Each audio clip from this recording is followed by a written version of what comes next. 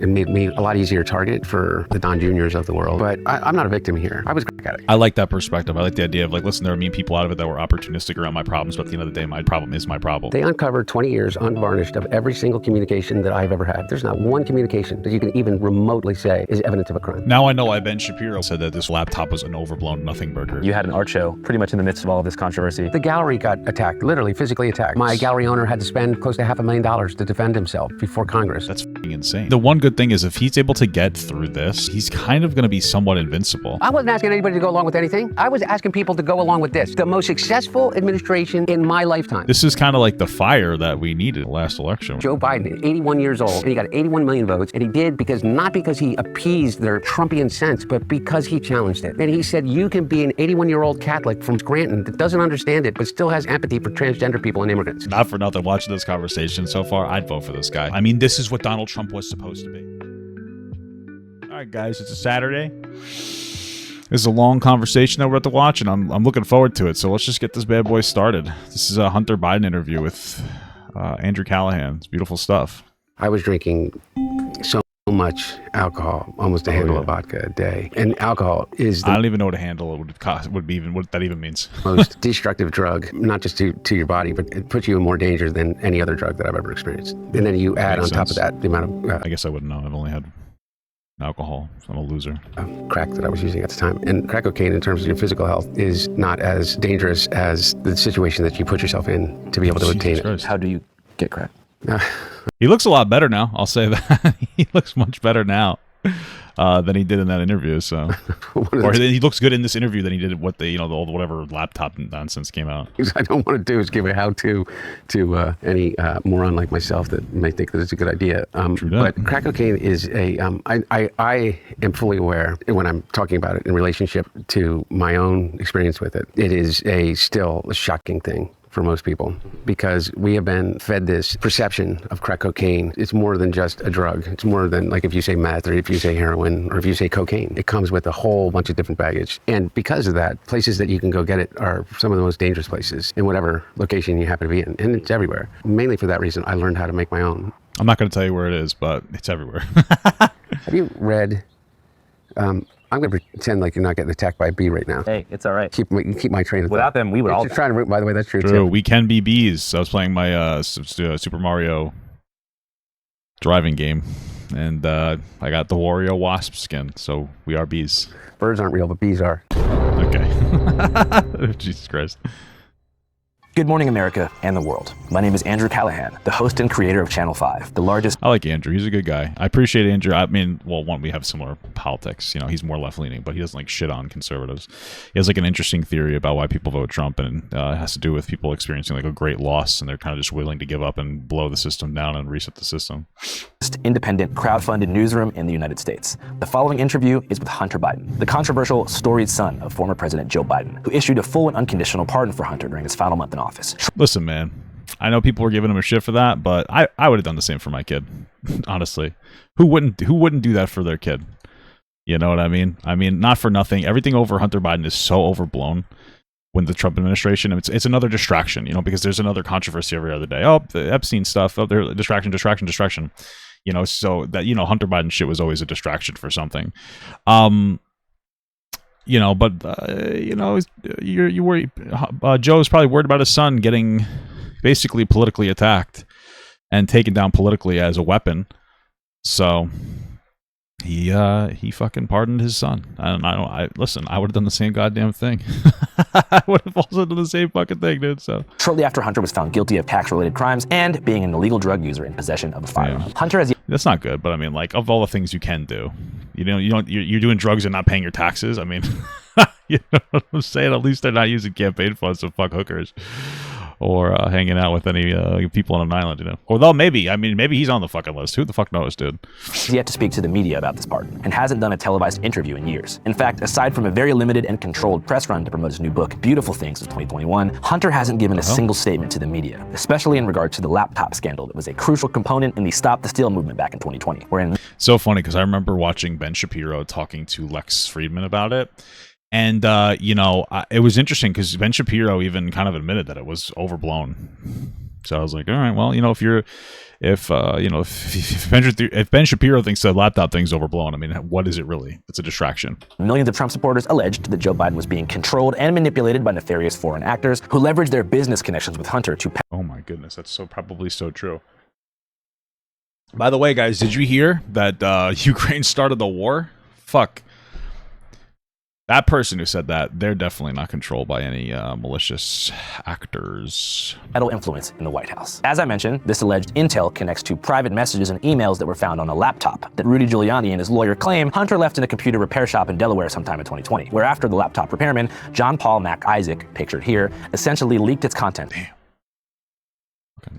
Looking two ways. to the world. Guy's looking both ways before he crosses the street, dude. God bless him. Along with evidence of alleged corruption, tax evasion, and influence peddling, what was also leaked from the laptop is nearly a decade of private photos of Hunter in the thralls of crack cocaine addiction. Jacking off, and then I think he got a job because of his daddy's connections. You know, nepotism, typical shit. All right, in today's interview, we're going to discuss the laptop, the 20. I feel like this interview could potentially be like, it could be by Hunter Biden's like defining moment. It could potentially, like, we're at a time where somebody like Hunter Biden, somebody with a deeply flawed past of like drug and alcohol abuse, could probably become president of the United States if they're actually an honest, intelligent person.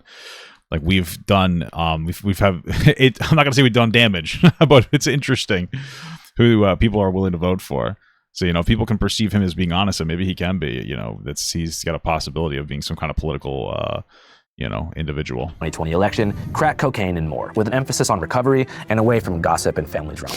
And by the way, if you'd like to listen to or download an audio version of this interview, I've uploaded a crispy WAV file to the podcast feed of our long-form program, 5Cast, which is available now on Spotify, Apple Music, and Amazon. All right, let's get into it. Without further ado, ladies and gentlemen, Hunter Biden. All right, Mr. Biden, thank you so much for your time, man. I really appreciate it. How long has it been since you've done a formal sit-down interview? You know, it's been a while. Been a long while. I had a conversation with Jamie Harrison, who's the former chair of the DNC. He's a great friend, loyal. And I was down in South Carolina for other things and kind of like family down there. So I sat down with him and talked about some stuff, but nothing like this. It's interesting. The cadence of like the Biden's voices is like very, it's like very soothing, I guess. It's very interesting. Yes. What made you feel like now's the time for an official, unedited long form? Well, I don't know when it is the right time or not the right time. I'm an admirer of your work, and we have a mutual acquaintance. It didn't take me Epstein.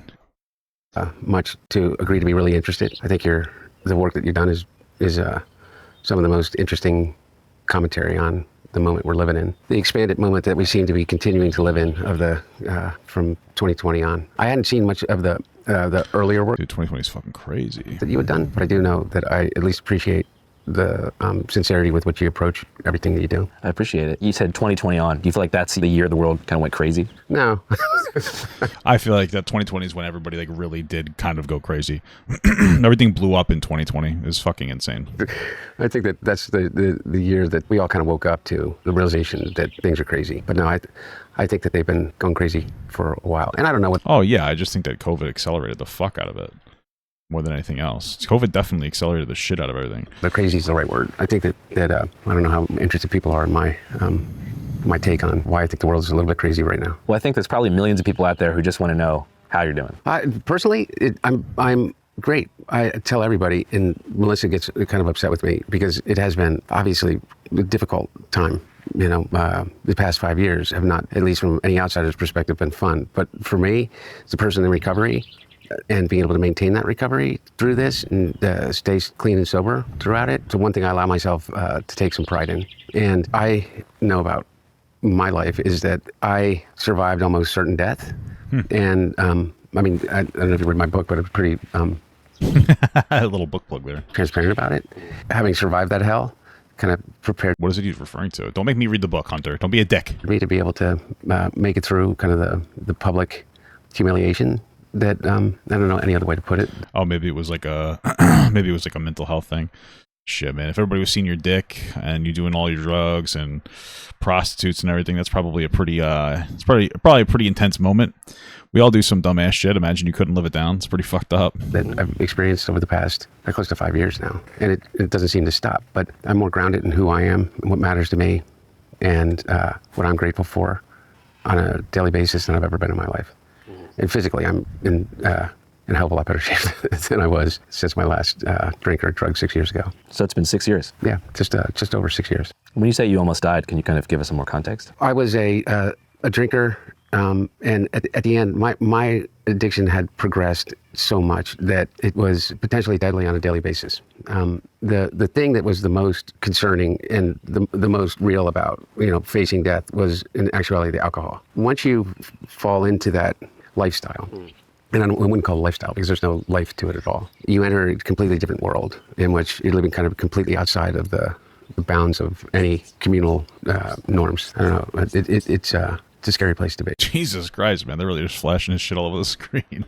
And I met some of the most truly heroic, astounding, thoughtful, kind people that I've ever met in my life that are living, life. I wonder what got him through doing drugs. I wonder if it was like very religious, because I know a lot of people find success with that, with like going in the religious route to get over their addiction to drugs. But at the same time, like once you get pulled out of that sphere, you kind of get fucked, right? Like if you're in a very religious sphere, religion will do great for you. But if you go into like jail or some kind of rehab and they are very religious focused and you go home and it's not very religious, you're going to kind of get fucked from there. Lives of quiet. Then again, I think that they're actually a pretty religious family, so. Desperation, not quiet, very loud desperation. But even in that, found space in their hearts for empathy and kindness. And I've met some of the most awful, predatory people that I've ever experienced in my life. So you feel that the thralls of addiction do oftentimes swallow up very genuine, earnest people, but at the same time, that underbelly is home to a specific breed of evil as well? One of the things that I've realized is that addiction is one of the most universal conditions. I don't know many people that have not been impacted by it in some way, whether it's addiction to drugs or addiction to behavior. Yeah, my wife's father, unfortunately, like he struggled with drugs, and it's really terrible. Because it's fucked up, man. It's fucked up. I've heard her talk about it, and we've talked about it, publicly. But it's pretty fucked up. There's a thought where I feel like for me, like I haven't really dealt with any drug use in a little bit with my aunt, but it's nothing that was massively impactful onto me personally.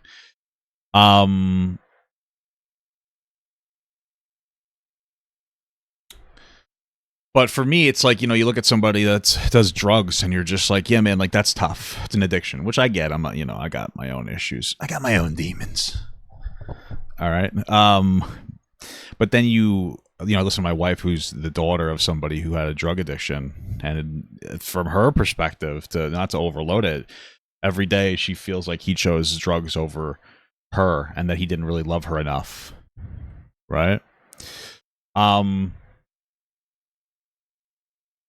And that's an interesting take because, like, that's harsh. But it's like, that's what people are feeling.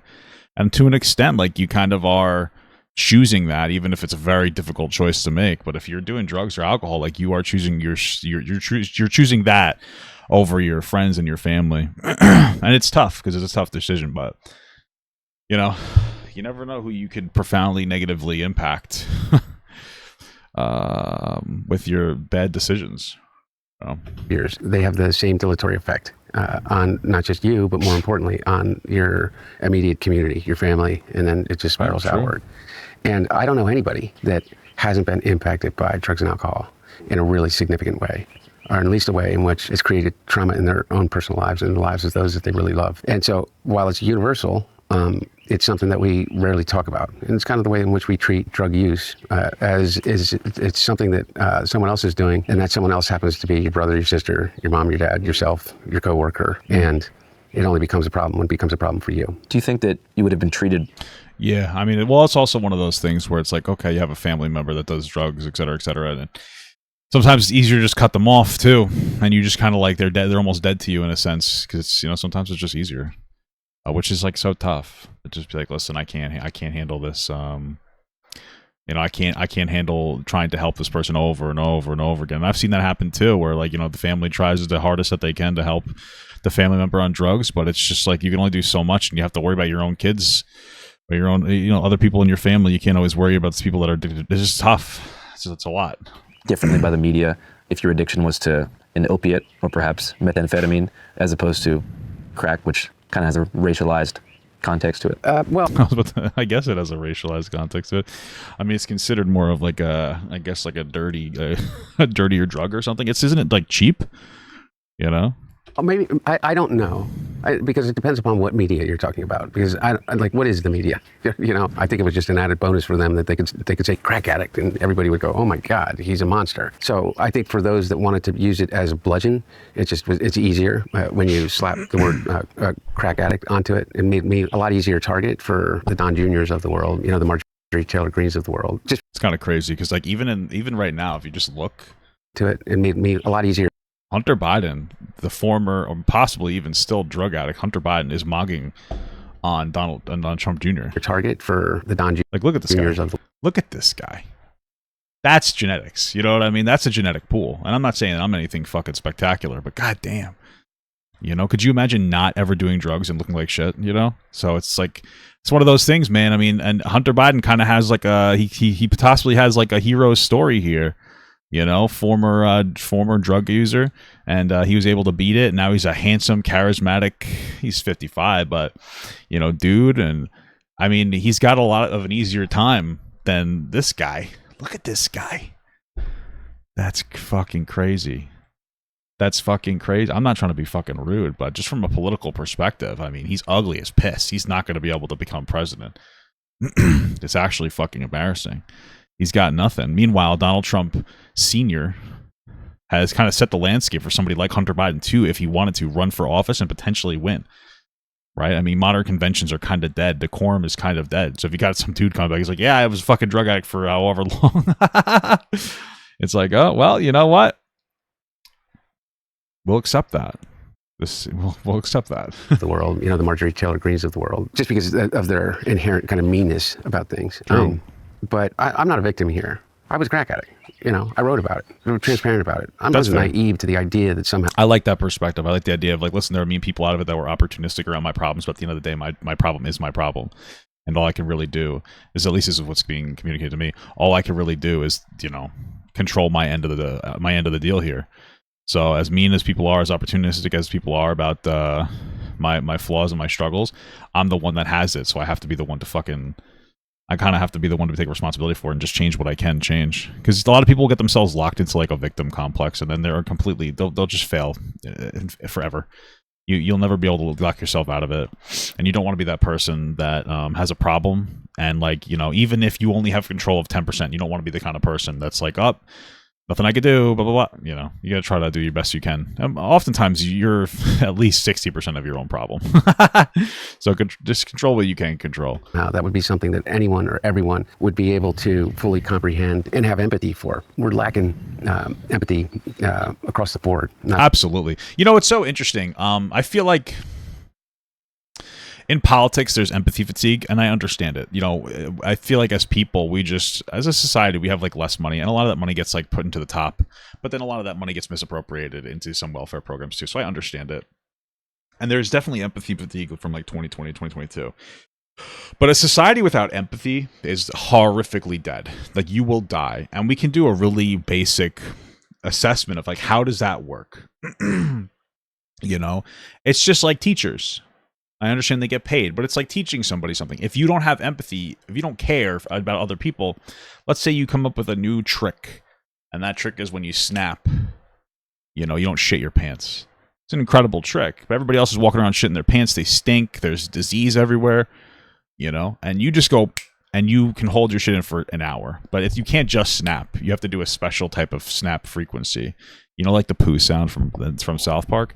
It's the poo sound in reverse. It's it's the sphincter sucker. It's a tightener. If you have empathy, you know, you could teach other people how to not shit their pants, and society will be better. Just on the foundation of wanting to be a nicer person. If you have a society without empathy, you're just gonna walk around and be like, I'm not shitting my pants, bitch, and everybody else is shitting their pants, and then they're gonna kill you because they're jealous that you're shitting your pants. You're not shitting your pants. And so, like, that's why, as silly as a comparison as that might have been, we desperately need empathy in the world. You need to do nice things for people to move society forward. You know, if I knew how to make fire and you didn't, and I'm just like, yeah, let me teach you to make fire. Kindness and empathy has driven society forward. Which society do you think is going to move forward? The society where everybody knows how to make fire, or the society where one person holds fire over the rest of the society and also doesn't shit their pants? You know, It's a very real thing. That's why society, like empathy is a fantastic mover of society. Again, you got to make sure you're not too overly empathetic. There are going to be people who take advantage of things, but instead of taking it away for everybody, you should just try to functionally make sure people aren't taking advantage of their situation or taking advantage of the kindness of others. Not just for Hunter Biden, but I guess I was a little bit surprised in terms of a lot of people in the press, whether it was the New York Times or the New York Post, kind of dismissed addiction as somehow unique to my family, or without taking into account what they were doing to other people that were looking to get clean and sober. One of the things about getting clean and sober, at least I found, I don't know what your experience in your life or with your friends or others, is one of the things that keeps us in the cycle of addiction is our guilt and our shame, is the lies we tell ourselves and the lies that we tell the people that we care about the most. And you get clean and you get sober, and what ends up happening is you still hold on to these secrets. Like, I smoke crack. I was a crack smoker. They know that I did cocaine, or they know that I was drinking, but they don't know that I was also an inveterate drug user. And so you keep that secret, and that guilt kind of boils up. And the only place that you can talk about it is in rooms full of virtual strangers, which is really helpful. But it isn't it doesn't release you from that awful feeling that I'm about to be found out. That's so interesting. I feel like that's such a real thing that you could apply to, like, even young men struggling today. Like, because what are the fundamentals here? The fundamentals aren't like, oh, I'm ashamed of myself for doing drugs. The fundamentals are, I'm ashamed of myself for something, right? And so how many especially, and I say young men, I know I'm focusing on them, but how many young men are sitting there and they're afraid to, like, express something to people because they're embarrassed? Whether it's like, I'm not even kidding, fucking maybe it's that they don't really have any friends, or maybe it's like they have a self-conscious about their fucking penis size or something, especially with porn blasting into you that you have to have a huge dick. Or maybe they have like a little bit more of an extreme opinion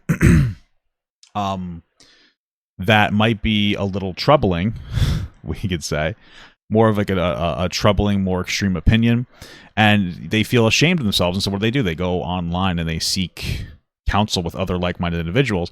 The difference is that when you have a normal person interact with somebody with an extreme opinion, if that normal person can be productive in a conversation, all of a sudden it's not like that person can be de-radicalized. But if you're a bunch of radicalized individuals, sitting together and having extreme opinions, you're probably just going to continue to fester with those opinions, and you're going to just like spiral. And that's really how we create these really toxic spheres.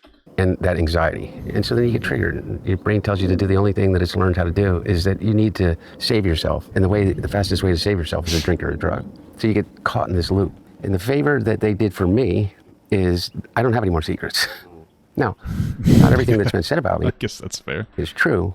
But there are the things that most people would be very embarrassed about. I've been very open about. I spent more time on my hands and knees picking through rugs. Man, he looks like shit here. He looks kind of like, I forget what that guy's name is, but he looks like the guy, Gregory Cranier? Oh, okay. Smoking anything that even remotely resembled crack cocaine.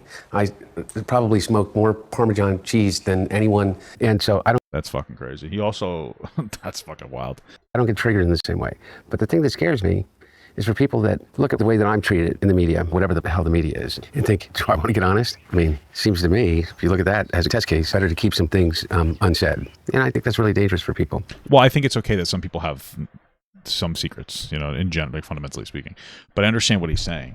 I mean, it's so weird because like the media space is so toxic. Everybody is so opportunistic on like all people's mistakes, and it's on both sides, and it kind of just like, it feels justified all the time. But it's like, when do you stop, right? It's tough.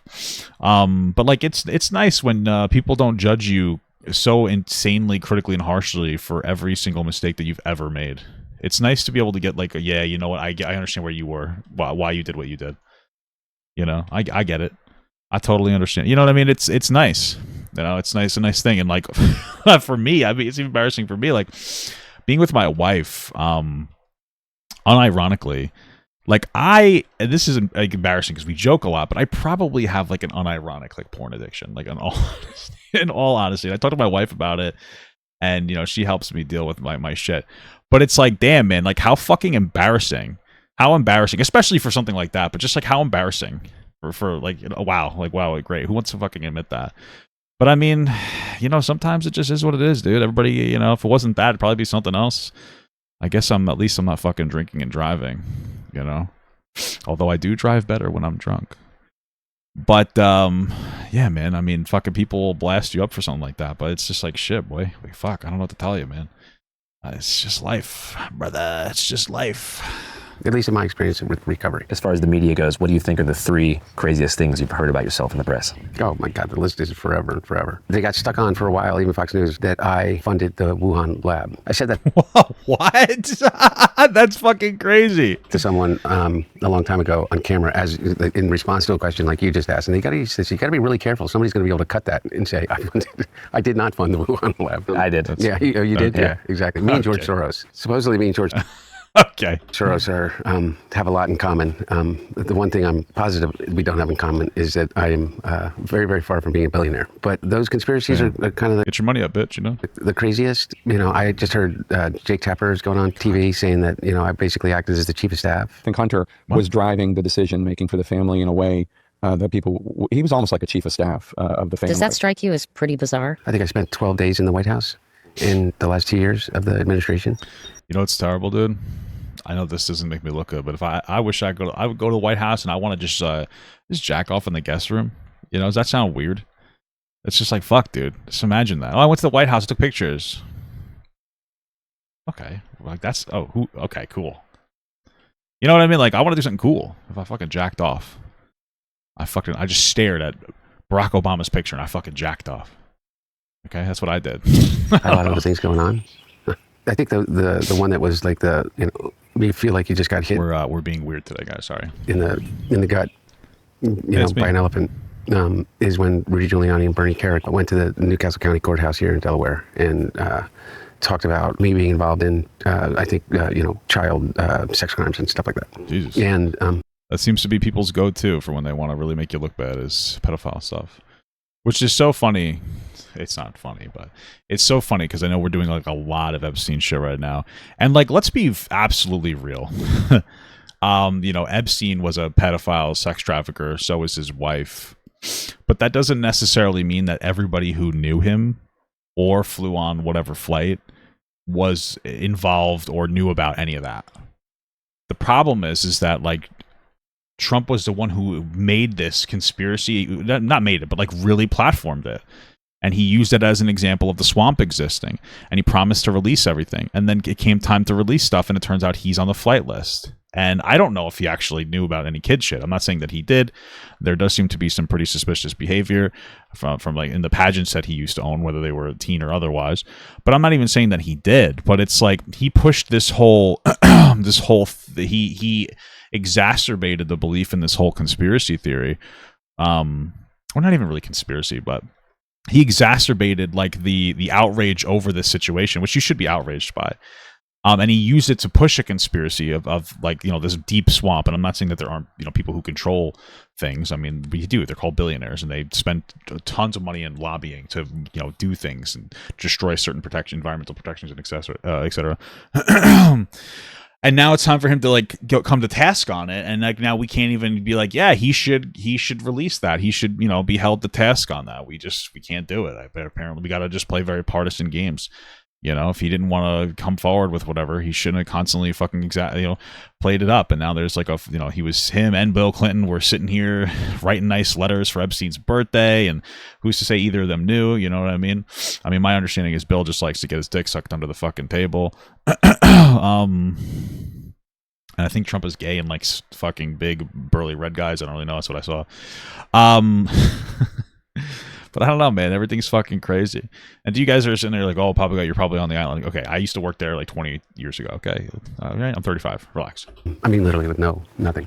That one was the last and the only one that was kind of hard to wake up from. Is like how do you ever take that out of somebody's head after they've heard it?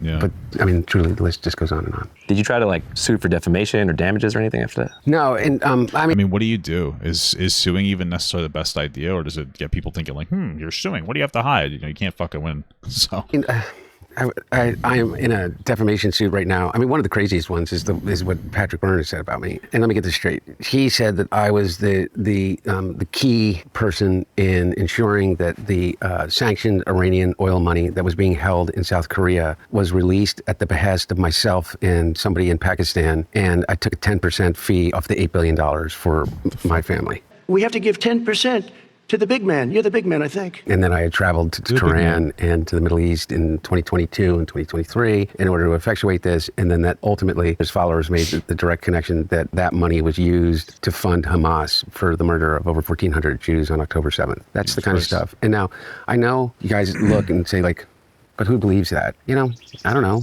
The million people that read that tweet, you know, I had one guy in California who is... I mean, listen, I don't know. I understand, like, the apathy behind it. Like, oh, who believes that? Who cares? I don't know. I just feel like it's fucking crazy. People are so willing to accept, like, different fucking lies and conspiracy narratives. It's fucking wild. I don't remember his name, but he's associated with SpaceX, a big investor in SpaceX, a very, very wealthy guy. Claim just months ago that I rented a house from him and that I trashed the house and I had the Secret Service stiff him on the rent and that I tried to pay him with a book of art made of my own feces. His ex-landlord Wow, that's quite a claim. claims he stiffed him on a whopping $300,000 in rent. What happens to the back rent that Hunter Biden owes my family? Is that pardoned now? And you know, like how insane is that? I guess so. Right? You know, but you look into the... I don't know, man. I feel like you could probably get some money for a feces drawing from Hunter Biden, no? You don't think you guys can make some money on that? Background of this person, and he's a major investor in SpaceX. He's probably worth a few $100 million, and he has this huge following on X. Elon Musk retweeted. I don't know, man. Maybe we've just gotten to a point where we just feel like we're gods, and so we just have to make up our own mythology. You know, you got these whole mythological fucking things about you know, the older gods and this god and that god and all these magical powers, and maybe we're just making up our own mythologies for ourselves, and that's really what it comes down to. I mean, you think about it, it's like all these different crazy conspiracies around this and that, and you know, they released this plague and this, and it's like, damn, man, they can control the weather. We're like fucking human beings are like Thor now. You know, the gods are dead. Now the government is the fucking ultimate god. Apparently it controls the weather, it controls diseases, it controls everything. That's but I mean, listen, I've always thought, why can't you shoot a fucking missile at a goddamn hurricane, you know? Tweeted that, and it went viral. It's pretty messed up, man. Yeah. There's also some people, though, who just think that if you leave the country, you're a spy. You know what I mean? Like, why is he going so many places? Shit, if I was connected, I'd be going. You know what? If I had like the money and I was connected, I probably wouldn't be going anywhere. Let's be fucking real. I'm from America. If I go to Europe, I'm going one time. And then I'm going to be done. So I'll go for like a month. I'll go to Disney, obviously, and I'll visit people maybe that I know, and then we're done. We're never going back. I'm probably never going to go to any... I'm going to be fucking real with you. I'm never going to go to a country that doesn't have a white area. I know that sounds shitty. I'm not trying to be like racist, but if you think I'm going to like fucking... I'm not going to like, you know, some of these like vacation spots... unless it's like, hey, this is the spot that the tourists go to. Because I'm not stupid. You know what I mean? I know they don't like me. I barely like myself, so I'm going to stay in the area that they're like, you stay here and we'll protect you, but don't go outside there. Don't be trying to fucking, you know. Hey, it's called setting boundaries, so I get it. So there's that. I mean, maybe I'll go to Japan one time, just for those panty vending machines. That could be cool. And Disney, obviously. Yeah, so that's pretty much it, man. And yeah. Oh, me? Yeah. Oh, yeah. You know, the really interesting thing is they created this a character that is both in some sense a near do well fail son that has not ever accomplished anything, and a criminal mastermind all in one. I kind of feel like, you know, pick one. Most of my travel during that period of time when my dad was vice president, and by the way, I didn't travel anywhere when my dad was president. I don't think I left the country. But during that time, I was the chairman of the board of what's called the UN World Food Program. And I was a little cringe. He's like, oh, I wouldn't go to my dad. You have a dad? You're 55? Come on, he's supposed to leave you when you were born. Yeah, Thailand's another one. That's a good one. Thailand's not a bad one. No reason. So, chairman of the board of the Truman National Security Project, chairman of the board of the Center for National Policy. I was a professor at Georgetown University, adjunct professor for over 4 years in the master's program of the School of Foreign Service. I taught a course on advocacy, largely based upon the implementation of a thing called PEPFAR, President's Emergency Plan for Aid Relief in Africa. And as the chairman of the board of the U.S. UN World Food Program, it's kind of like what you know of, like as a kid growing up, like UNICEF. UN has voluntary aid organizations in which each nation state that is a part of the UN voluntarily contributes to the continued operations of UNICEF, UNHCR, UNESCO. All of these organizations are all voluntary aid. I remember when we were younger, we used to go around and we would like donate to UNICEF. We would go around like when it's October time, you know what I mean? October spooky month. You would dress up like, Thomas the Tank Engine or something. And then you would go and you'd collect for UNICEF too. And it's like, damn, man. Lame. Organizations. UN World Food Program is the largest voluntary aid program in the United Nations, and it is the largest humanitarian organization in the world. It serves over 80 million meals on a daily basis in 72 different countries, and it is the first on the ground because it controls all the airlift and communications for all of the relief efforts globally in any natural disaster or civil war or conflict. And so the UN, US, is responsible for about 65% of the budget of the World Food Program, which was my responsibility as chairman. Wasn't there like a weird thing going on with UNICEF? There was like some weird pedophile thing maybe about that, or maybe it was like some aid money we give because they hired like individuals on the ground in a certain country, and then like that unfortunately supported like some other issue. It's fucking crazy. Some of these things get so fucking weirdly deep. The board, and I increased the budget of the World Food Program, which just won the Nobel Peace Prize 2 or 3 years ago, by 50% when I was chairman over my term, to like $2.4 billion. It's all gone now. Trump ended all of that. Point about traveling. So I went to the Philippines after Typhoon Haiyan. I went to Kenya to Dadaab when refugees were flowing in from across southern Africa and Ethiopia. I've been to Syria, Lebanon, and Jordan, and I've been to all over the world. 75% of my travel during that period of time was on behalf of the World Food Program and other NGOs that I work on behalf of. So I want to back all the way up to the very, very beginning. A little short bio. We could do a long bio too. So you're born here in Delaware or born here in Pennsylvania? In Delaware. Okay, in Delaware. Yeah, Wilmington. Wilmington. Yeah, 10 minutes from here, 15. What are your thoughts on Wilmington, Delaware? Nice place? Oh, yeah. Kind of want to know what his thoughts on his dad are like right now, like what's going on with his dad. One of the things that I still do love about the East Coast and Delaware and the Mid-Atlantic is the history. And so I'm a little bit of a history geek. Yeah, because Delaware doesn't really get much representation. Because you got Philadelphia, powerhouse of history and culture. You got Rocky, a lot of other things going on there, too important stuff. And then we agree on that. I'm basically living in a suburb of Philly. Yeah. Well, I don't want to say that, but you got Baltimore, The Wire. Yeah. You got people on horses in the streets out there. Yeah. People on ATVs. And then Delaware's kind of sitting in between. People know that it's a corporate tax haven. People know that the Biden family's from there. What's something that people don't know about Delaware that they should? Delaware's the first state. I don't know if they should know this, but it's the first state to ratify the Constitution. When Thomas Penn basically colonized Pennsylvania, he carved out Delaware, and we called it the diamond and the jewel in the crown of the colonies. Delaware is almost a state of almost all coastline. Here's the thing that's interesting about Delaware. Delaware is geographically and historically and emotionally both a southern and a northern state. Mm-hmm. So the northern part of the state feels very much like Philadelphia. The southern part of the state feels very much like South Carolina. So do you see like Confederate flags in Dover? Maybe not Dover, but definitely Gumboro, Confederate flag rally draws dozens. Why do people fly the Confederate flag? I know a lot of people make the argument of like, oh, it's a racist flag, which, yeah, I get it. It is. I mean, it represents the South when there were slaves there. That's all it represents now. But then like outside of that, it's a fucking loser flag. Like you guys lost, and you guys you're still celebrating it. Come on, that's just fucking cringe. You lost. You're cringe. You're like pathetic. Why the fuck are you celebrating your pathetic loss? However long ago, you're a loser. Yeah, my dad got his ass beat back in the day for being a fucking pussy. Wow, good job. Fly that flag, dumbass. Like you're a literal loser.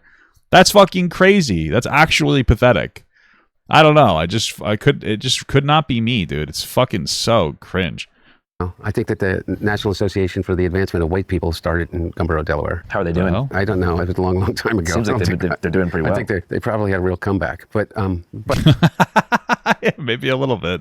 But that's because Delaware was a slave state that fought on the side of the of the Union. And the Mason-Dixon line, actually, Delaware is the only state that the Mason-Dixon line does not bisect. And that is because it starts at our western border, the actual line for the Mason-Dixon line, and right in the middle of the state. So there's 3 counties in Delaware. And if you go below the canal, you're in the southern part of Delaware, Kent and Sussex. And you were born in the 70s? I was born in 1970. Yeah. Wow. Yeah. A couple years after the Summer of Love. Yeah. My brother was born Maybe that's why he was born. Summer of Love. 1969, February 3rd. And Whoa, 42069, baby. We love it. I was born February 4th, 1970. And my sister was a year and a couple months after that in 71. Now, I know that you've talked about this story before, but there was a tragedy pretty early on in your life. Can you kind of tell people what happened for those who don't know? Yeah, my dad got elected to the Senate on December 18th of 1972, so I was almost 3 years old. And my brother, myself, my little sister were with my mom and the dog in a station wagon, and we were hit by a tractor trailer. My Jesus fucking Christ. mother and sisters were killed instantly. My brother and I were trapped inside the car.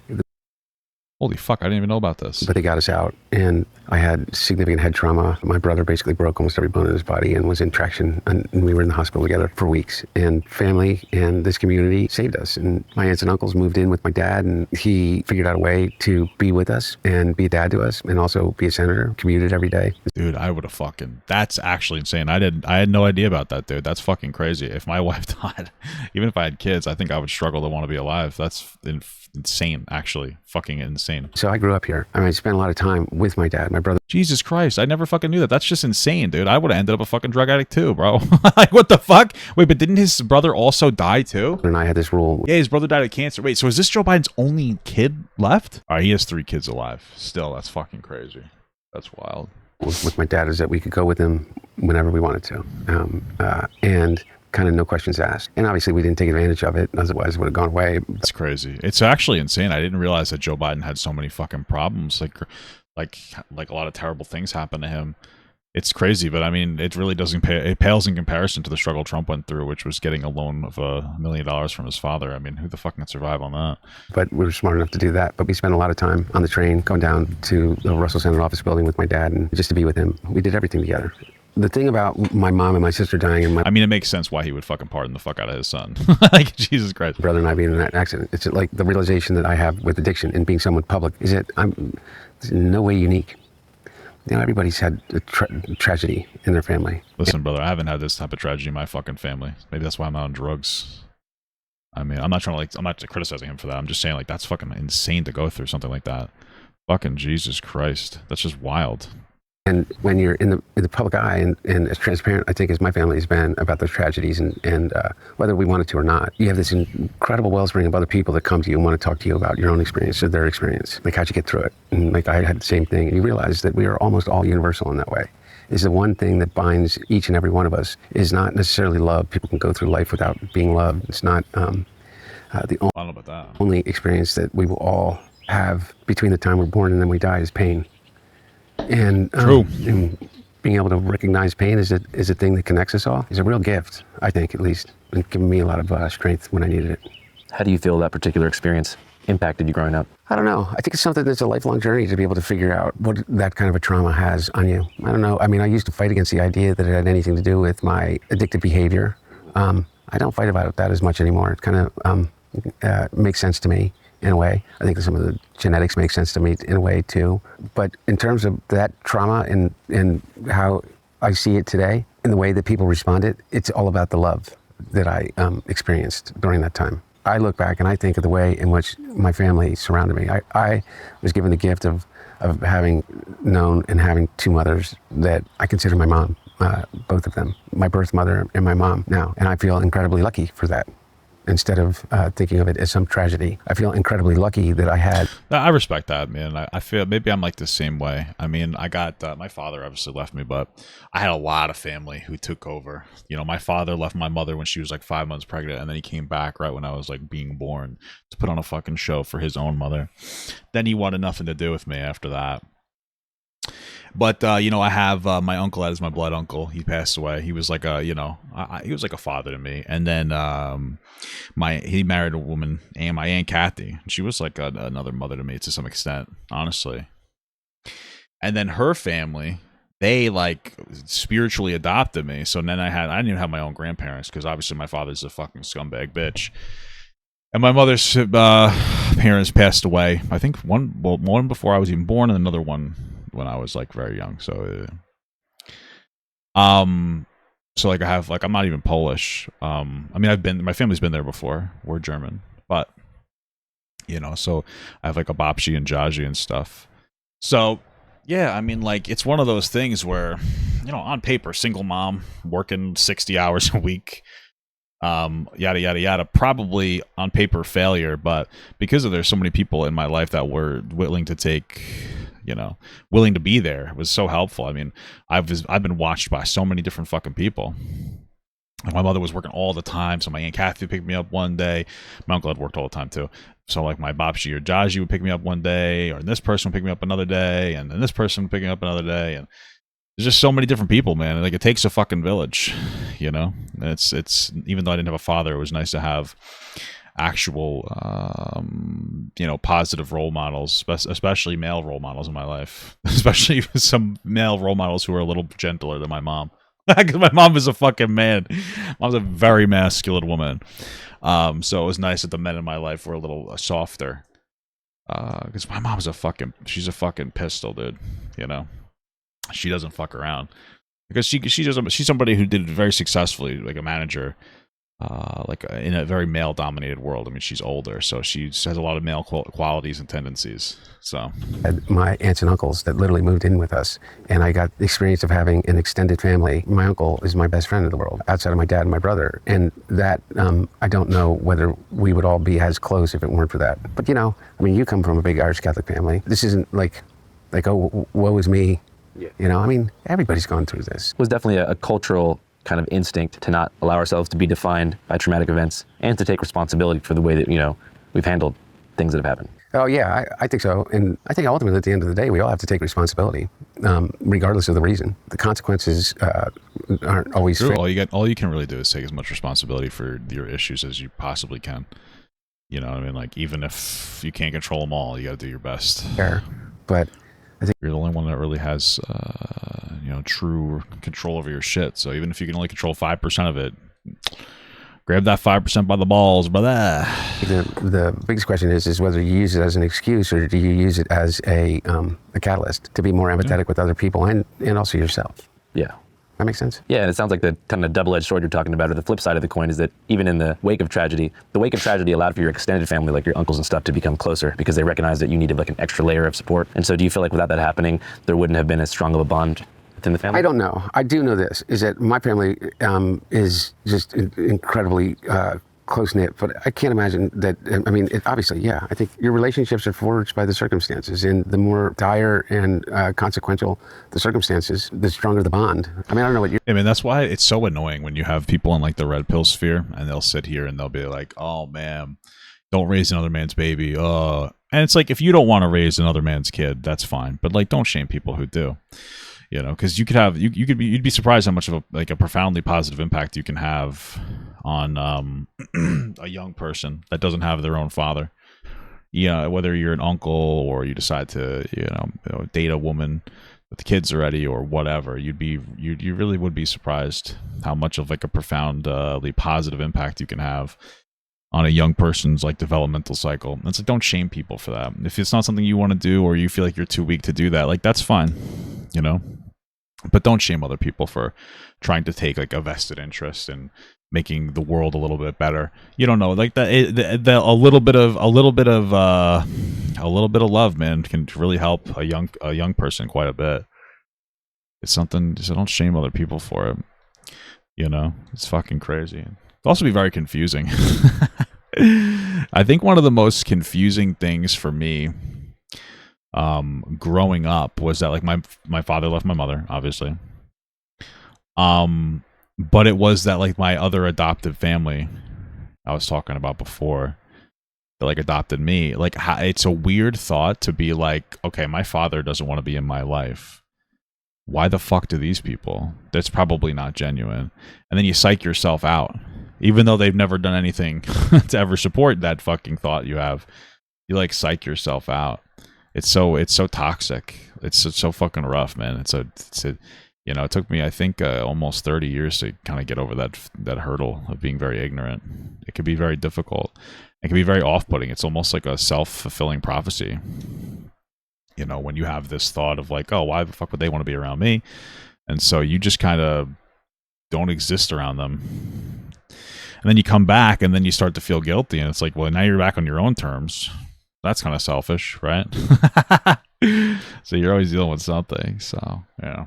Your experience is, but I do know this, is that I feel very lucky. And the reason I feel very lucky is because this state, not just my family, but the people in this state. It's like when I was on trial here, I walked out of that courtroom after the conviction in Delaware in the gun case. And the first thing I said to the group of people that were there, my family and closest friends, is that how grateful I was.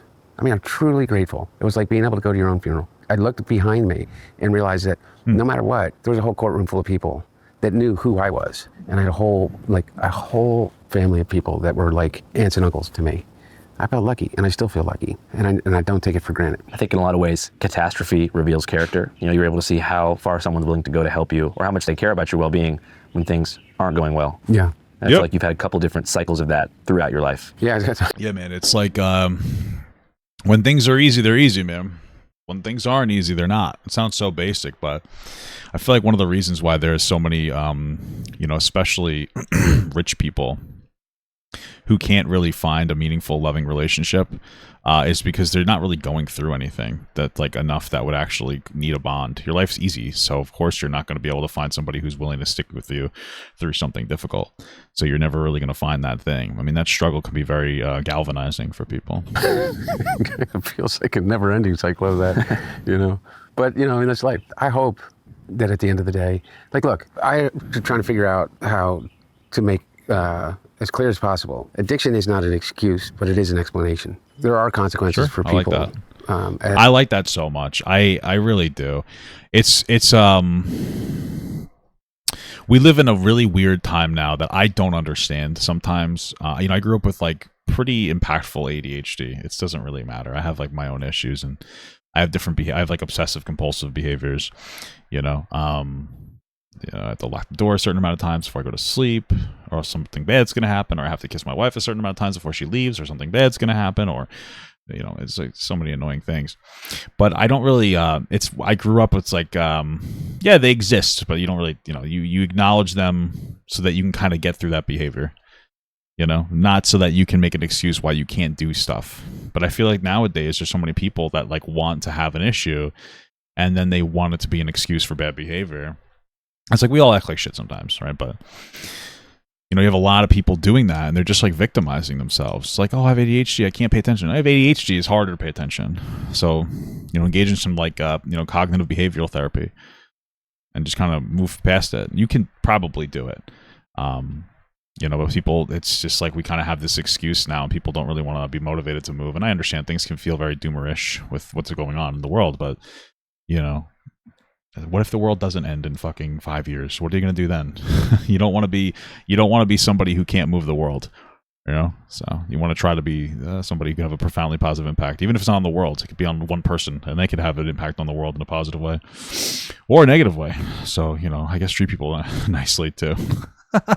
As or anybody that's in recovery or spending any time, is regardless of whether those consequences are legal, financial, relationship-wise, or anyway, is that, that addiction, and when I say addiction, I mean alcohol too, because I don't know of any more destructive drug than alcohol, there are consequences. And I'm still appropriately paying the price for some of it, or trying to make amends for Makes sense. stuff that are personal, that I believe that I still need to make amends for. I don't believe that there should be a continued, that somebody should have to wear scarlet A for the rest of their life.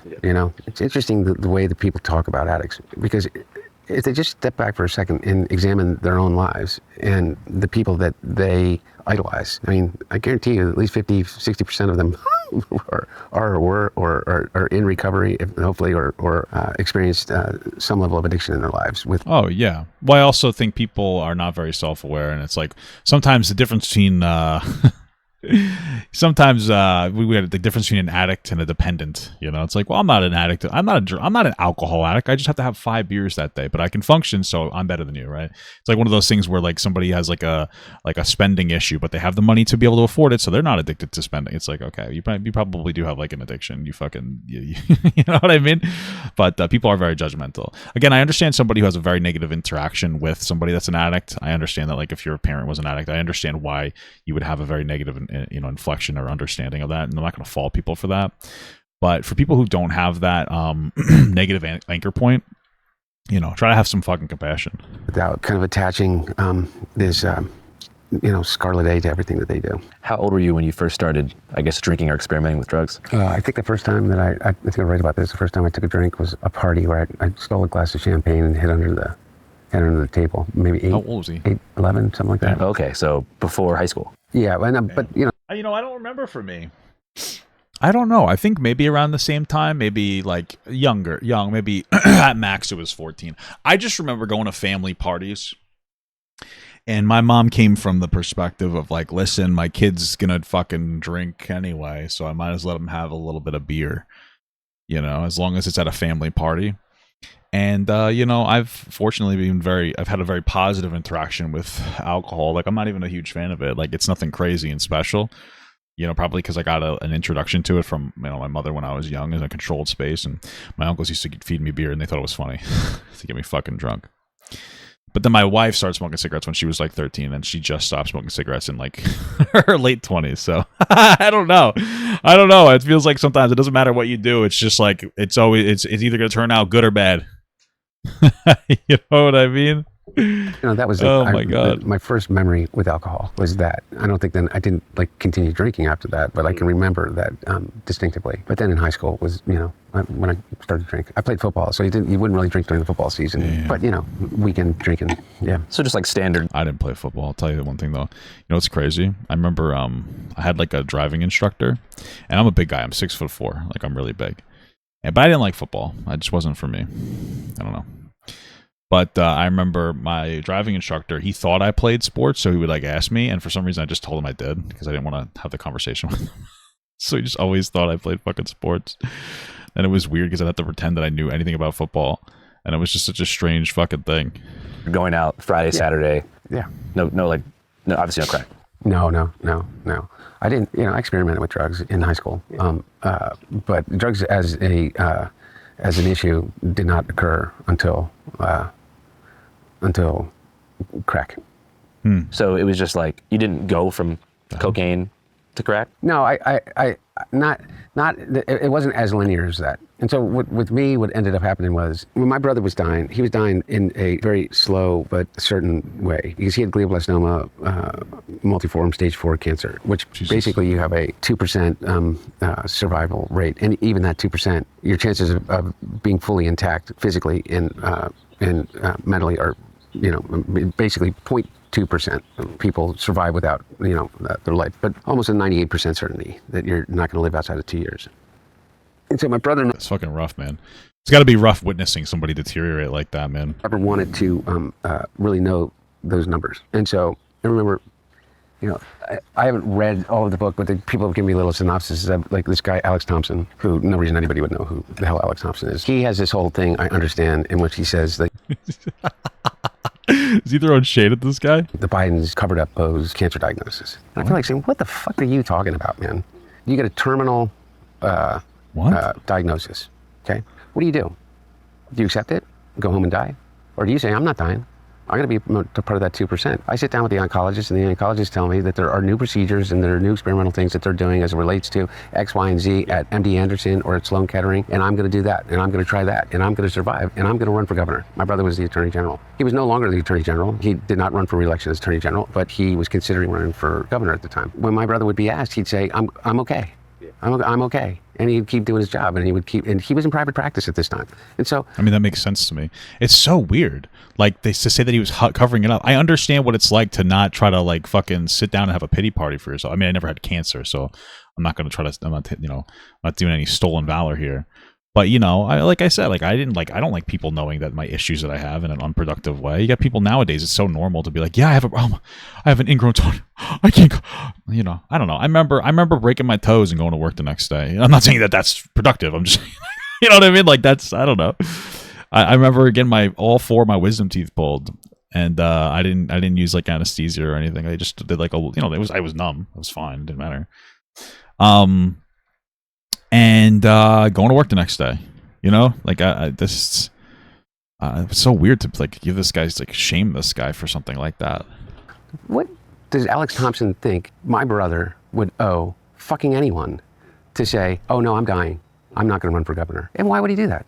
Why would you give up on life? And it's almost like I somehow that this human being is not a human being. Like, he has not experienced life. He has not had anyone in his life that is, and I find that really hard to believe in a day and age when I don't know anybody that hasn't had somebody in their family that has cancer. And so what do you say to them? Oh, you have cancer? Oh, so you're gonna go tell your boss that you're dying and you should quit now? No, you don't. You go do your chemo, you do your radiation, you get up in the morning and you eat better, and you do. Yeah, I feel like, I don't know any scientific anything about this, but I don't know, man. I feel like having a bad attitude is just going to increase your chances of dying, right? Like, it just makes sense to me. Go on a different diet plan, and you get experimental procedures done, and you fight and you fight and you fight. At least that's what my brother did. Anyway, my point being, it was slow, and I knew that there was going to be a real transition. And I knew that there was going to be in the entire family, not for any other reason than proximity. I was with him all the time, as was his wife, and as was his children, and as was the rest of the family. But I was with him all the time, and so I knew what every doctor was saying and I stayed. I was clean and sober through that period of time, and off and on, I had some relapses, but I had gotten sober in 2003 from alcohol, and I was clean and sober basically for an 8-year period of time, and then I cycled in and out. But when my brother was sick, I was ostensibly clean most of that time. And when he died, it was a awful, my brother kind of connected us all in a way that it was almost impossible to imagine him not being that glue. I mean, it's the hardest thing of anything I've ever been through. And I know people are close to the brothers and sisters. It's not unique, but the only dream that I ever had, nightmare that I ever had as a kid, was losing my brother. Like the one that you wake up in a cold sweat. That's fucking horrible. I mean, I can understand that. Unfortunately, I don't have any siblings I'm close to in that way. That's how I would feel about like my wife. But I actually have a half sister.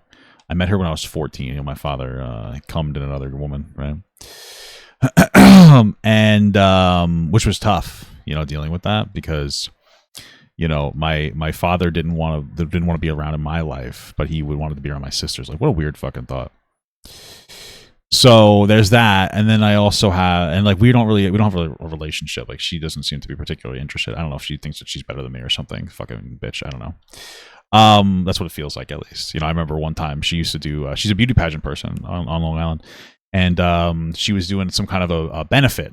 It was some kind of a. I think it was for autism. And it was something for autism, I think. It could have been muscular dystrophy. I don't really remember exactly if it was autism or muscular dystrophy. And my mother was very active in that kind of stuff because, for where she worked, she like kind of ran that. That was part of her job responsibility. And so she might, I didn't want to go because I knew my sister would be there.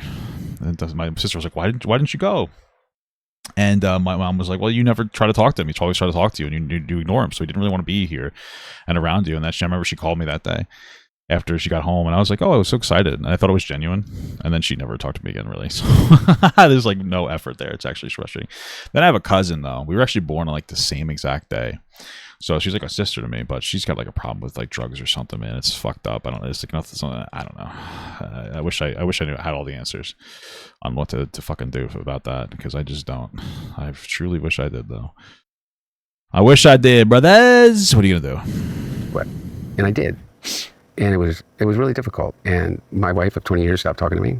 That's fucking real. Maybe 20 years of reasons not to have a relationship, but it was pretty awful timing. And I fell apart, and I went to rehab almost immediately, and I stayed in rehab for a long time, for inpatient, outpatient for close to a year, and between. I mean, I can understand why his wife would leave him if he's like a drug addict. I mean, it doesn't validate his shit, but up in a place in Pennsylvania, and then back in D.C. to be near my kids, and not wanted by my ex-wife back in the house. And so for the first time in 46 years, I'm living alone. I don't have my brother. The rest of the family is in this awful state of grief, and we feel rudderless, I think, for the first time in my life. Completely rudderless. That's terrible. And anyway, long story short, is I kind of held it together for about a year, and almost exactly a year to my brother's death. And then I admitted that I slipped up with a drink, and the doctor, the outpatient program that I was going to 4 times a day and getting tested. I said, look, I drank. He said, well, we want to test you anyway. I said, if you test me, it becomes part of a record, and I don't want it as a part of a record because it's not protected by HIPAA. And he said, well, you can't come back in if we don't test you. And I said, well, this is what I did. And they said, it doesn't matter, you're telling us. And said, we need it for our records. I said, well, fuck you. And I walked out to the park across the street, in Lincoln Park in D.C., which is not very far from the White House, which is, I knew to be kind of sometimes an open air, drug market. And I saw someone that I knew from my past life as being in the streets, a woman that I referred to as bicycles. And I knew that it was kind of a... You refer to the woman as bicycles? Come on, dude. I know what that fucking means. This guy's fucking... Everybody's riding her, dude. This guy's... It's fucked up, dude. As he casually dropped that. What else could it be? A suicidal thought. Damn. I said, do you got any crack? She sold me crack.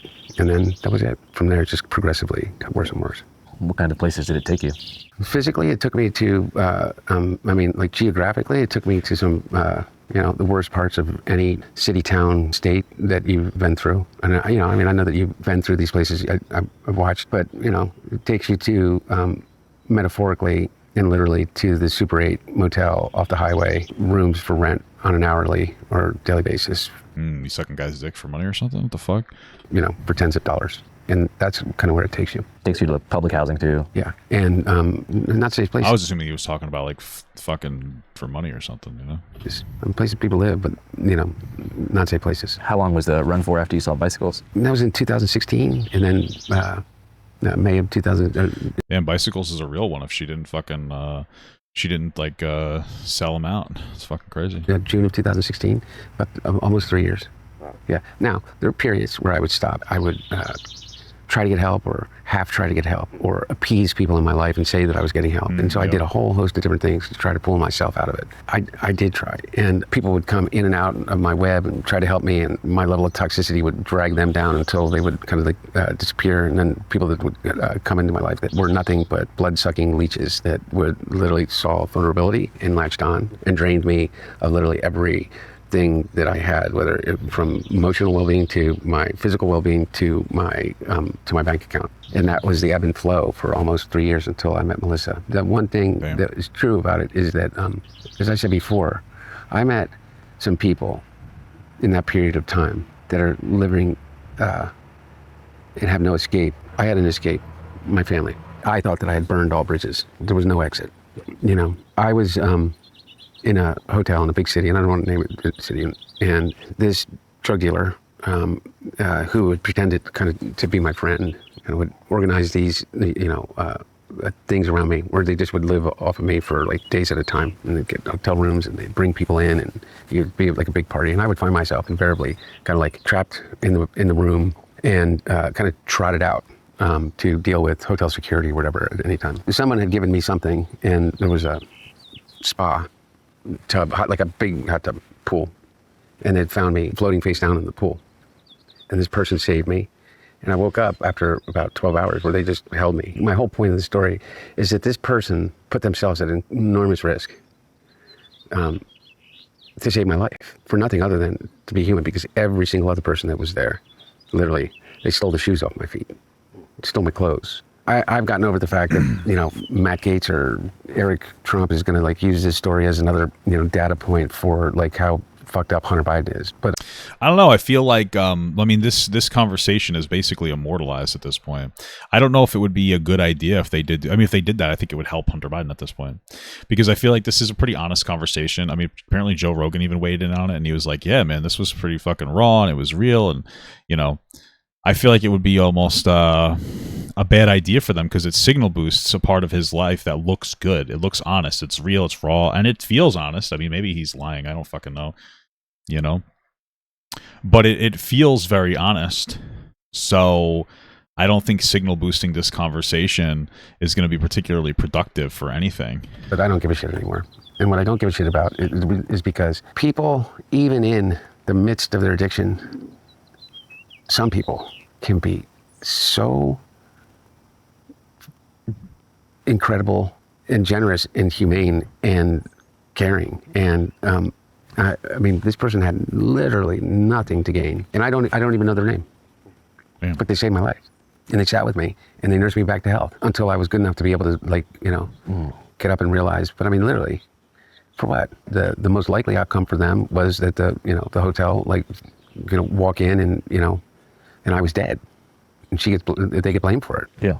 Anyway, I guess my point is that I think I was worth saving, and I think there's millions of people out there that are suffering from addiction that are worth saving. You mentioned one thing earlier that I thought was pretty interesting, is that, you know, you would take breaks throughout this period of time. Yeah. I think that when you're in active addiction, especially, those tolerance breaks can give you the illusion of control. Because you're like, oh, I'm just going to chill for a bit. It's the oldest I'm story in the so book. good at, you know, moderation. Wow, I'm the best. But in your mind, you're like, I'm chilling so that I can mentally be on board for the next bender. Absolutely. You know what I'm talking about? 100%. I get what you mean. You're just like, your body builds up a tolerance, so you're just chilling. You're almost like withholding from yourself. You know, you're just like, I'm not gonna do anything right now. I'm gonna wait. I'm gonna fuck you. They're talking like unironically about edging themselves on drugs. You know, it's like, okay, I do this every day. What if I did it what if I did it on, like, wait 2 days?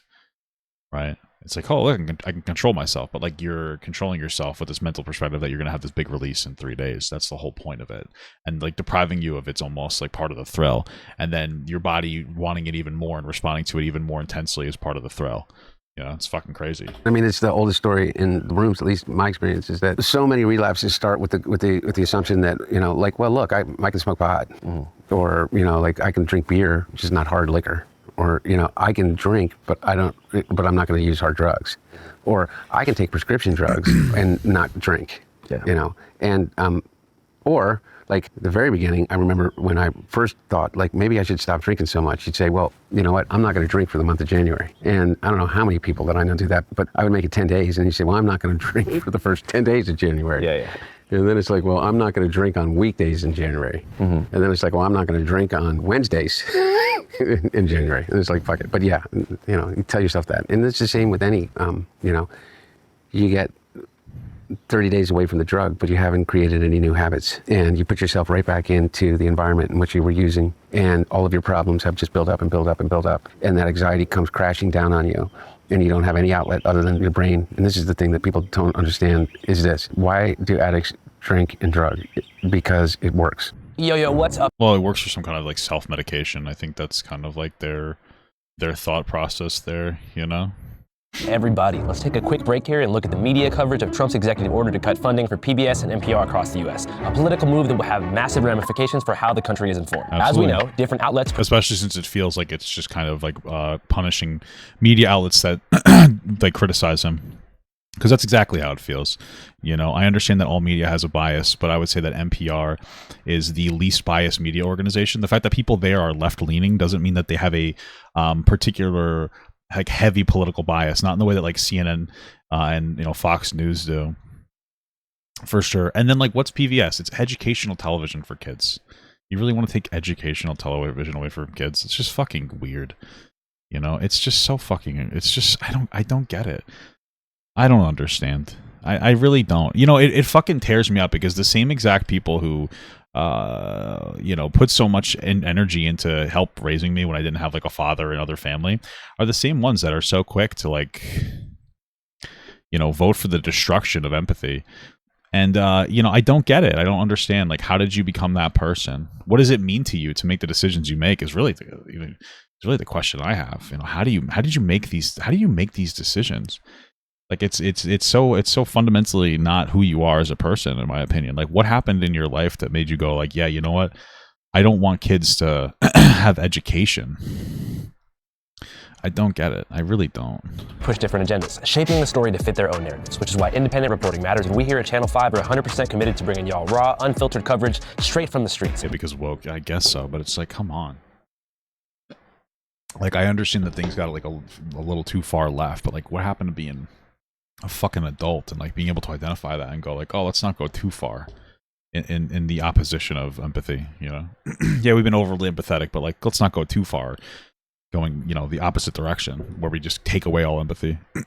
But before we hit the streets, we get informed using what you might ask, ground news. Ground news is a dope-ass news aggregate that lets you see exactly how different media outlets, left, right, and center, are covering the same stories as they unfold. Here you can see, using the ground news bias distribution tool, how the left and right are covering Trump's executive order quite differently. For example, the left-leaning NBC News headline reads, "Public radio stations targeted for cuts by Trump offer lifelines to listeners during disasters," choosing to appeal to the humanity of their audience. Whereas you can see the right-wing outlet called The Federalist say, 12 reasons why NPR and PBS deserve to be defunded. Not too hard to see where they stand. Yeah, all 12 reasons are because they disagree with them. Ground news, boom. Something else that doesn't get enough attention is how many news stories aren't actually newsworthy at all. That's why ground news shows you exactly how many actual sources are covering a specific story, so you can determine if an article is legit, real news, or just echo chamber algorithmic manipulation nonsense. Another feature we love to use, their blind spot tool, which shows you the stories that might not be appearing in your typical media bubble. For all those reasons, I trust ground news to help Channel 5 and myself cut straight through the noise. And right now, you can subscribe for 40% off the Unlimited Access Vantage plan, which comes out to less than $5 a month. Just scan the QR code here or click the link below to sign up. Supporting Ground News means helping to support us, which Sorry, we always watch the ads for the video. I don't like skipping past ads when we react to somebody's video. I find it to be kind of stupid and disrespectful. means we can keep making videos like this, talking to Hunter Unless they're gay. No, I'm just Biden, kidding. and giving you guys coverage that isn't watered down or dictated by corporate interests. So check it out, stay informed, and most importantly, don't let the media tell you what to think. All right, back to Delaware. I would drink because it would take care of what I believed in my rewired chemistry of my brain was telling me is that you're going to die from. Like, you cannot, like, you have to take care of this. And I know the fastest way to take care of it. Best way to take care of it is to drink or a drug. Unlearning that is a really, really difficult process. Did you find that, a lot of addictions, especially are kind of comorbid, they go with each other? So you said alcohol was one. Do you feel like drugs? Well, yeah, I mean, I feel like a lot of addictions do. I don't know. They're like replacements for each other.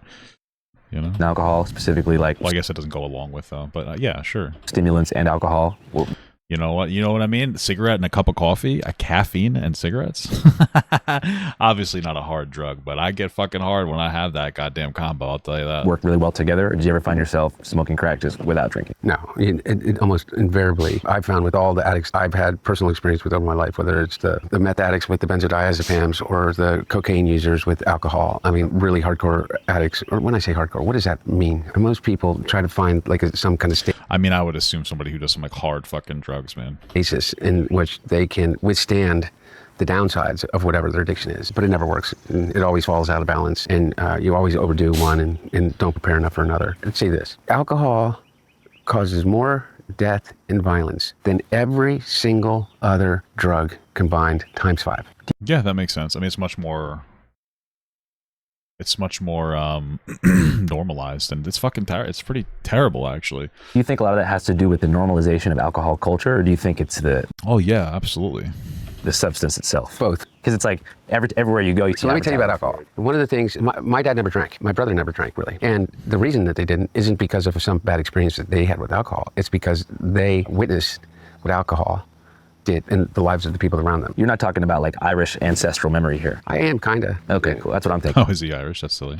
Yeah, no, I really am. I'm talking about, like, I think it is in our bones. I look at my family tree, and one of the cool things about your dad becoming president is the Latter-day Saints, who have the largest database of genealogy in the world. I have this really, a lot of material on, both sides of the family, the Bidens, the Finnegans, the Hunters, but mainly the Bidens and the Finnegans. And you go back, particularly on the Finnegan side, and you see Francis W. Finnegan died age 32, consumption. All these people that died age 39. Oh, is that what is consumption alcohol? Left 4 children consumption. And it's just a catch-all disease. And what it is it's alcoholism. You died of alcoholism. And the reason is alcohol is the only drug that impacts every single organ in your body. So from your brain to your liver to your kidney to your spleen, it enters your bloodstream, and it's the only drug that you can die from withdrawing from. What about Xanax? Except Interesting.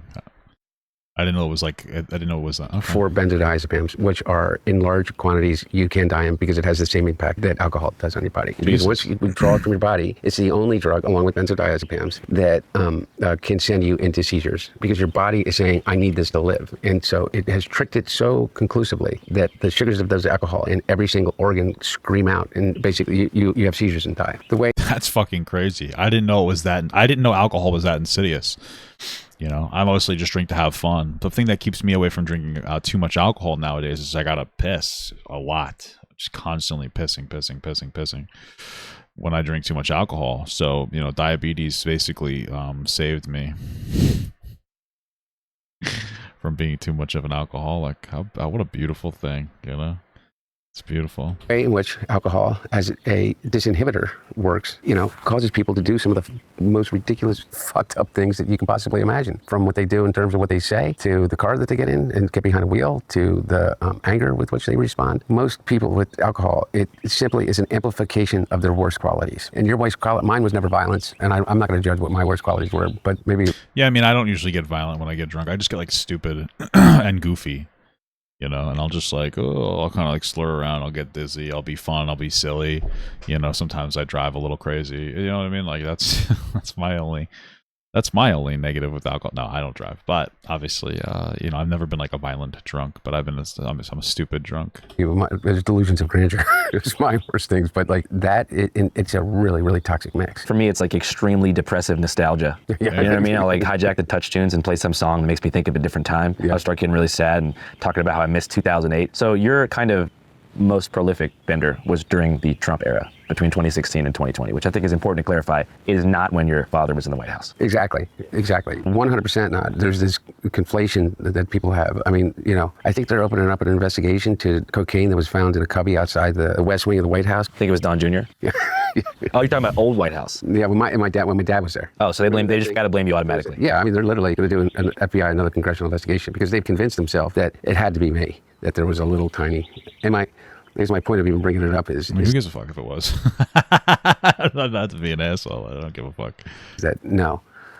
I have been clean and sober since June of 2019, and I have not touched a drop of alcohol or a drug, and I'm incredibly, incredibly proud of that. And why would you bring... That's good, man. That's tough. Good for him. Cocaine to the White House? Why would I bring cocaine to the White House, stick it into a cubby outside the Situation Room in the West Wing? When I wasn't... Yeah, why wouldn't you just do it? There. Anyway, who the fuck knows? And politicians, I mean, they do blow, right? I testified before the House Oversight, Judiciary, and Ways and Means Committee. It was a whole big family shindig on the Republican side. All of them showed up, from Marjorie Taylor Greene to Lauren Boebert to Matt Gaetz to, you know, they're all sitting there. Now, none of them had the guts, except for a couple at the very end, to ask me any questions. At one point, in the 7 hours that I was being deposed, in which, by the way, I demanded that they do it in public, and they refused, and the reason is because they're fucking morons. Matt Gaetz, of all people, was giving me shit about my drug use. I said, didn't Matt Gaetz date like a child? Right? Matt Gaetz was fucking around like a... Matt Gaetz, minor. I'm pretty sure he was... Matt Gaetz' ethics report finds evidence he paid for sex, I believe with a minor. Yeah, substantial evidence. Gaetz paid for sex with a minor. Wow, that's incredible. I don't remember if they're 16 or so. Oh, they're a 17-year-old girl. Wow. Guys, what's worse?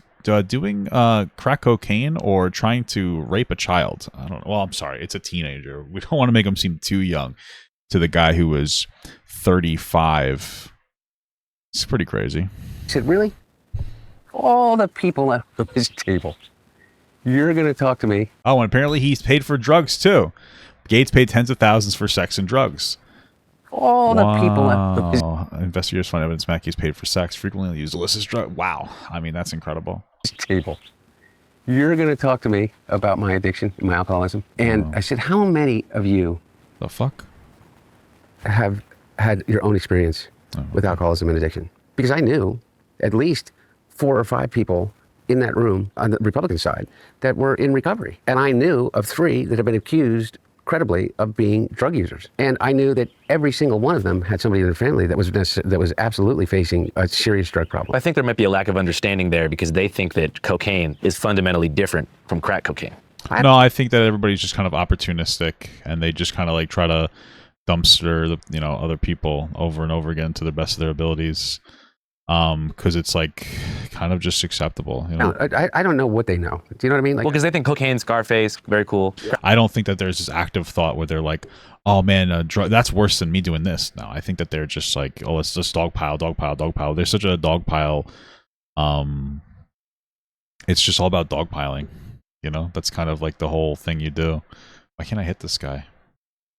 crack cocaine, they think The Wire. Oh, in that sense, oh, absolutely. You know what I mean? Like they don't know how absolutely. similar the chemical compounds are. Well, the only difference between crack cocaine and cocaine is sodium bicarbonate and water and heat. Literally, that's it. And those things are pretty much free if you go to like a science store. This is free. You can. This fucking science store is wild. Go to your neighborhood convenience store and just get. Anyway, I don't want to tell people how to make crack cocaine, but it's It's probably a good idea not to. literally is a mayonnaise jar of cocaine and baking soda. How different is the experience? Oh, it's vastly different. And like for real, I feel really reluctant to kind of have some euphoric discussion. I know you're not asking me to do that, but have some euphoric discussion about crack cocaine. I think this might be kind of the opposite here. Okay, no, it's the exact opposite. I'm saying I don't want to have the experience of some euphoric recall. That's how powerful. Oh, I see what he's saying. He doesn't want to talk about it at all because it might give him like fucking nostalgia talking about it. I see what he's saying. Yeah, that makes perfect sense, man. That's fucked. Crack cocaine is. Does crack cocaine make you act any differently? No. Is it safer than alcohol? Probably. People think of crack as being dirty. It's the exact opposite. When you make crack, what you're doing is you're burning off all the impurities so that it combined with the sodium bicarbonate, which makes it smokable. That's all.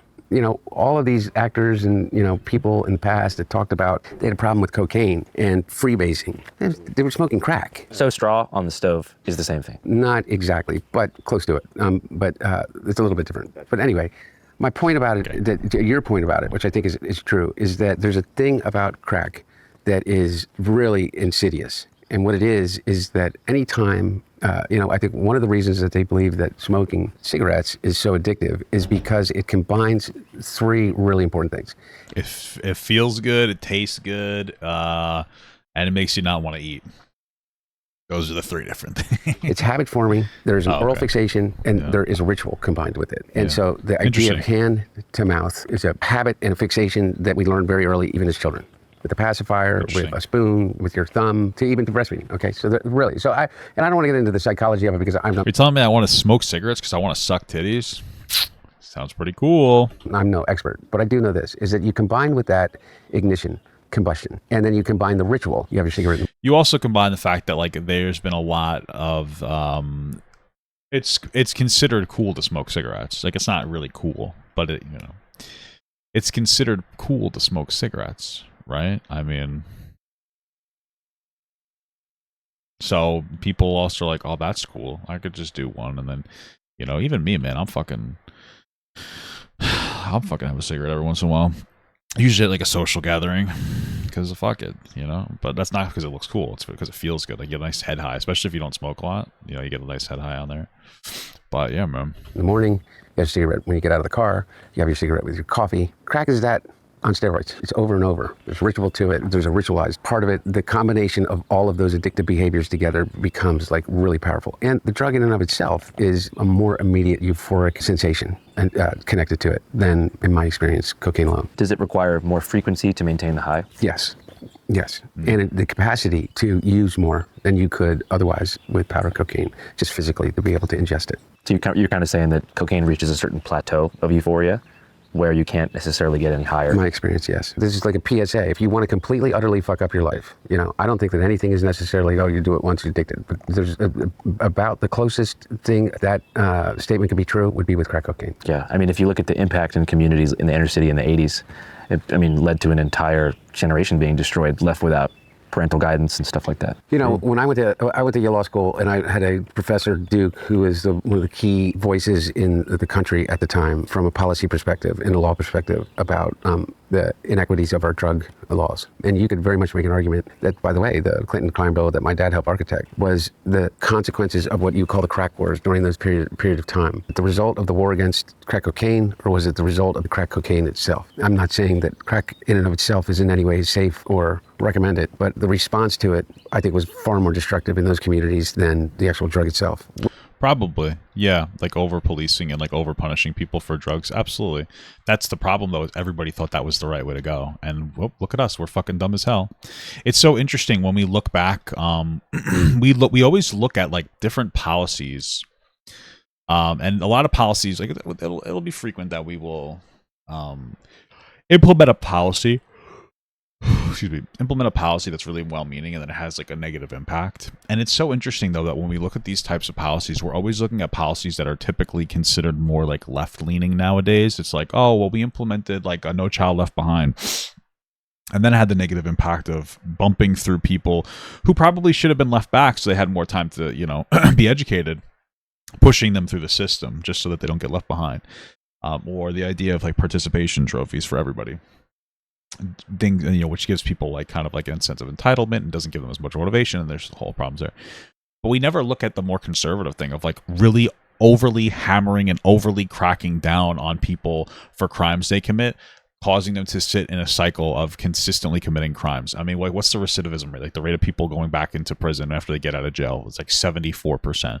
And it's like, okay, so like we need to stop only bartering, or excuse me, we need to stop only bludgeoning more left-leaning ideologies that go wrong, which by the way, we should criticize them, but we need to also go after the more right-leaning ones. There's such thing as too much empathy and such thing as not enough empathy, and we need to stop like making it pretend that it's only left-leaning ideas that will be well-meaning but fail. You know? I mean, that's like hitting your kid back in the day. That was considered the right thing to do. That's more of, I would say, conservative ideology, you know? And then it's like, oh, wait a minute, that's actually having pretty profoundly negative impacts on kids. Oh, fuck. You know, but I mean, let's be real. That was well-meaning. My mom used to hit me, and a therapist was like, yeah, that's not good for your kid, and she stopped hitting me. Or like, that's really all it took. It's a lot of these things have been well-meaning, and there are obviously our parents who just have to beat their kids, but a lot of these things are well-meaning. It's just like, you know, we have to stop looking at it as if like only one side does the thing the wrong way. You know? Which, by the way, like all drugs, all addictions, are completely dependent upon the way in which a community responds to them. Nobody gets clean and sober without community.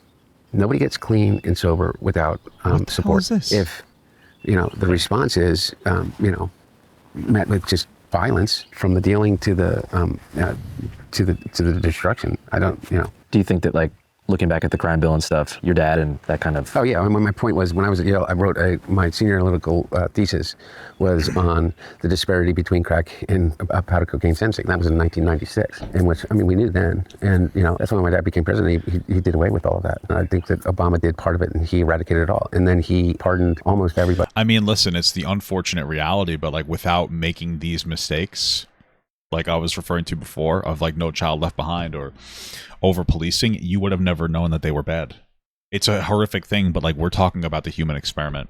And it's you know, you have to make these mistakes, unfortunately, to know that they're mistakes. There are some things that you just have to fuck up, and then you're like, well, that was a fuck up, let's just not let history repeat itself.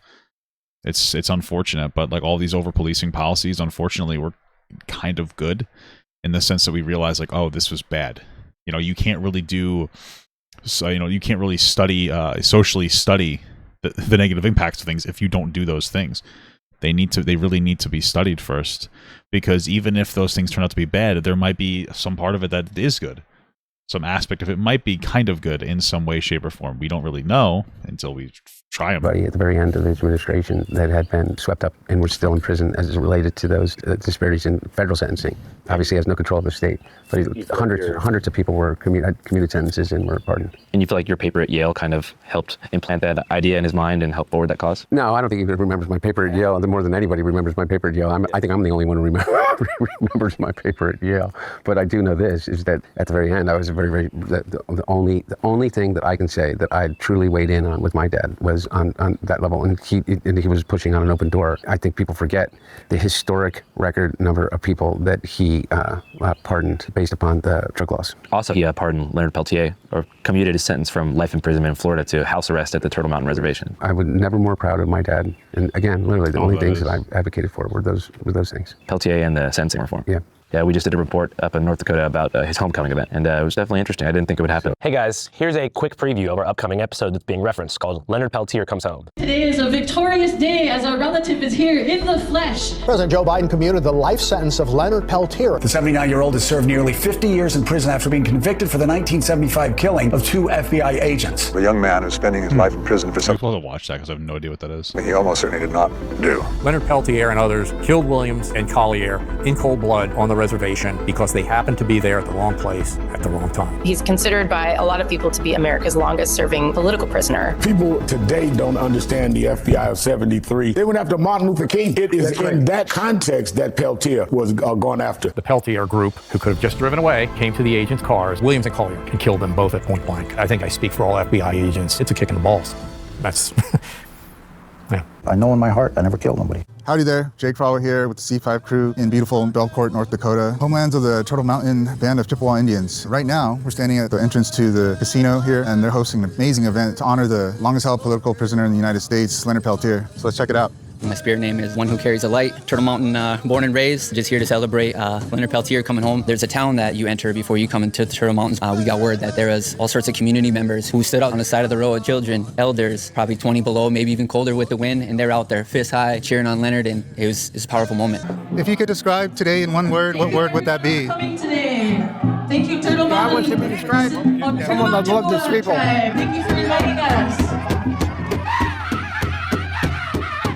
So I've been studying his case, and you have to realize there are elements that were inside of the FBI that still, to the very end, were very threatening. Said that there would be huge consequences within that community of the former and current FBI agents who still firmly believe that Leonard Peltier was responsible for the death of that agent. Anyway, so I knew an inordinate amount about the case and had studied the case. I was in a course of a guy named Stephen Bright, who ran the Southern Center for Human Rights, not the Southern Poverty Law Center. Two different organizations, same purpose, but the Southern Center for Human Rights, which mainly dealt with representing people on death row. One of the cases that we touched on, because I don't think Leonard was ever taken off of death row. Anyway, we worked on Hurricane Carter's case, and I became friendly with Stephen Bright, who's a leading expert in unjustly imprisoned. Damn, he's got a big neck. Good for him. People. And so we studied Leonard's case. I was really, really, really proud because it was a really courageous thing that I think that my dad did by letting him out. And I think some people take it for granted that,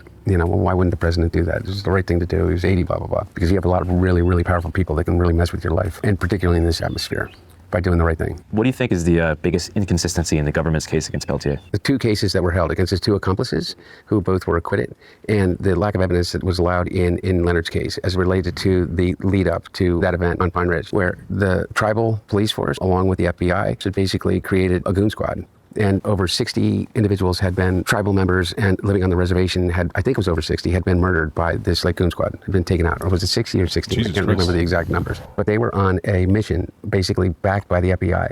And the judge never allowed all of that information, which they had got, into the case when Leonard was tried. And I can't remember all the other inconsistencies, but one of the things that also is that the woman that they said was Leonard's girlfriend, when they were able to extradite him from Canada to the United States, they used her testimony to justify the extradition from Canada. Once they got him back, she completely recanted and said that she was basically threatened by the FBI to say that she was Leonard Peltier's girlfriend and that she witnessed the whole thing, when in fact they hardly even knew each other. She had lived on the reservation but didn't have any relationship to Leonard. But there's a whole bunch of other inconsistencies. On a deeper level, what do you think it was about Leonard that scared the federal government in such a capacity? That's a good question. If you believed Leonard, then you had to understand the rest of the story of what the federal government was doing, which was they were systematically murdering members of an organization that were setting out to highlight the injustice that was occurring on reservations across the country. I think that we are in such a ahistorical, is that even the term, time right now? I know why they want to erase history. I know why they don't want to teach about the actual history of this country, because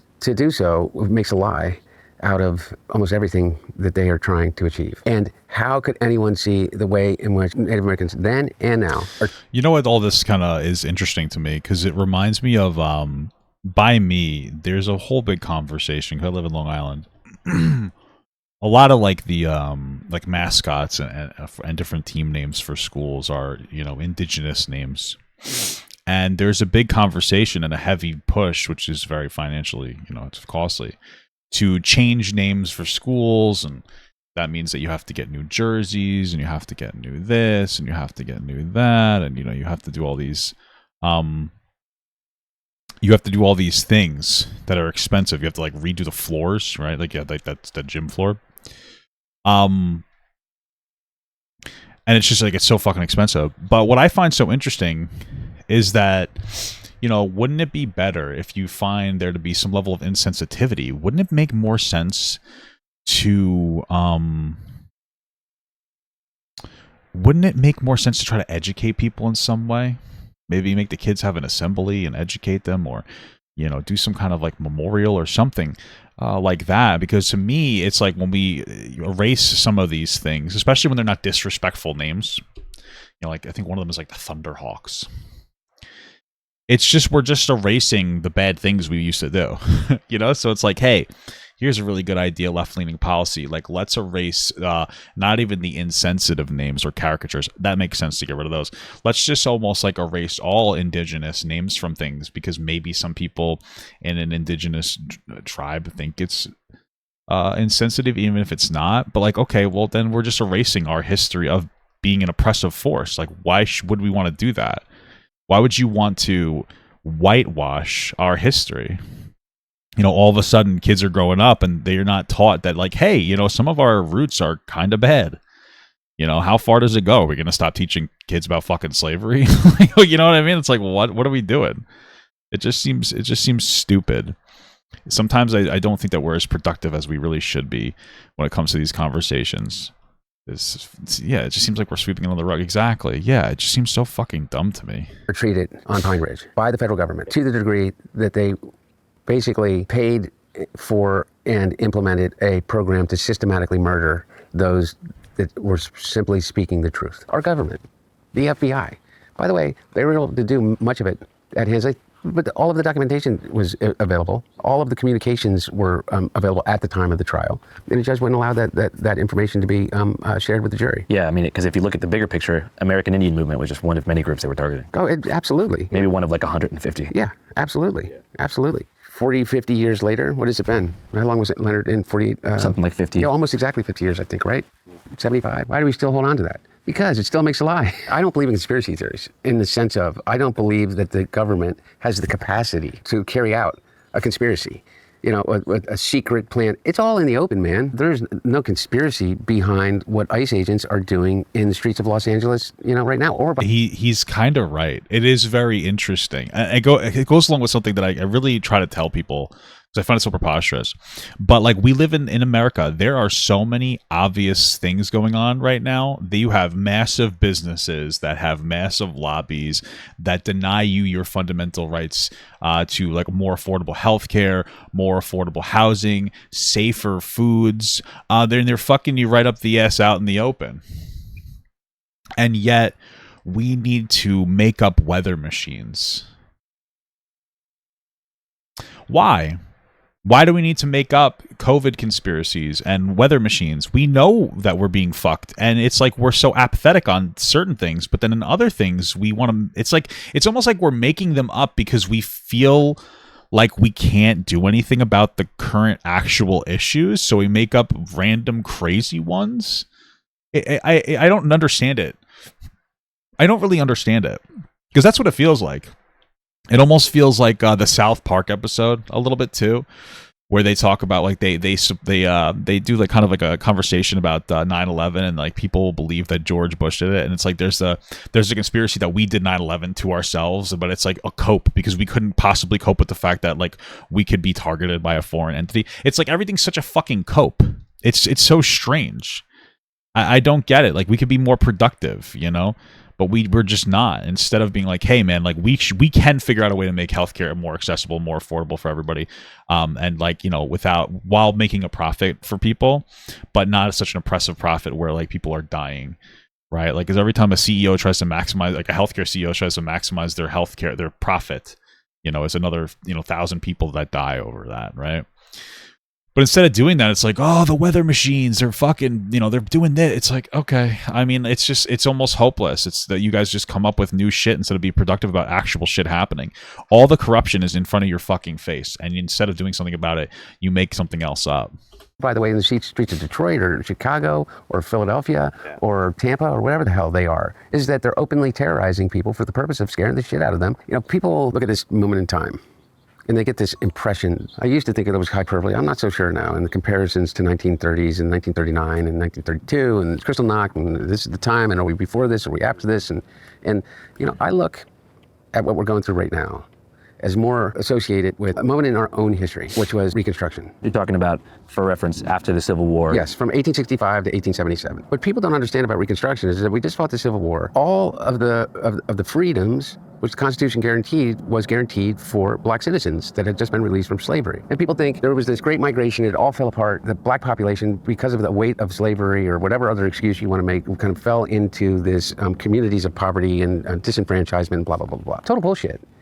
Between 1865 and 1877, the South Carolina state legislature was a majority black. I was going to say the state senate that was, I think at the time based in Charleston, was almost all black. Yeah, all black. And on top of that, because, by the way, it's a vast majority African-American state after the Civil War in South Carolina. You know, and by the way, which was where the first slaves were delivered in the 1600s, right there in Charleston. And so what happened after the Civil War? This amazing thing, this amazing renaissance. These people that jumped in, that had been in slavery for over 200 years. These communities are thriving. And then you have in, Colfax, Louisiana. Is that where the first Klan started? Not where the first Klan started, but the first major lynching occurred in the sense of this, is that you had in Colfax, Louisiana, you had black lawmakers that had gone in to secure the vote in this little town in the courthouse. And white supremacists surrounded the courthouse and they rolled up a cannon and they said, we're going to kill all of you unless you come out and give up this effort to, and they're all wearing masks. Part of them were the local law enforcement. And so the black leadership comes out and they murder them all.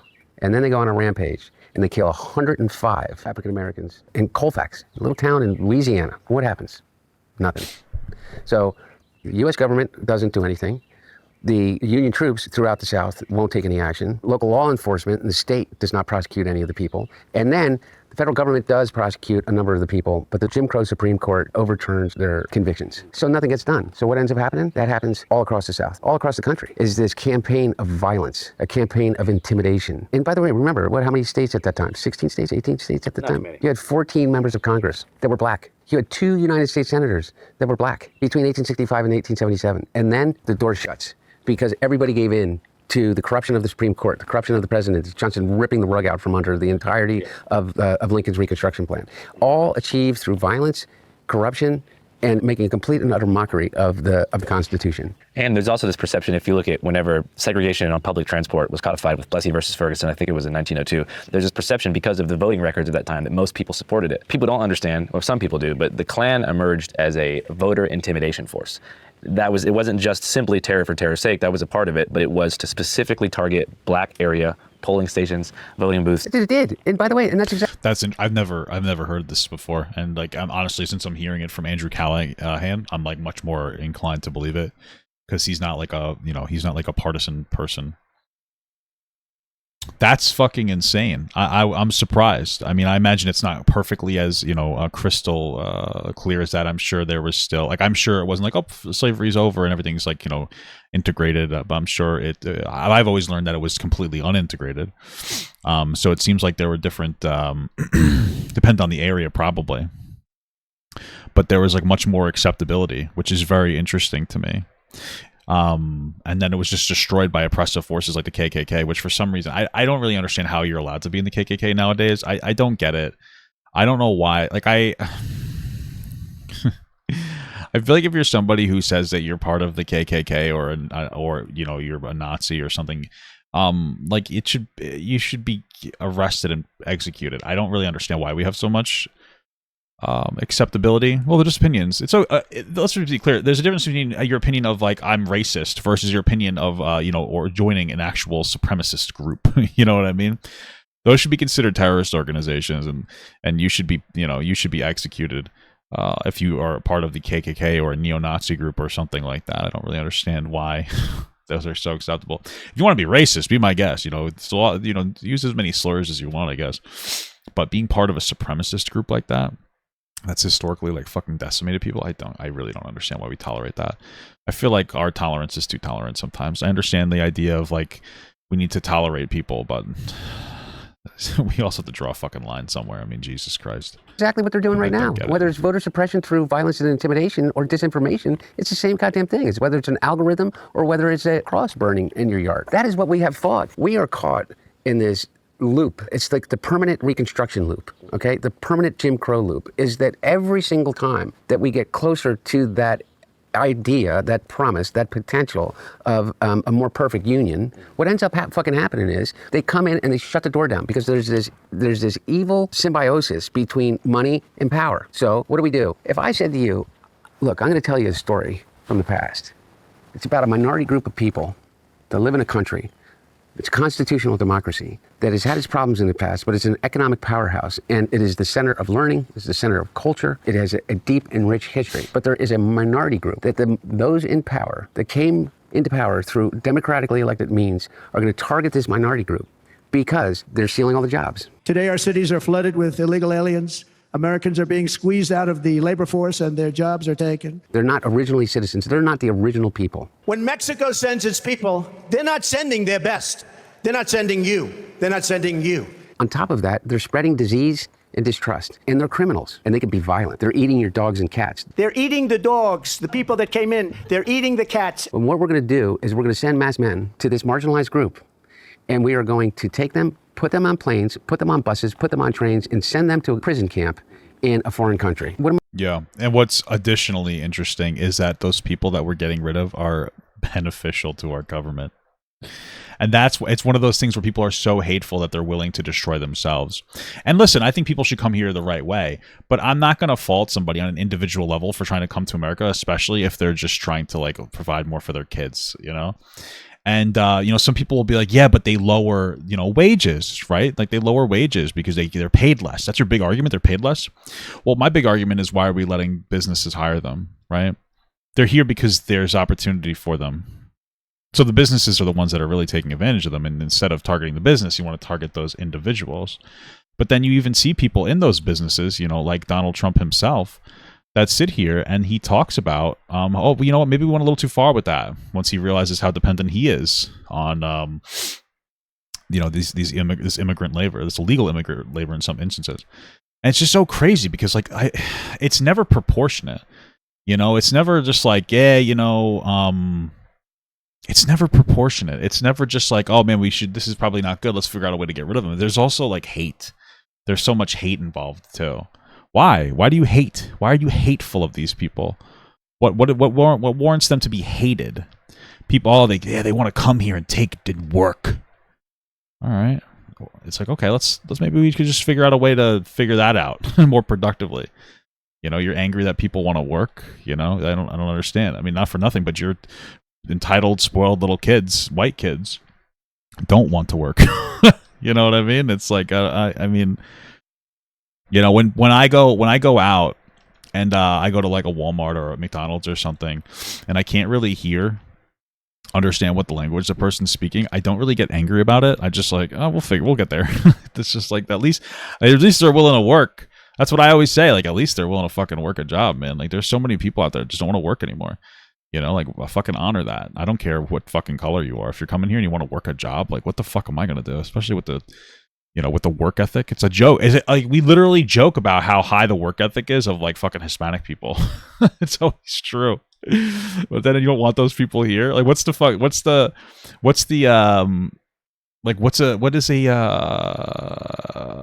a stereotype for white people? It's never they work really hard. It's that they like mayonnaise. So it's like, I don't know. You got a group of people here that's like the entire stereotype around them is that they work really hard for cheap. And it's like, yeah, let's hate them. That's why. Why the fuck would you hate them? I understand you want to, you don't necessarily want people coming here illegally. I get that. But why would you hate those people? I don't understand the hate. The hate makes no sense to me. I understand the wanting to be productive, and making sure we don't have too many illegal immigrants coming here. But how do you hate these people? I don't get the hate. I really don't. I don't understand it. What am I describing right then? Am I describing Germany? Or am I describing the United States right now? Because I will tell you what, if you think that the prison in El Salvador is not a fucking concentration camp, you're out of your fucking mind. Tell me anybody that's returning from there. You saw those pictures. Do you think anybody's getting out of there? Is it a rehabilitation center? You think, I've been to those places in South Sudan and around in those areas. You think anybody's getting out of those South Sudan prisons? Ever? Ever? Out of your fucking mind.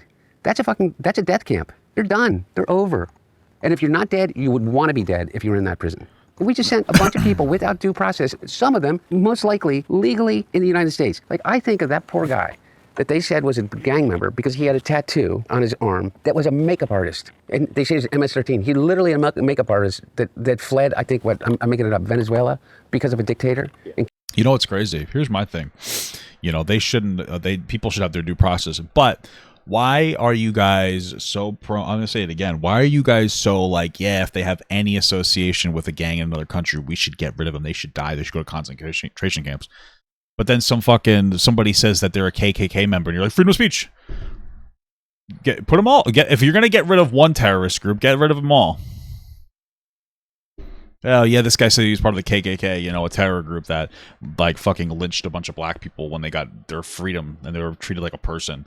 And that was their response to black people being seen as equal to them. They were like, you know what? I don't like that. Let's kill them. That's a group that you don't think deserves to go into a concentration. I mean, if we're going to do one fucking terrorist group, why are we stopping at MS-13? Get rid of MS-13, get rid of the KKK, get rid of Nazis, get rid of every single one of them. And you want to know what? Get rid of any supremacist group. You know, like, oh, get rid of the Black Panthers too. You're going to be like, oh, well, why aren't you targeting them? You know why the Black Panthers exist? Because of the KKK. So if you get rid of the KKK, I imagine you'll see a lot fewer Black Panther members. So it's a win-win. Get rid of them all. Like, what are you doing? You guys are weirdos. I don't understand. It's freedom of speech when people talk about how much they hate black people, but I don't understand. But like, I don't understand. And then but there's some kind of a weird fucking gang if they're advocating for fucking children in Gaza. It's so weird. You guys are freaks. Everybody's a fucking freak. It's just fucking annoying. I don't know. It's so stupid. Everybody's so fucking dumb. You know, I don't know. So I feel like some of these things are very simple, but we overcomplicate them sometimes. And came to the United States and sought asylum, received asylum, and they literally take this poor guy and they pick him up, and he has a family, and he has friends, and he has an entire community, and they give him no due process, and he looks a little gay too. So like, you know, he's dealing with another struggle too. Put him on a plane with maybe a bunch of other criminals and send him to that fucking hellscape. He's dead, and nobody gives a shit. And I mean it. Like, we sit here and we talk about... Well, it's because we get hit. This administration hits people with so much shit over and over again. It's constant stimulation. It's constantly something. This administration has their entire strategy is to controversy overload and burn you out so that you don't care about other people. Like, Donald Trump's entire strategy is to make you not believe in God. Because, like, what is God fundamentally? It's supposed to be like hope through the hopeless. And so what is Trump doing? He's trying to engage in like your empathy fatigue, in your feeling of hopelessness, and like, oh, there's just something else going on. It's so normalized to you. But again, I don't know. Modern day conservatives, man, they just I really don't get it, man. Like you're if you're a modern day conservative, you're gonna go to hell. And you're gonna burn to death. Like that's what you voted for. You voted for yourself to die. I don't know why, but that's what you decided to do. So the one guy, because there's no way you're living through like any form of God's love unless you think that the Bible is about fucking hating people. That's a lot of people's weird interpretation of the Bible. So I don't know, man. Whatever cope you want to live in, I guess. There's a clear legal path to being able to get him back. I feel like one of our issues in our society is that we've done too good of a job expanding life expectancy. Sorry, I don't give a fuck. I'm sorry, this is a little shitty. People are living so long that your 80-year-old grandfather's shitty opinions about black people are still alive. Like, that guy shouldn't really be alive. I'm not trying to be fucking rude. We shouldn't kill him. But life expectancy increases have just increased the tolerance and existence of shitty attitudes. Because, like, everybody has, like, their grandpa that says the fucking N-word at dinner, and you're just like, all right, Dad, relax. Or, all right, Grandpa, relax. And I get it. Like, I feel the same way. Because, like, what are you going to do? You let your 80-year-old hardworking grandpa because they have shitty opinions? But if you just let God take over and let that guy pass 10 years ago, we wouldn't really have this problem. But, you know, we kept him alive. God said it's time to come home. You know, he gave him a tumor in his fucking brain. And it's just like, nope, we're going to use magical science and we're going to cut that bitch out. And then all of a sudden, here he is and he's feeling better than ever. And then God forbid, though, he's in fucking, like, you know, he has a nurse. And God forbid that nurse is like fucking from Nigeria. And all of a sudden, she just gets harassed for being black and just trying to come here and work a job that other people don't want to work because it's a tough job, it's underpaid. Yeah, I'm just being honest with you, you know. You know, but then again, if your grandpa was dead, all of a sudden you don't have to justify his shitty opinions anymore. You're just like, yeah, remember grandpa was fucking crazy. You're like, yeah, that motherfucker was fucking wild.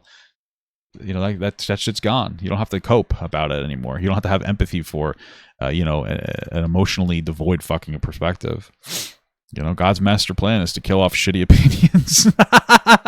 Also, get him out of Congress. Why the fuck is everybody so fucking old? Term limits and age limits on Congress. Holy fuck. The average in Congress shouldn't be, like, I don't even know how old all these guys are old. It's a meme. Like, dude, get these guys the fuck out of there. You shouldn't be able to be part of Congress for so fucking long. It's ridiculous. Oh my God. They're all so fucking old. How the fuck, how in touch do you think some old person is? They don't care. They're stupid. What about all those old people are so dumb. Fuck, I'm sorry. I'm just going to keep going. I don't care anymore. Old people are some of the dumbest people in the entire fucking world. It blows my mind.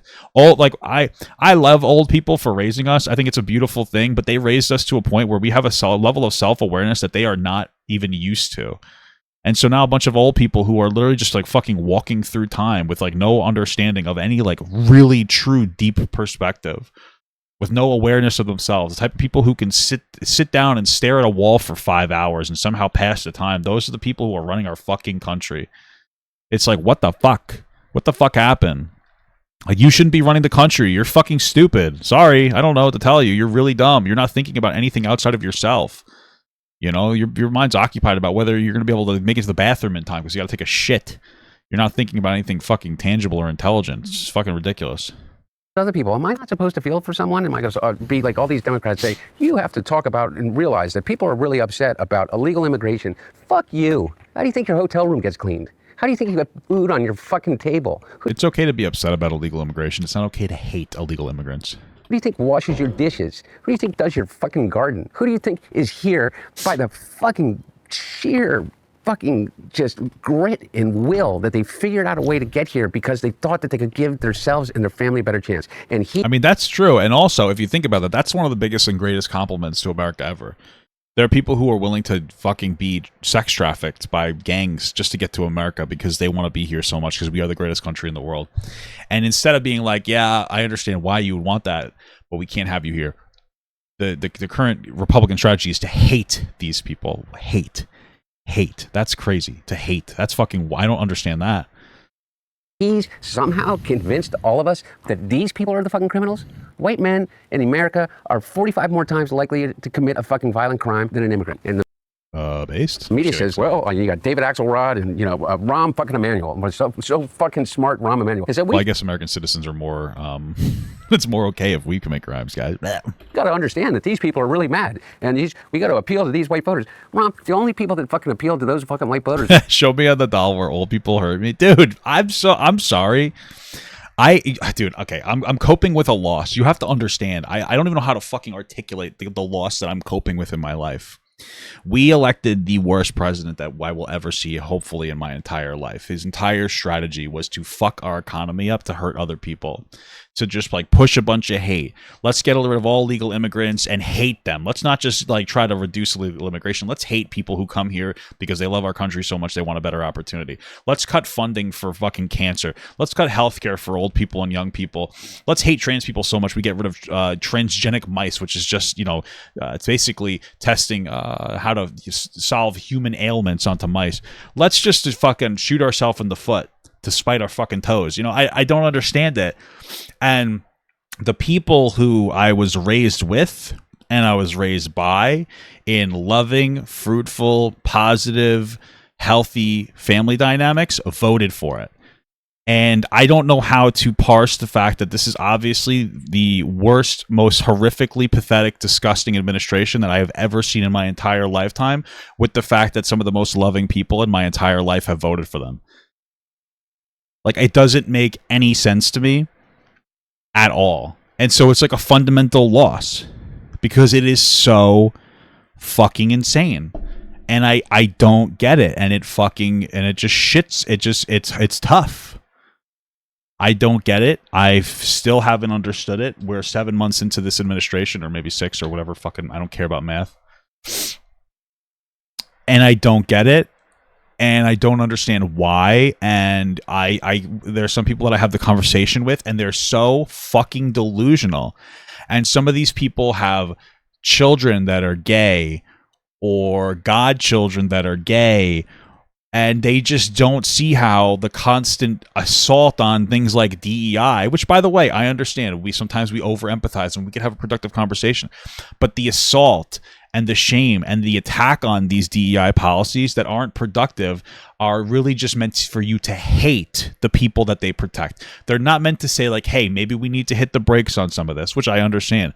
It is hate the people that they are part of. I've never seen somebody talk about how we should get rid of DEI in a productive way outside of the undertone being we should hate these people. And it's like, how the fuck did you vote for that when you are somebody who is, you are a fucking Christian who does community service and grew up doing community service, and you gave your life for fucking God, and you did this and you did that and you did all these different things, and then you voted for the Antichrist. It doesn't make any sense to me.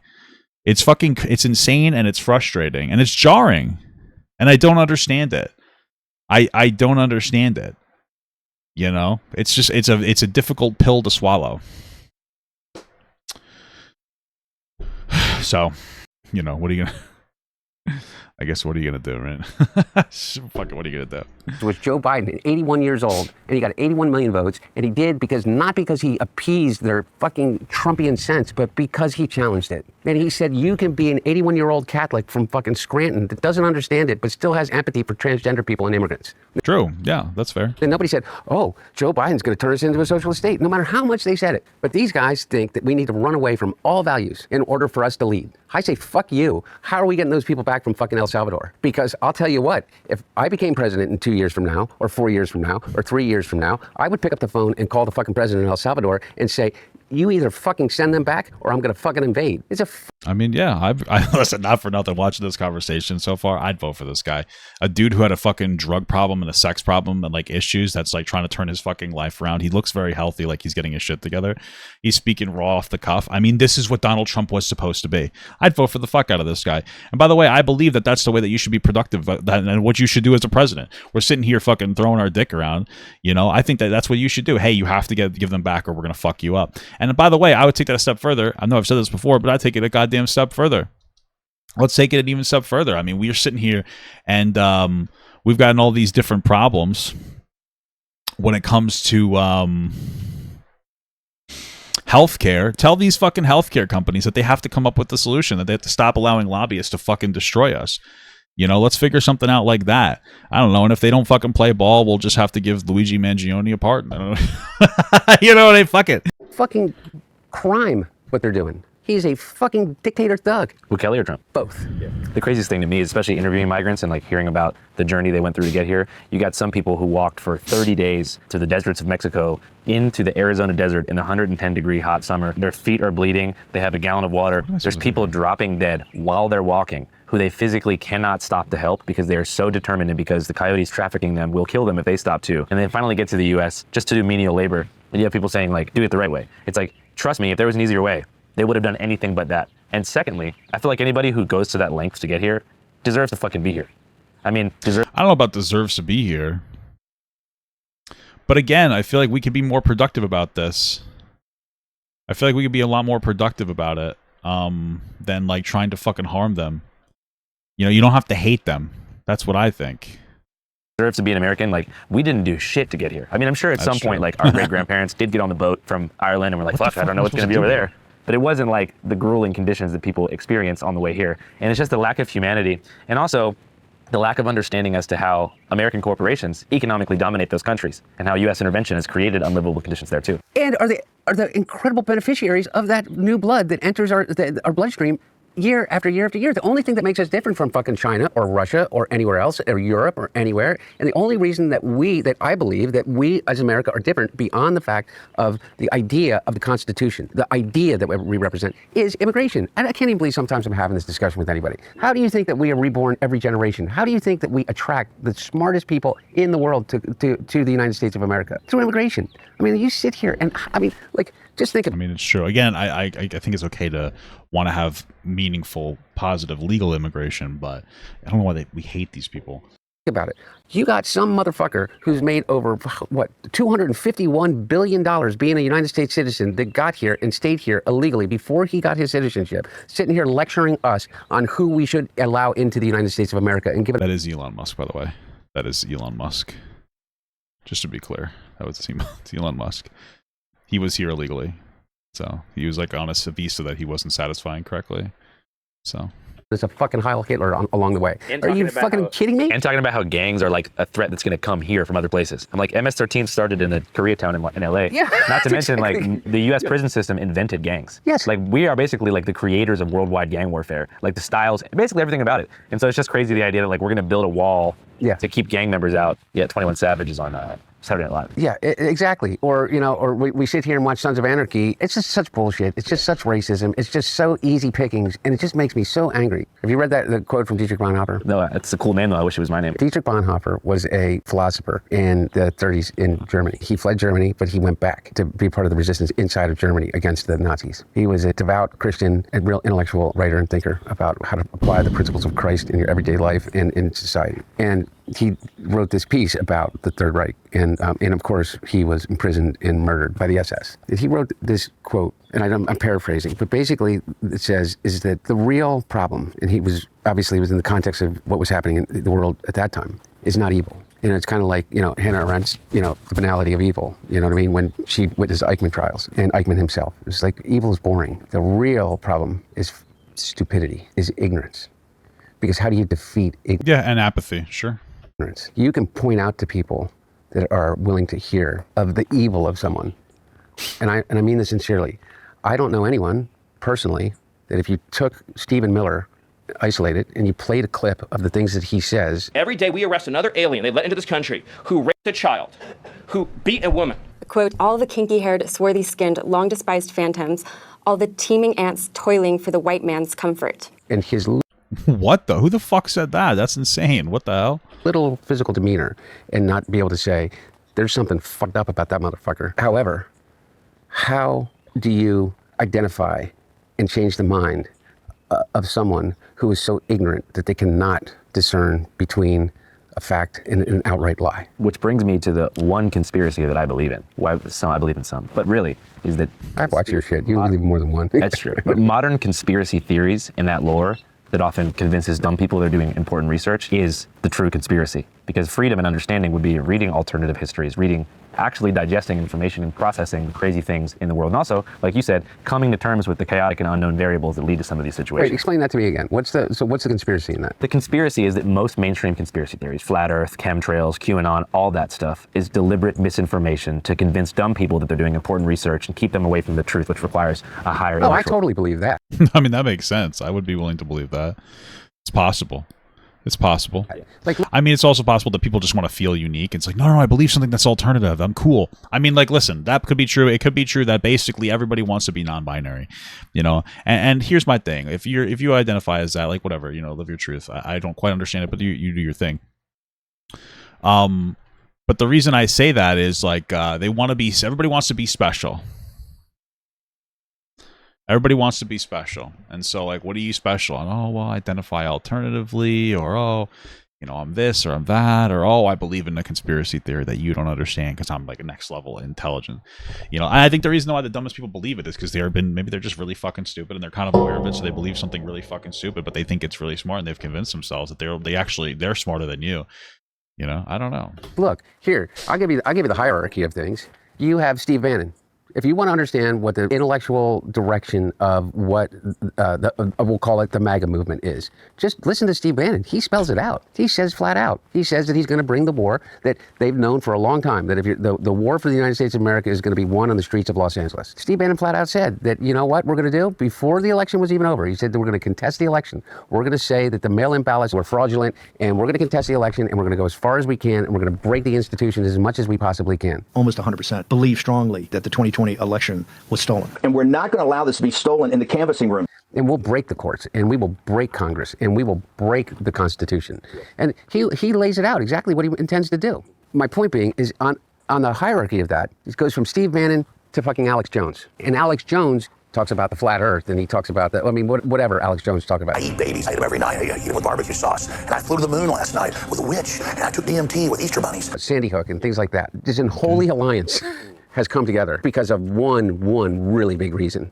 They've all figured out how to become incredibly fucking rich because of it. So maybe the conspiracy isn't. Yeah, like they probably don't actually believe what they're saying, but they're just like making money off of it. I would not doubt that at all. You know, Russia telling people what to do and how to think. It's just profit incentivized content creators farming outrage through these ridiculous conspiracies. Yeah, and yeah, I have, like, for instance, what is that? What's that thing called? It's a technique that the Russians perfected, and of course they had like a term of art for it. Neuro-linguistic programming. What? NLP, neuro-linguistic. No, it's more along the lines is that if you say the most outrageous thing possible about someone or a group of people, that by the time, if you say it over and over and over again, Rachel Maddow did a whole thing on it. I can't remember the term of art. We'll put it on screen here. Basically, here it is. And they did it. This is how, I'll give you the example of how they did it. The way that they did it is when Vladimir Putin came to power after Yeltsin in the early 2000s, okay, remember? And everybody looked at him and he said, hey, this guy may be okay. He is he's a technocrat, and he is, and he's really smart, and he has seemed to be able to quell all of these, and control all of these oligarchical tendencies that are occurring. And so what he systematically did is he eliminated all potential dissent from within inside of Russia. And the way that he did it to many people was he took people that were of good stock, that were decent human beings, that were family people, and he accused them of being pedophiles. Everybody said, what, are you kidding me? And it didn't matter. They would send out these things. They'd say they're pedophiles. They're pedophiles. They're pedophiles. Use they're pedophiles. loyal press organizations to distribute that. Yeah, or just, at that time, as that time goes on, in whatever way that you distribute it, to the point that what he did to a couple of them, including one guy, I just saw an interview. It sounds like what they might be like weirdly doing to Pedro Pascal, kind of, right? Because listen, here's the thing. I've never particularly cared for Pedro Pascal. He's a good actor. I've never watched anything that I thought he was bad in or anything. Like, I don't think he's a bad. I just something about him. Like, I've watched a lot of his stuff. I just don't like. I don't know. It's not about him. I just don't like him. Whatever. But now you got people. I guess like he touches women or something. But like his co-stars, and they seem to be fine with it. But now the new thing is, he's a creep for doing that. I guess. For some reason. I don't quite understand it, but like now, and that seems to be like kind of like the new right wing thing is calling him a creep for it, and I wonder if that's what this whole what this whole theory is. It's just like they're just saying something about him just to kind of ruin his reputation. It seems like that's kind of it. So, I mean, damn, I wonder if that's part of it. Interview of him. He's an oligarch. He made it to London. They planted pictures on his laptop. Me personally, I just think that he's gay. Pedro Pascal just seems like a gay guy. And so women are comfortable when gay guys touch them a little bit because they're gay and they don't feel them as threatening. I'm pretty sure Pedro Pascal is he's like 67% gay on the dot, London police raided him, and he spent 5 years defending himself. And I forget what it's called, but my point being is that I believe in those conspiracies. I believe that there is a real conspiracy in academia to not actually tell, the true history of the United States or of global history. Interesting thing about erasing history is it's only possible when you create a monolith out of the past, like capital P past. Like I always think about the way they do that. If you watch some of like the Charlie Kirk debates, he says, well, why should we talk about the past? I'm trying to move forward to the future. Don't be a victim. Don't feel bad about things that happen. And it's playing on like a trope in psychiatry. You don't really have to feel bad about, listen, I'm going to be fucking absolutely real with you. I don't feel bad about slavery or systemic racism at all. That doesn't mean I don't care. I know it's real. I know it's a real thing that really happened. That's a fact. But I don't feel bad about it. I didn't fucking do it. But I think it would be kind of good to do things that are nice and productive that help give people a leg up. And it's mostly, in my opinion, financial stuff, right? So, but I don't feel bad about it. When I talk about it, I don't have any white guilt. In fact, I'm pretty happy I'm white. It's pretty cool. If I could re-up again, I would do it. And you know what? Everybody else went too. That's kind of based, So you don't have to feel bad for it. You could just acknowledge it. You could be like, oh man, that stinks. I didn't do it though. But we are all Americans. We should try to help it. That's the way that I interact with it. I feel like people should interact with it like that. That you should just move on, but they're using it to cut the connective tissue between the present and the past. So they want you to believe that the past has no connection, and nothing that was done by the ancestors or anybody else, or even the older people of today, has any coherent connection to modern times. And we need to be utopian and look forward, because looking back will only cause that trauma to repeat itself, and it's just total bullshit. Yeah, it almost invariably ensures that we're going to repeat the past. Yeah. It almost, and by the way, isn't that the point? Hey guys, it's me again. So obviously Hunter here is somebody who's dealt with a complete lack of privacy in the past couple years. But you don't need to be We're doing like a VPN. The president's son to have your data leaked. In fact, it's most likely happening to you right now. And the perpetrators weren't backed by Russia and didn't have to steal your laptop or hack your iCloud to get in. Corporate surveillance is real, as we all know. And data brokers around the world probably have a folder out there somewhere labeled Andrew wants to buy new Nikes or interested in Rogaine for you. I'm not saying that you specifically have hair problems, but if you do, it's okay. It's part of growing. I don't have any hair. I don't have hair problems, and I don't have hair solutions either. No, that's why I use Incogni, the privacy tool that makes I mostly don't have the hair solutions.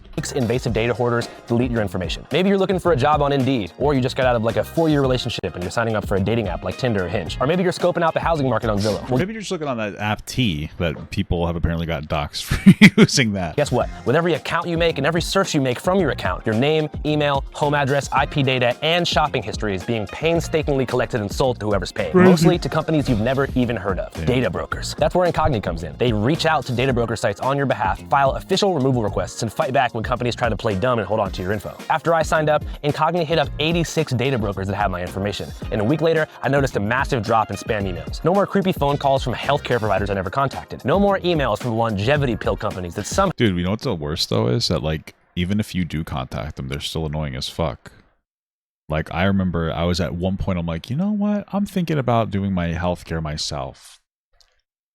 Let me like sign up on the internet. Because there's like, it's so hard to get on healthcare in New York. I'm like, how the fuck? Let me see if I can do this myself. Maybe my wife can quit her job or something. Dude, I was flooded with like 50 phone calls like the second I started doing it. And it was so overwhelming that I was like, nope, we're not doing this. I don't want a fucking telemarketer to reach out to me. Why is this system so complicated? I just want to be able to get some healthcare myself. It was so fucking insane. Somehow know my blood type. It was like a whole new reality set in. And now they've got an extra level of protection. You know those sketchy people search sites that say your full name, old address, high school mascot, and landline from 2014? With Incogni's custom removals feature, part of their unlimited and family unlimited plans, you can point to any site that's airing out your digital laundry, and one of their privacy agents will handle it for you. Incogni. To live in this reality, here's all you gotta do. Go to incogni.com/channel5 and use the code channel5 to get 60% off your annual plan. That's incogni.com/channel5, code channel5, or just click the link below. I'm gonna make it easy as hell, and so do they. Just sign up, give them your permission to fight for your data rights, and then you sit back while they go full Rambo on your digital trail. And if you care about your privacy and you don't want your name, your weird search history, or your old Facebook photos ending up in the hands of the highest bidder, get Incogni. Protect your info. Take your personal data off the market before someone tries to use it against you, and that's worth Hunter Biden. Just use code channel5 and incogni.com/channel5 to get an exclusive 60% off. And supporting Incogni means helping to support us here at the office and helps keep Channel 5 corporate data leak free. All right, you guys, stay safe out there. Back to Hunter Biden. So I want to talk about the 2020 election, because I feel like that's when your personal affairs kind of took center stage as far as the media cycle goes. You also mentioned, before we get into that your sobriety date was before the 2020 election cycle. When exactly do you think you had your last go? Officially June 1st, 2019. Oh, so pretty significantly before. Yeah. And you met Melissa right around then? Yeah. Yeah, I met Melissa in the beginning of May. We got married in the middle of May. I tell the story, and you know, I have enough sense to recognize that if I was being told this story by my daughter in real time, I would say, you're out of your mind. It was a miracle that I found her. I met Melissa, and within literally an hour, I was telling her my whole unvarnished life history and the immediate problems that I was facing, which was practically— Damn, trauma dumping? What the hell? She literally said, well, that ends now. And it did. I mean, not that minute, but over the next 2 weeks. And then I asked her to marry me, and she said yes. And I said, well, why wouldn't we do it right now? And so we literally called Justice of the Peace to the house. She came and she married us. Hey, listen, man, everybody has their own fucking issues. So, you know what? If it worked for them, it worked for them. What are you gonna do, right? God bless them. For me, it was a miracle. For Melissa, the really hard part started then, in the sense of, like, you know, getting clean and sober is not easy. It's even harder on the people that love you. And if they're that support system, it's a full-time job in that immediate period of time. Because, you know, as I said to you before, the dangerous part is withdrawing from alcohol, and it can be kind of scary. And she went through all of that, and she went through the entire— It's so funny because, like, I don't talk about it a lot because it's like old news. When my wife and I first met, we were like we were in a non-monogamous relationship, and like I don't know, I feel like as part of, like, you know, I got my porn addiction as part of it, and all, you know, whatever else, and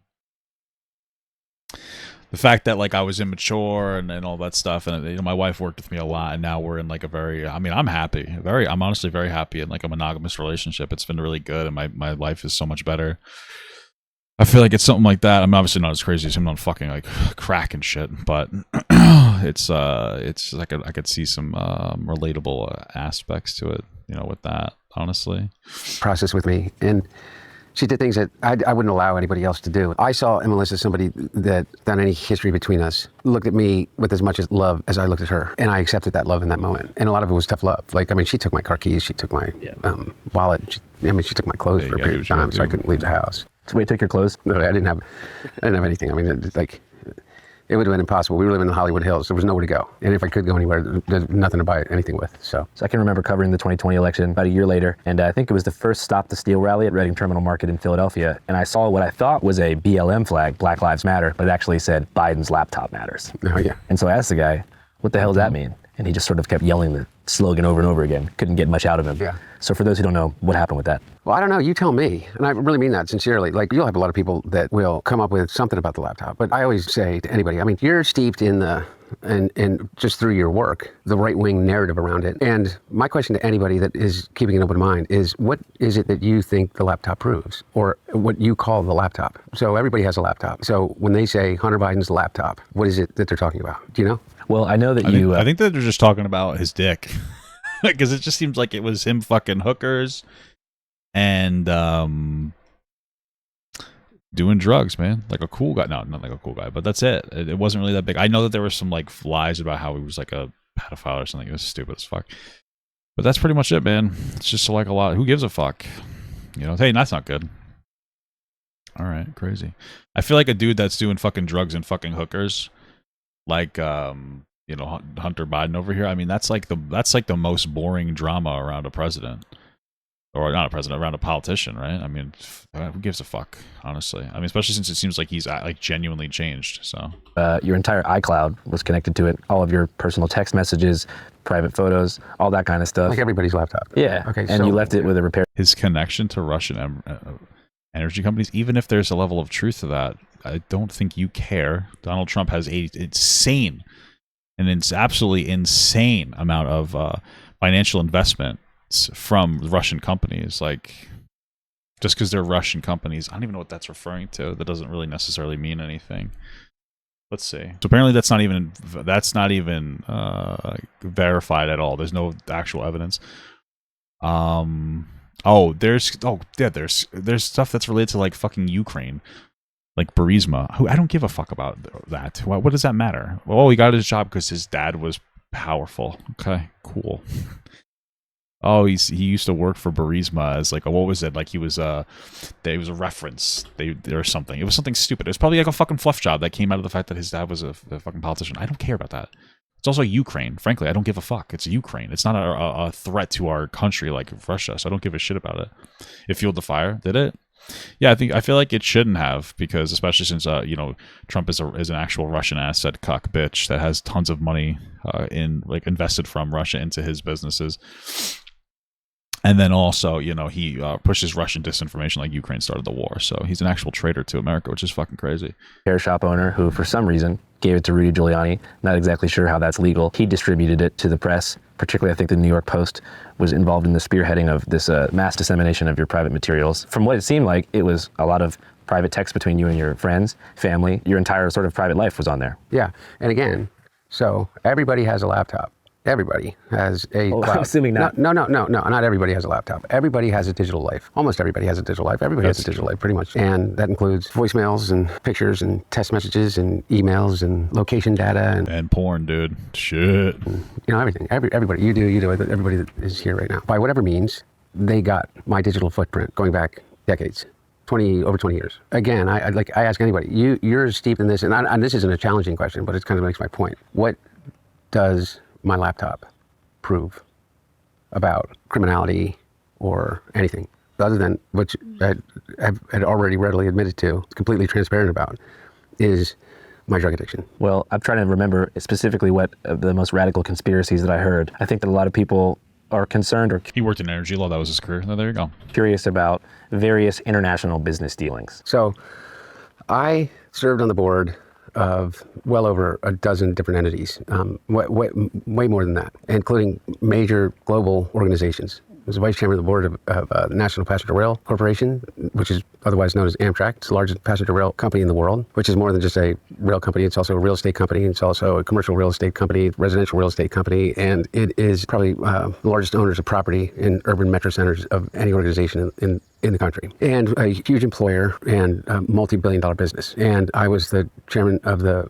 corporate governance committee on that board and vice chairman and elected chairman and then resigned before the Obama administration took it. So I told you before, I was the chairman of the board of the UN World Food Program, responsible for sustaining a budget above $2 billion a year for the World Food Program and the contribution the United States makes to the global relief effort as it relates to hunger. I was chairman of the board of the Center for National Policy. I was on the board of Catholic Charities. I was on the board of Jesuit Volunteer Corps Northwest. I was on the board. I mean, I keep going down the list of board memberships that I had. And a year and a half before my dad was to leave office, I was approached by a Ukrainian natural gas company through one of their board members to consider being of assistance to a company that was being threatened by the Russian aggression and the invasion of Crimea and the incursions into Donetsk and the Donbass. And I took them on as a client because I was a partner of counsel, at Boyd Schiller Flexner, which was a major national global law firm, in which I focused on corporate governance and commercial law. And I represented them for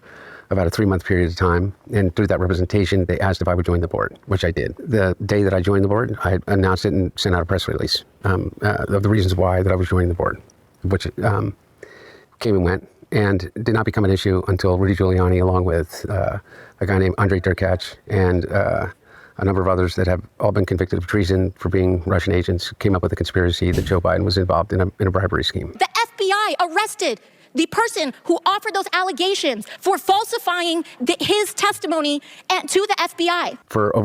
Now I know why Ben Shapiro, when he was talking to Lex Fridman, said that that really the laptop was an overblown nothing burger. That's it, man. That's it. This fucking dude, he worked with a Ukrainian energy company that he probably partially got because of his dad. Who gives a fuck? Donald Trump says that Ukraine started the war that Russia started. I don't understand. Donald Trump has significant amounts of money invested into him by Russia. Why the fuck was anybody care about this? It's so weird. This is so stupid. Who gives a fuck? I think it's so dumb. Over a 10-year period of time, I worked with a group of people that had a cross-border private equity firm inside of China, and I had a business that was based around advisory for multinational global funds, private equity funds, doing infrastructure work and others. And I was asked to join a fund, the startup inside of China that was had a headquarters in Beijing, Shanghai, Hong Kong, and New York. And I had a 10% equity stake in that, of which I paid, I made my equity contribution in that, just like every other member of that. Federal officials are looking at his foreign business dealings, including his ties to a Chinese energy company. And those are my two foreign business dealings. Yeah, because I was kind of looking into it, and it seems like the conspiracy is that through those connections that you had to these, foreign governments, they were using you to leverage pressure onto your dad Again, somehow. like what? Well, that's the thing, is that when you're looking I'm not putting you on the spot. And I guess my whole point is that I asked these same questions to the House Oversight Committee. I've been investigated by the House Oversight Committee, the House Ways and Means Committee, the House Judiciary Committee, the Senate Judiciary Committee, the Senate Oversight Committee, and I have been investigated by Maine Justice, the U.S. Attorney in Pittsburgh, the U.S. Attorney in Philadelphia, the U.S. Attorney in District of Columbia, the U.S. Attorney in Los Angeles, the U.S. Attorney of Delaware, the Special Counsel's Office. Not one single person has ever accused me of a crime based upon anything that was in or discovered as it relates to my laptop. Well, it's so interesting because it doesn't really seem to matter from the vote of public opinion. People on the Trump side are still really fucking melting down over Biden. Not one, not a single thing about my laptop. So this whole idea that there was some conspiracy to cover up the laptop, they uncovered 20 years unvarnished of every single communication that I've ever had over a phone or by text or over email or computer in any digital way. There's not one communication that you can even remotely say is evidence of a crime. Not one, not one time, not one communication. I would challenge anybody to show one instance other than me seeking drugs for myself, for my own personal use, okay? Or women as it relates to, people that were in the drug trade that I would seek for the purchase of drugs. One single instance in which anyone has used any one of those communications as evidence of any kind of crime at all. Now, take that, okay? That's it. So you say Hunter Biden's laptop. What? By the way, I'm talking out there to people that I would assume are or want to be on my side, or at least want to be on the side that I'm part of. What about Hunter Biden's laptop? How about this? Well, it was a cover-up. Twitter took it down, and it was a big cover-up. You know? Well, I think Twitter decided to take it down for themselves. I don't even remember the story around why they took it down. And you have Matt Taibbi and all these guys that say, yeah, it was that Twitter took it down and Facebook took it down. It seems that big tech only censors, media companies only censor stories when they're negative towards the Biden campaign. You know why they took it down? Because what they did was they published naked photos of me and women, which is in violation of their terms, and which, by the way, is a criminal act. Is that all it was? Is that what they did? Is that why they did it? Oh yeah, look at that. It was only down for 24 hours where they put it back up. And there's really no reason to put it on there in general, especially if like a bunch of basically revenge porn was on there. It should have been taken down. Under the new federal law that was passed by accredited to Melania Trump, with universal support in the House and the Senate. That's why they took it down. It wasn't a cover-up. And then you had 100 former national security officials come out and say, this looks like it could be a Russian op. Because it is. Because in the course of an election, what happens? You have Rudy Giuliani in conjunction with Steve Bannon, in conjunction with Miles Gao, who's in jail, who is, I don't know how many ever counts of fraud and bribery, and is a Chinese national, was working directly with Steve Bannon. And a number of others, including Bernie Kerik, who, God rest his soul, is dead, that basically came out and said, we have Hunter Biden's laptop. And the big reveal about Hunter Biden's laptop was that I was a crack addict. But, unfortunately for them, I'd already admitted that I was a crack addict in the pages of the New Yorker and did a, 13,000-word article with Adam Entos, in which I told everything about myself and my own struggles. And they just simply conflated the two. They said, well, Joe Biden fired the prosecutor in Ukraine to benefit his son. Completely debunked. The person that said that I took a bribe for that happens to be a guy named Shokin, who is in prison for lying to the FBI on a form FD 1023. In prison.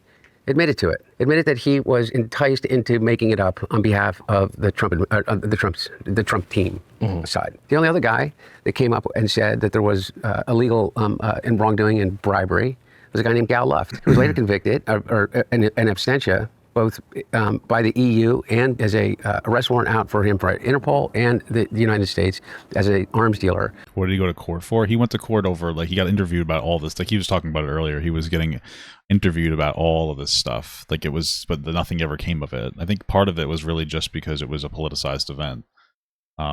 Yeah. Selling Chinese weapons to the Iranians and to the Libyans. And so, again, I ask, so Hunter Biden's laptop, so what? So what? It sounds like it became political cannon fodder to, make that election cycle as colorful as possible. How do you defend yourself against it, though? So somebody says... Well, let's start with the fact that your private photos were leaked by somebody that was supposed to be repairing your laptop. Some people will go, well, hey, wait a second. Aren't you just leafing through someone else's private property? I don't know. I'm not trying to be rude. I don't know if I would have hired this guy to repair my laptop.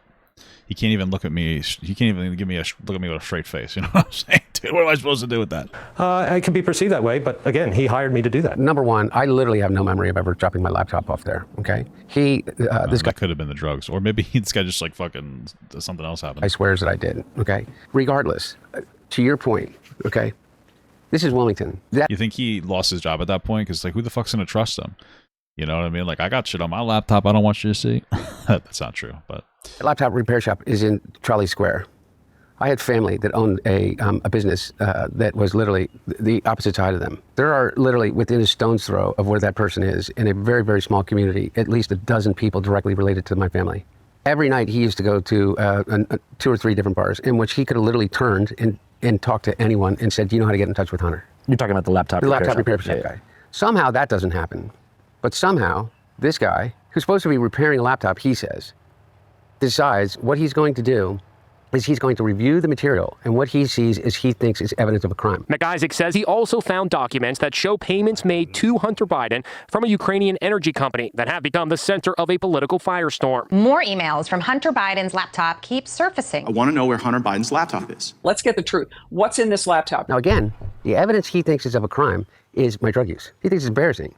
And all of a sudden, who ends up with my laptop? The one person in that moment in time that had more to gain than anyone else. I got the hard drive legally, completely legally. Why are they worried about how I got it? Why don't they just say it's untrue? Rudy Giuliani and his lawyer on behalf of Donald Trump. How is that possible? Does that just happen to happen? You think that somebody that knows you may have been paid off to orchestrate some kind of data? I don't know. And at this point, it's like, who cares? So then I get in an argument about, like, okay, well, who took the laptop? How did the laptop disseminate it? Was there really a laptop? Because there really isn't, by the way. Here's another anomaly of this. There really isn't a laptop. There's a hard drive. And then there's an amalgamation of a hard drive. Oh, is he saying that there was never a laptop in the first place? It was just like a hard drive? I mean, that's interesting. Yeah, wouldn't doubt that. An original hard drive that he says he has, and he argues with everybody else who says that there are like 400 gigabytes more that were added onto that from the dark web. You never got a laptop before you wrote that story, did you? That's correct. You got a hard drive. Hard drive. And you received that hard drive from Rudy. So they got a hard drive of the laptop. So we don't even know if there is an actual laptop. They just said that they got a laptop. Okay, interesting. Giuliani, right? Yep. Who had been openly associating with an agent of Russian intelligence in the months leading up to your story. You agree with that, right? I guess. So you think the repair shop story is made up? I don't know, but all I know is that whatever this amalgamation of stuff is came from a whole host of different sources. Yeah. Because you can look at it now and the stuff that like who thinks this is right? Who thinks it's right that every picture that you've ever taken, the ones that you would be embarrassed by and the ones that you would be proud of, should be on a website controlled by a guy that is a Christo-fascist fucking incel that lives in Indiana or Illinois? Is that the guy that supposedly leaked it? I don't know, man. That could be an interesting conspiracy theory here. That he was given a hard drive by someone else just so that he could, be part of this story, and he's just some fucking weird freak right winger. Illinois. I forget which one. Let's hope Indiana, because it's worse. But really, who comes up with a 435-page dossier about all the crimes that it details? But literally, it just is it is an entire fiction that makes money off of. Who thinks that's right? And so, but again, I get these discussions where, well, how did the laptop? Their laptop really doesn't exist. But what is it? Like, you go down these rabbit holes, and you do exactly what they say. As long as they say laptop loud enough. You think that they downloaded it from the laptop to the hard drive? Maybe. Or maybe the laptop just doesn't exist in the first place. Often enough, you automatically, and Hunter Biden, crack cocaine, and, here's the picture. And here he is shirtless, smoking crack in a bathtub. And, I keep flashing that over and over again. And I say Hunter Biden, laptop, Ukraine, China, Hunter Biden, laptop, bird flu. Like, literally, you keep doing that over and over and over again? What? Like... Yeah, and people ate up the narrative. And it's weirdly convoluted too. Like it's just like a nothing burger. There was never anything in there. If there was, he would have been arrested. It was a big nothing. He worked a job and then he fucked hookers and did drugs. Like, oh, is it illegal to be cool? None of it bears any resemblance to reality. The reality is this. The repair guy apparently said that the laptop kept crashing, so his words had to drag and drop all contents for the laptop over 10 times. What? What the fuck? What does that even mean? What? You have to drag and drop. I mean, I don't really know about repairing computers or laptops, so that doesn't make any sense to me. Also, why the fuck would he give his laptop to a repair guy? It really doesn't make any sense. I'm actually kind of sold on like the Hunter Biden laptop being a fucking right-wing like Russian conspiracy because it makes no sense. Why would he drop off a laptop that had like a lot of sensitive business dealings to some fucking cross-eyed freak? I'm not trying to be rude. Sorry if you have like a, if you're seeing double or anything, but I'm sorry. But that guy was like a fucking weird. That guy's, I don't know, dude. I don't know. Sorry. I ran into legal trouble based on two things. One is I failed to pay my taxes on time during the worst time of my addiction. Remember I said to you that I started in the downward spiral of my life, and I did not come out of that until May of 2019. When I came out of it, I immediately started to... Also, what would he be repairing? Wouldn't it be a physical repair? Try to pick up the pieces of my life and put them back together. And like anybody that comes into recovery, you don't come into the rooms of Alcoholics Anonymous or anywhere else. You don't come in on a winning streak. This looks cool. Nobody comes in like just having won the lottery. Everybody's on the balls of their ass to come in, and they got a lot of things to clean up in their life, and some worse than others. Mine, at this point, was about relationships and my finances. And one of the things that I realized is that my accountant had died. I go to get a new accountant. I figure out how I'm going to pay for the new accountant, and they go to get the transcripts of my previous taxes, and they say, we don't have any record of your taxes being filed in 2016 and 17, which would mean the years 2017 and 18, like the worst years of my addiction. Now, for 15 years of my life, I had my own business, and I had a partner, and I had an accountant, and I had a staff of people that did my taxes. Like somebody else did my taxes. They had authorization to sign my name and send my taxes in. And they had a tax account, and they would pay it out of the tax account because it would be withheld from my income. That all fucking completely fell apart when I was smoking crack every 15 minutes, and my business failed, the people in my life left, my wife divorced me. It all went away. She seems valid for that, but yeah. And when I realized that my taxes had never been filed, they'd all been filled out, signed, checked attached, but never. Bro, I mean, I don't even know if I mean, that might be true. Also, it might also just be true that he never did his taxes because he was so fucking high and he just like forgot or didn't care and if he said that, I'd be like, hey, you know what? I hear you, dog. You know what I mean? Like, it is what it is. I could respect that type of honesty if he said that. It wouldn't really matter that much to me. Not to be a fucking asshole, but like, okay. You know. Never filled and never sent in because that was the final step of my responsibility. I realized that I didn't. I filed my taxes and I paid penalties and interest. That's one thing. Second thing is, in 2018, went and I bought I was here in Delaware. It was a period of time in which I had one of those times that I was trying to get clean and sober. And I had just come back from a rehab. I came back here. I went to get my phone replaced at AT&T. Next door, there was a survival gun shop. And I went in and just to look around while I was waiting for my phone. And on a whim, I bought a handgun, put it in my truck. Somebody in my life thought I was going to hurt myself with it, threw it in a trash can. And I made them go back and try to find it. And when they couldn't, I told them that they needed to call the police and file a report that the gun had been lost. The gun was recovered. It had never been loaded, never been fired. It was in my possession inside of a lockbox for a total of 10 days. They charged me with tax evasion, 13 different counts in 3 different jurisdictions. By the way, over 50 million Americans a year pay their taxes late. There are over $100 billion in taxes that there are identified people that have not paid, that have failed to. Well, just be clear, he should be paying his taxes, you know. The fact that they over sensationalize the story, for sure, I get that, but you know, I'm not really butthurt that they made him pay his taxes. Pay their taxes for over. I know what he's saying, like, hey, other people fuck up their taxes, so like it's like they shouldn't be coming after me so hard. But then at the same time, also, you know, rich people not paying their fucking taxes is a fucking issue more than anything else. So 5 years. Okay. There's a box that you check. Okay. In that box, when you go to purchase a gun, it says that you're not addicted to a narcotic, illegal substance, including marijuana. And I check that box because in my mind, is that what is that considered? Is that perjury? Chat, what does perjury mean? State of mind question. Are you in the moment right now addicted to any illegal drug? Well, even though it had not been used in the commission of a crime. The offense of willingly telling an untruth in the court. Okay, maybe it's not quite that, but okay. Even though they've never ever fired the gun, even though I never bought it with the intent to do a crime, even though people buy guns every single day, obviously, that smoke marijuana, and it is equally against the law to check that box if you do, or to own a gun if you smoke marijuana on a regular basis in any way. They charged me with 3 different counts that could be up to 30 years in prison. Those are the 2 things. And this is obviously a special counsel. Okay, so a lot of this seems to centralize around him just being like an addict. Like, yeah, that's not good. You know, that's about it. It's like all I really have to say. Like, yeah, that's not good. You shouldn't have done that. You know, like, what else do we really say here? That had come to an agreement with me and a plan in which I would have a diversion agreement and a plea agreement. And they blew it up on purpose at the behest of the right wing. I got sober in 2019. So the acknowledgments in his own words, he read his audiobook, are that, hey, I was not sober when I was not off. Isn't Pete Hegseth a fucking violent alcoholic? Come on. Drugs when I was purchasing that gun, which is illegal. My whole point of all of that is that was the culmination of years of investigating me. Nothing about Ukraine, nothing about a laptop, nothing about my father, nothing about bribery, nothing about China, nothing about children, nothing. None of it. I'm on your team. No, I know you are, and I get so tired of having. I'm not saying to you, but it's just like it's like spitting into the wind, man. Like, what's the point? Like, it is just like, how do I fight against New York Post? How do I fight against Fox News? And they're right. Like, they just pushed all these like ridiculous conspiracies, and then when it came down to it, it was like, oh, yep, he just, he was drinking, and he bought a gun, and he was doing some weed, and he fucked like maybe a hooker or something. That's like, oh, okay, so it's not really a big deal.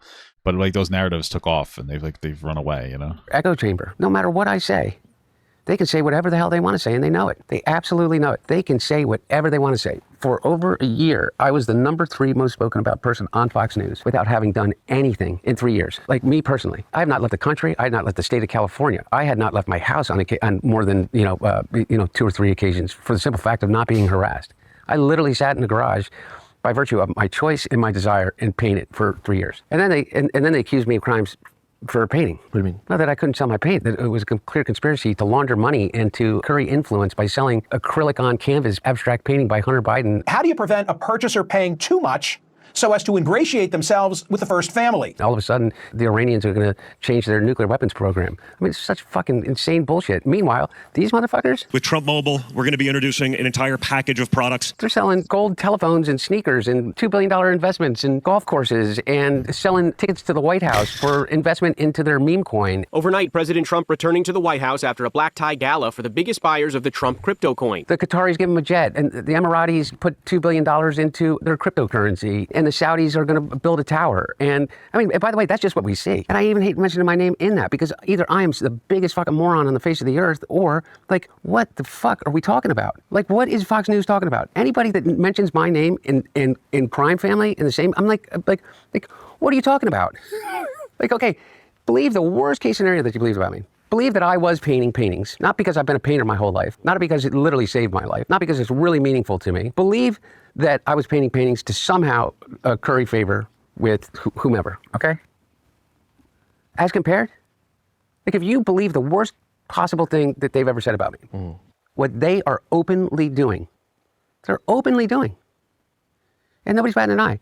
Don Jr. is opening a club called the Executive Club in Georgetown, in which it is promised that you will be able to rub shoulders at the cost of a $500,000 initiation fee. The $500,000 membership fee would make it the most expensive private membership club in the country after Mar-a-Lago. To join the club with people and decision makers in the cabinet of his father.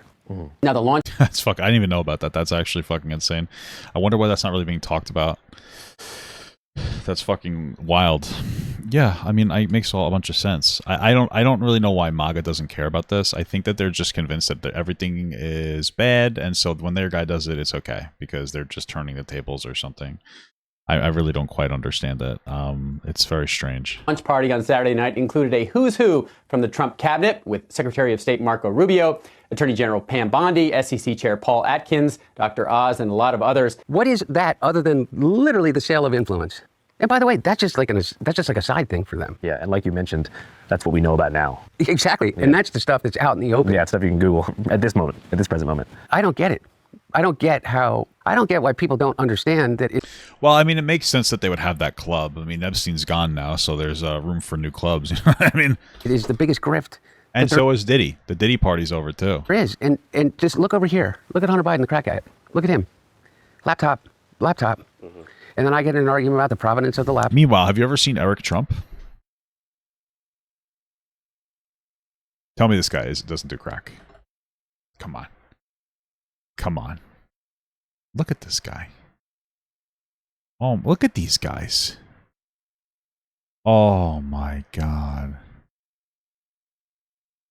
Dude, you don't think that these guys do drugs? If I looked like them, I would do a lot of drugs.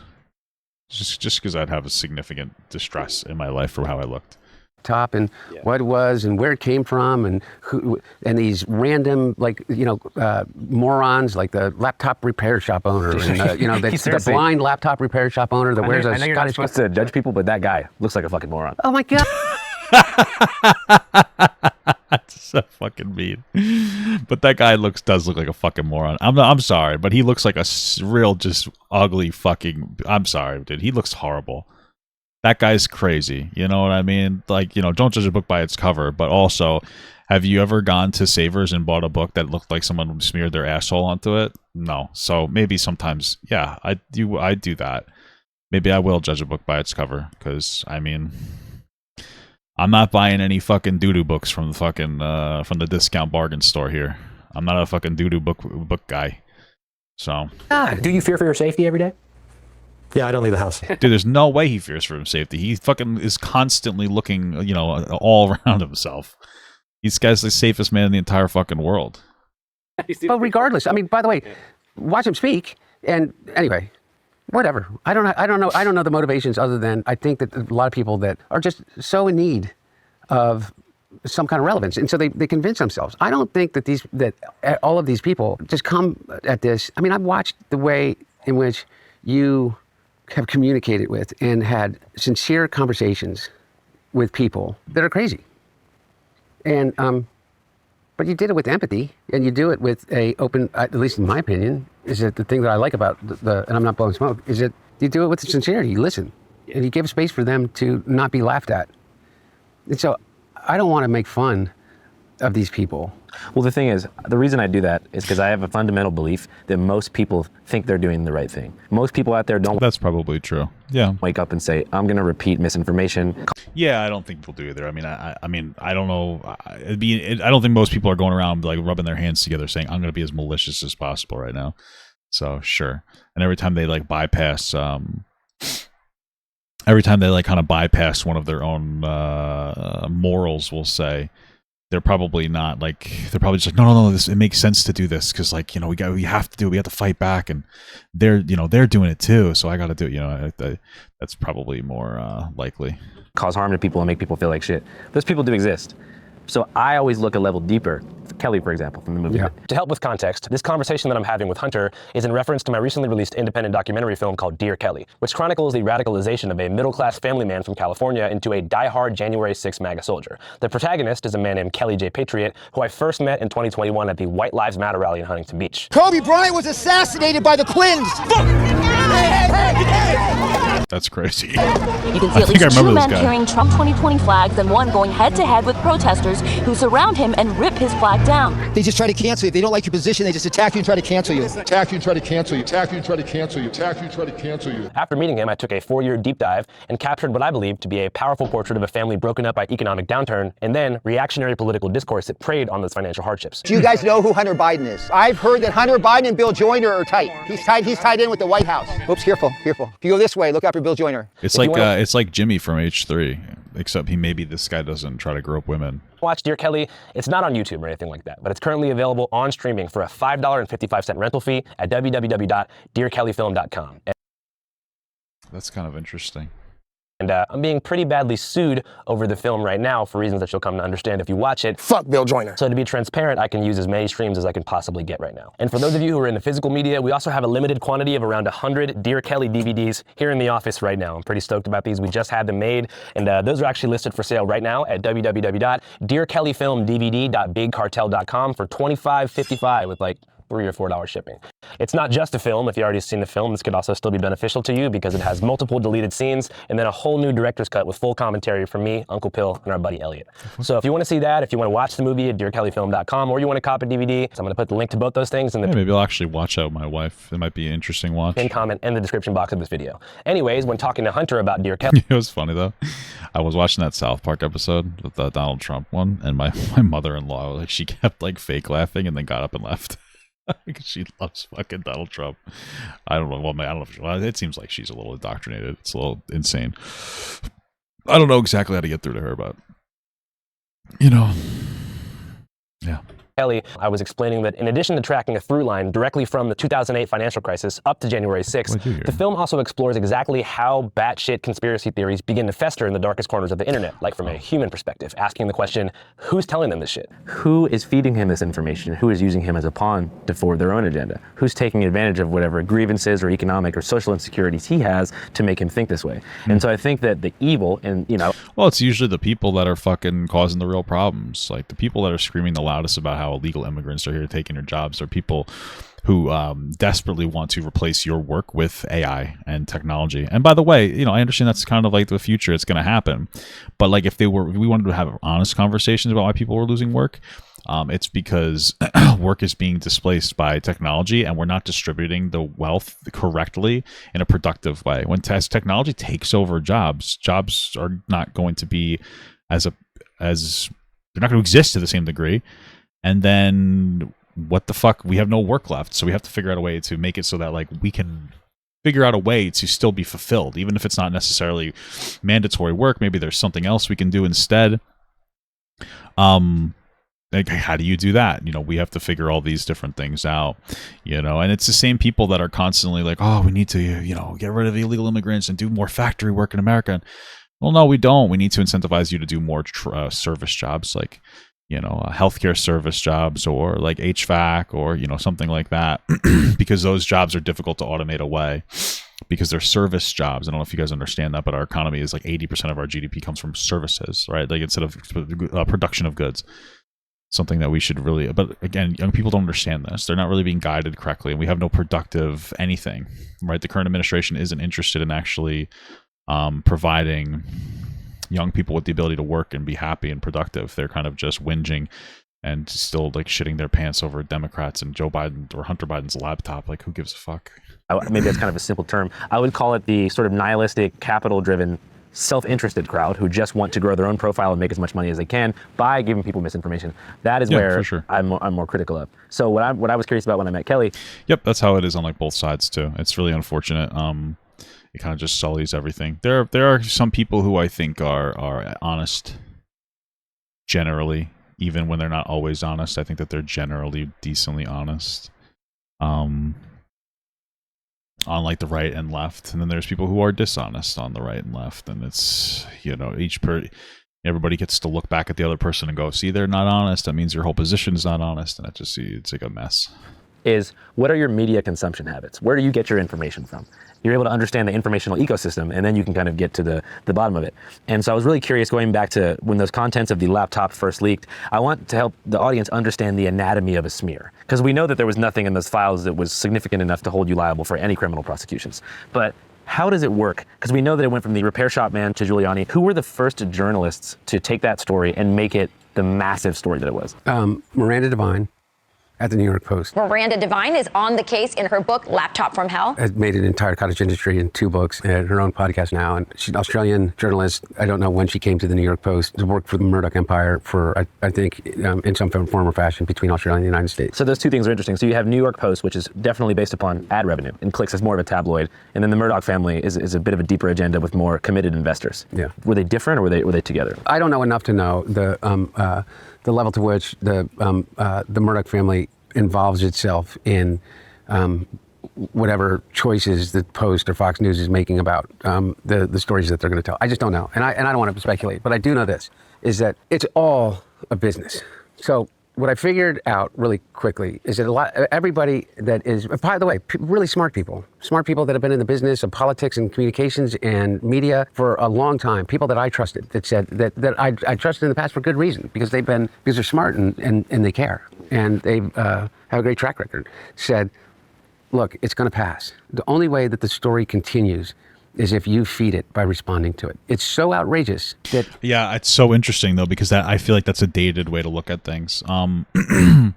That's a very, like, back-in-the-day type of way to look at things, and I think that I understand why people think that, but that's almost like it's like almost condescending to think like that. Or to operate like that, because like, hey, you did something that people think is wrong and you're not going to respond. Like, who the fuck do you think you are? I think that's why people don't respond well to non-responses like they maybe used to have responded really well. But you have to say something, and then you say something, you know, reasonable or hopefully reasonable, and then you try to like kind of move on after you say your piece. Is really your best way to operate. That's what I would say. You know, figure out a way to productively say your piece, and then like, you know, you can only do so much. Like, hey, I've you know, responded to these criticisms, and you know, people are, maybe they're not going to believe it, some people, but at the end of the day, it's all you really can do, and then you move on. But not saying anything. Sometimes I think we're at a point now where people are kind of sick of that. They want to see like a reason why something has happened, and that makes them feel a little bit better about it. So.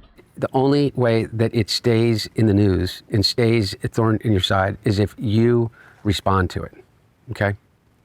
So when the laptop story came out as the October surprise, the advice was don't respond to it, because the insanity of what they were saying about, like, Miles Gow was going out there with that guy in New Zealand who took the hard drives in New Zealand and was pressing a story about how I was running sex trafficking rings in China, okay? And they were doing all this stuff. And it was so outrageous. 68 national security people came out and said this has all of the hallmarks of a Russian operation, because it did. They didn't say it was, but it had all the hallmarks of it.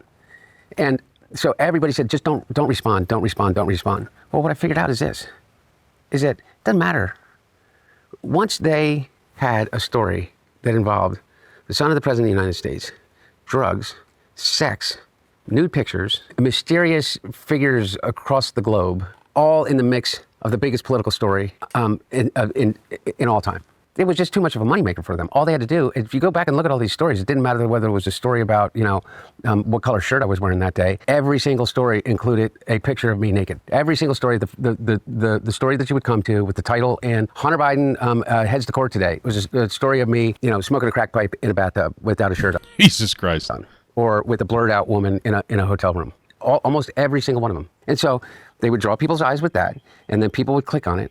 And so instead of doing one story about me a day, they would do 2 stories about me a day. And then the Daily Mail picked up on it. You know how many times the Daily Mail over the course of the last 6 years has reported that I was from witnesses that I am in rehab, or that I was seen at an Airbnb, or that I had bought a home in Beverly Hills and crashed a Ferrari? How many times? 500?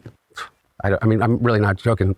Dozens and dozens of times. Okay. Yeah. So maybe 30 times. Yeah. It just became a moneymaker for them.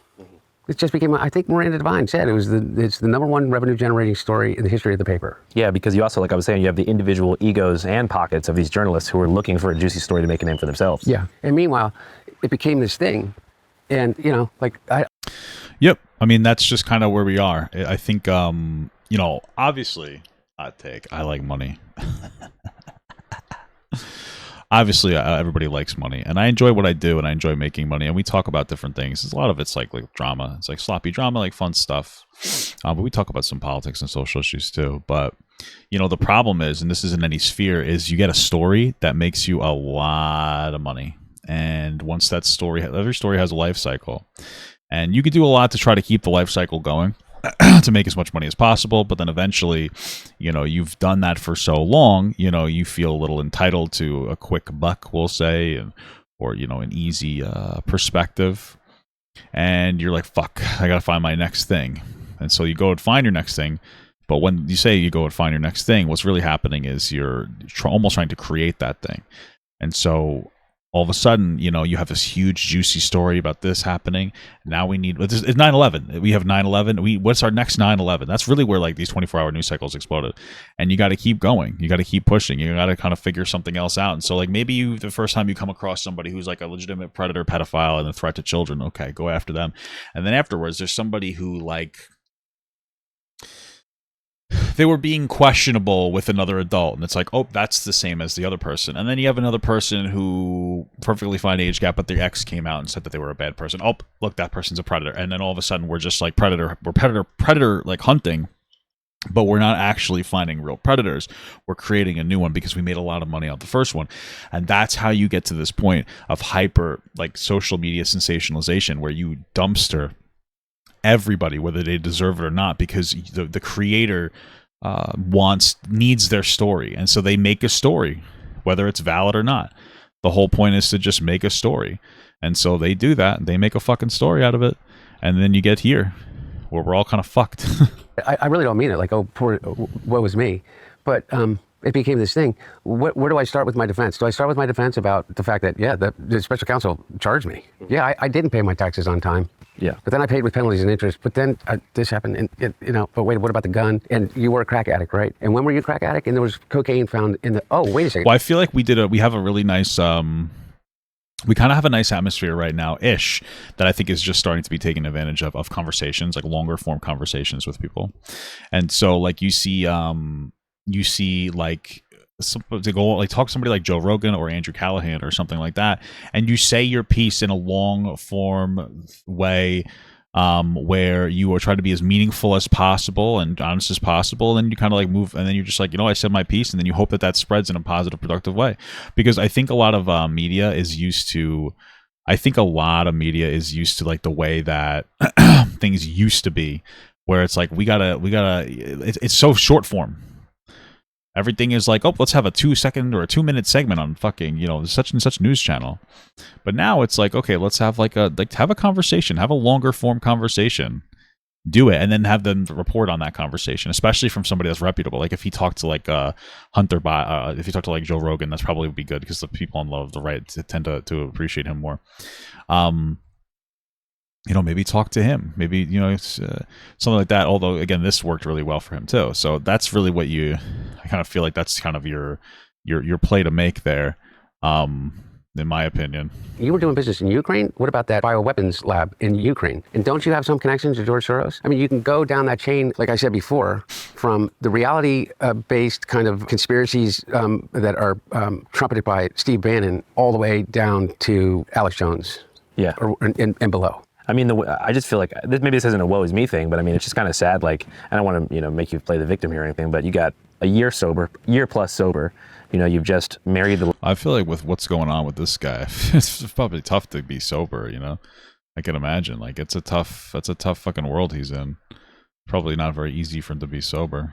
Love of your life. Things are starting to look up, and all of a sudden, all of your private messages and photos for 2 decades are now owned by the political opposition of your father and are being published by a sort of horrible ecosystem of these like carnivorous journalists who are just looking to destroy and dissect every element of your private life. Do you feel like sobriety became harder? Yeah, podcasts are definitely more productive than debates now. I agree with that 100%. After the October surprise? You would think the answer was yes, but what it ended up doing is that it ended up, I had for the first time ever to truly make a choice in sobriety, like in full sobriety, a month of sobriety, for the first time in my life to make a choice whether to live or die. And what I mean is that I knew there would be no coming back. If I lost it then, at that moment in time, the level of shame and guilt that I would have had in blowing it for everybody, I would have rather have died.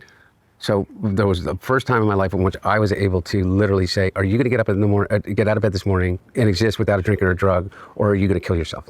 Because that was the real choice. That's fucking crazy. Because how could you ever make it back from that? In that moment, if I had relapsed, or in any moment since, but my level of confidence in who I am has given me much more of a reason to not be that dramatic about it every morning. But in that moment, if I had used, can you imagine the fallout from that? It would have been, yeah, like if he was like basically fucking almost harassed into using fucking drugs again, he would take the hit on that. A failure that I know and that I truly don't believe that I could have recovered from. And by the way, potentially a lot of the people that I loved, I don't know whether they could have recovered from that. Yeah. And so the incredible gift that they gave me was a freedom that I had never known, which is to fully comprehend the choice that you have in life. Is that you can wake up and live, or you can wake up and die. And every day since then, to varying degree of success, I've chosen to live. And I know that sounds hyperbolic, or maybe it sounds a little melodramatic, but I can tell you from my perspective, it has not been melodramatic or hyperbolic in any way. And I've chosen to live every day since then. And I really do mean it. I'm in a better place inside than I've ever been in my life because of that. If that, yeah, I don't know if it makes sense, but makes perfect sense to me. So you mean to say, when those headlines first broke, the emotional impact was so strong that you felt like, for one, if you would have relapsed, you would have gone down a hole that you never would have been able to dig out of. And because you were able to survive, and also because overexposure has kind of whittled down your sensitivity to certain headlines, pictures, and buzzwords, that you're now stronger and able to face things with less fear.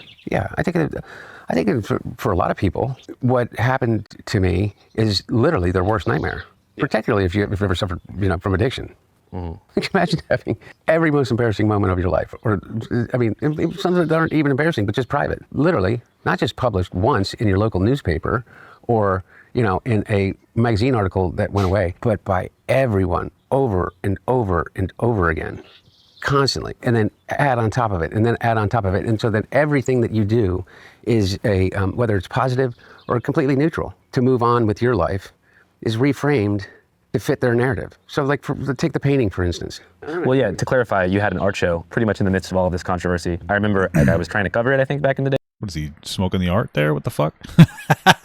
Sorry. Yeah, but it was almost impossible to get press because I emailed the gallery where you had the show a day before. But I remember that thinking to myself, that's cool that he's putting himself out there. Didn't realize that it had also been spun into the laptop web. Well, by the way, not only spun into that, but what it ended up happening is that the gallery got attacked, literally physically attacked. Someone came into the gallery, assaulted 2 of the people that worked there, spray painted the walls. They set up a protest for weeks on end in front of the gallery. They doxed the gallery. That's interesting. I never knew about any of this. I wonder, I guess the media on the left didn't really feel like they wanted to talk about this because it wouldn't have necessarily made them look good, I guess, or I don't know. Reowner. They doxed the people that was known that purchased the paper. They got subpoenaed. My gallery owner had to spend close to $500,000 to defend himself before Congress. I came to the conclusion that one of the reasons that's fucking insane. Damn, that's fucked up, man. Holy shit.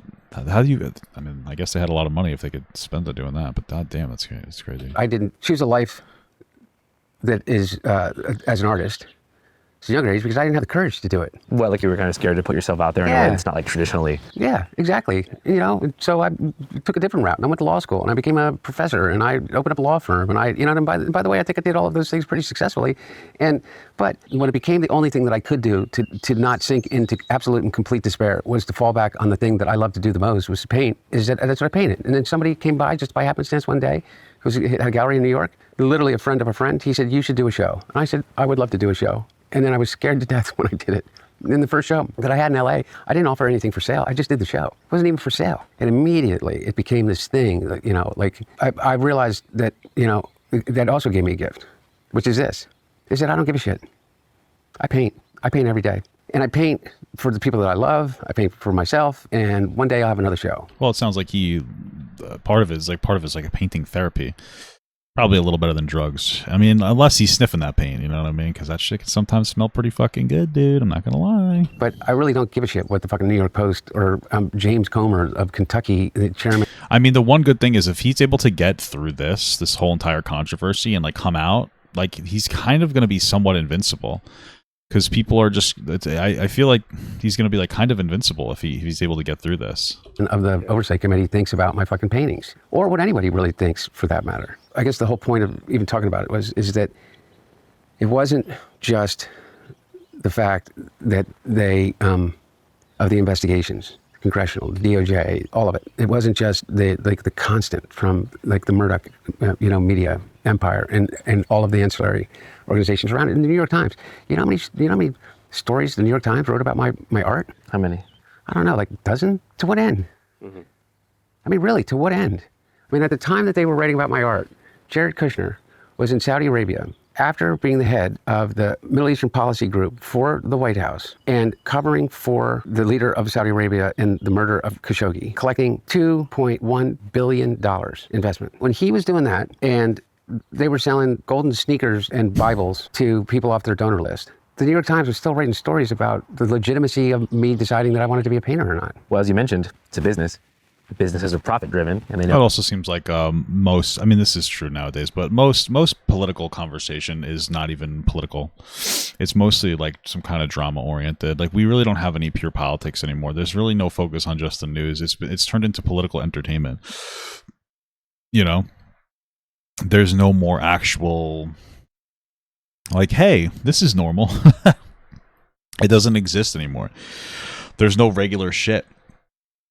It's all fucking slop, you know. We don't have and like, you know, I understand, we do that too. We do slop here too, but like that's the problem is that like we know what we're doing here. We know that we're just like having like a lot of fun and we're just like farting around here. Sometimes we're not having fun actually. Sometimes we're just having zero fun. But we know that we're just having fun here. But a lot of these people, people who consume the content, like, you know, this Charlie Kirk type content, is they think that it's real. They think that what they're doing is real, and they don't realize that they're engaging in some kind of theater. You know, even the debates that happen it's theater. Jubilee is theater. It's not real. It's you know, it doesn't make any sense that if Jubilee wasn't theater, that they would pull like some kind of like intellectual, whatever that guy is, that fucking whatever Muslim guy that is, and put him in a room full of legitimate white supremacists. How the fuck is that? How is that? Why are we taking people like that seriously? Right? Like one guy lost his job because he said he was like a fascist. Good, first of all. But second of all, why would you ever platform them? It's theater. Jubilee's a joke. It's pathetic theater. It doesn't actually have productive conversation. It's just meant to excite you, whether it's positive or negative excitement. And that's pretty much what most content creators do. You know, someone like Andrew Callaghan and even Joe Rogan, they don't do that. They have conversations. His name is Mehdi Hassan. They have actual conversations, like productive, real conversations with people, and they talk and they chat. And it's not as like sensationalized and you know, dramatic, but it seems like there's definitely there's a taste for it, which is a good thing, at least. You know that there's a bigger appetite, a larger media market that's going to prefer to hear about Hunter Biden's potential artistic career after the scandal versus a typical, you know, Kushner Trump family corruption thing possibly happening in a different country. They know. Oh, did he lose his job like a long time ago and it had nothing to do with the Jubilee? Either way, you get what I'm saying. that, you know, Trump's audience is going to be more hungry for anything about you than... Is it because I can't react to Jubilee? No, it honestly isn't. Like, it really is. They really are just like an unproductive, like, slop chamber. But you want to know what? You know what? Actually, not really, but then yes, also. First of all, no. I think that Jubilee is legitimately a shame. It's a shame. It's pathetic. It's the modern day Crossfire. But I think more than that, like, yes, the fact that they DMCA people who react to them, I find to be problematic. And let me explain to you why. Andrew Callaghan doesn't do it, and Joe Rogan doesn't do it. And I think a big reason why they don't do it is because they are conversational pieces. This is what it's meant for. It's meant for you to look at it and watch and react and to spread that idea around. And, like, at the end of the day, you know, if you like Joe Rogan, you're not watching Joe Rogan through propaganda anyway. They create conversational content. And they, by the way, they grew off of reaction stuff, and then they decide that they no longer want people to do it. I think it's all part of like the priority entertainment kind of sphere, rather than like to actually have meaningful, constructive conversation around it, for sure. About, you know, it's a classic. So you know what? I'm gonna say that's part of it. I don't care. Version thing too. It's like, don't look at what I'm doing. Look at this guy. You know, one of the things that's interesting is that when we first talked, I said to you, when we had a brief conversation about whether we do this or not, and I said, you know, I suspect that many people in your audience, like your kind of, for lack of a better phrase, your loyal listeners, would kind of have probably looked at me over the past 5 years and said, you know, we don't know if Hunter Biden is the villain that they say that he is, but... No, I don't think he is. Kind of a sleazeball. You know? I recognize that. And the question that I have is, like, how do you move forward in this world if every discussion you begin is a defense of, you know, I know why I went on the board of a Ukrainian natural gas company. A lot of it had to do with money. 100%, you know? I had an organization that was willing to pay me for a service that I was 100% qualified to do. I went to Yale Law School. I served on dozens of boards before this. I was an expert in corporate governance. I have a encyclopedic knowledge of the region. I had served on a major infrastructure company's board and had done work in global aid relief throughout the entire world and had an enormous list of connections of my own. And I was qualified to be on that board. And it gave me the freedom at a time when I really needed the freedom to be with my family, to focus on my brother's health. And I chose to do it. And I was transparent about it. And I did it. Nothing wrong with making some money here and there. But by the way, I you know, you say that, and I could say that, and you know, in light, and they'd be like, oh, you know, it's just the, you know, like, there's this reporter Ken Vogel, and he calls it like soft corruption, as if. What is soft corruption? I mean, is that just the system being corrupt in and of itself? Sure, but why is he responsible for the change of that system? I could separate myself from my father in any meaningful way that would not disadvantage or remove the advantage or potential disadvantage of being his son. So, for instance, if I had decided to be a painter, I chose something in that when my dad became president. You know, it is actually interesting thinking about this as I watch this conversation. That sounds silly. Hunter Biden, from like a human perspective, has a really good argument as to why he would be almost justified in hating his father. And it's not really his father's fault, but there is so much heat with the way that things happen right now and the way that we do conversation. And Joe Biden's been so unjustifiably vilified that if he like hated his dad because of all the negative press that he got, like I would kind of understand it. And it's good that he doesn't hate his dad, because it's like, it's obviously not his fault. It's like Trump's fault, right? But he would be kind of justified in it. Because you think anybody would give a fuck about some dude with some lawyer with his fucking cock out, fucking hookers and doing drugs, if it wasn't for him being like, you know, Joe Biden's son? No, probably not.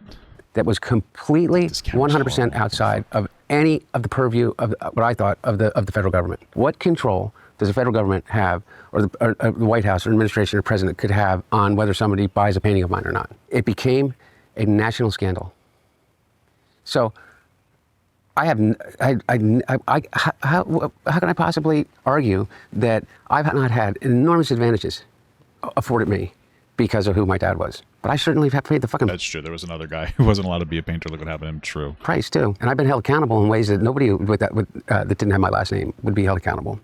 And I've been afforded options as it relates to that accountability that nobody that didn't have my last name would be afforded that. Mm-hmm. But then I'm not looking for sympathy It's interesting. I mean, the way you It's put just it, a fact of life. The way you put it's actually pretty fascinating. Like every way that you've been able to get ahead kind of boomerangs to where if you do anything that is seen to the public eye as being like negative or problematic, it gets thrown back in your face 10 times harder. Yeah, and the thing is this is too, is that here I am. I'm a 55-year-old man. I've raised children. I'm a grandfather.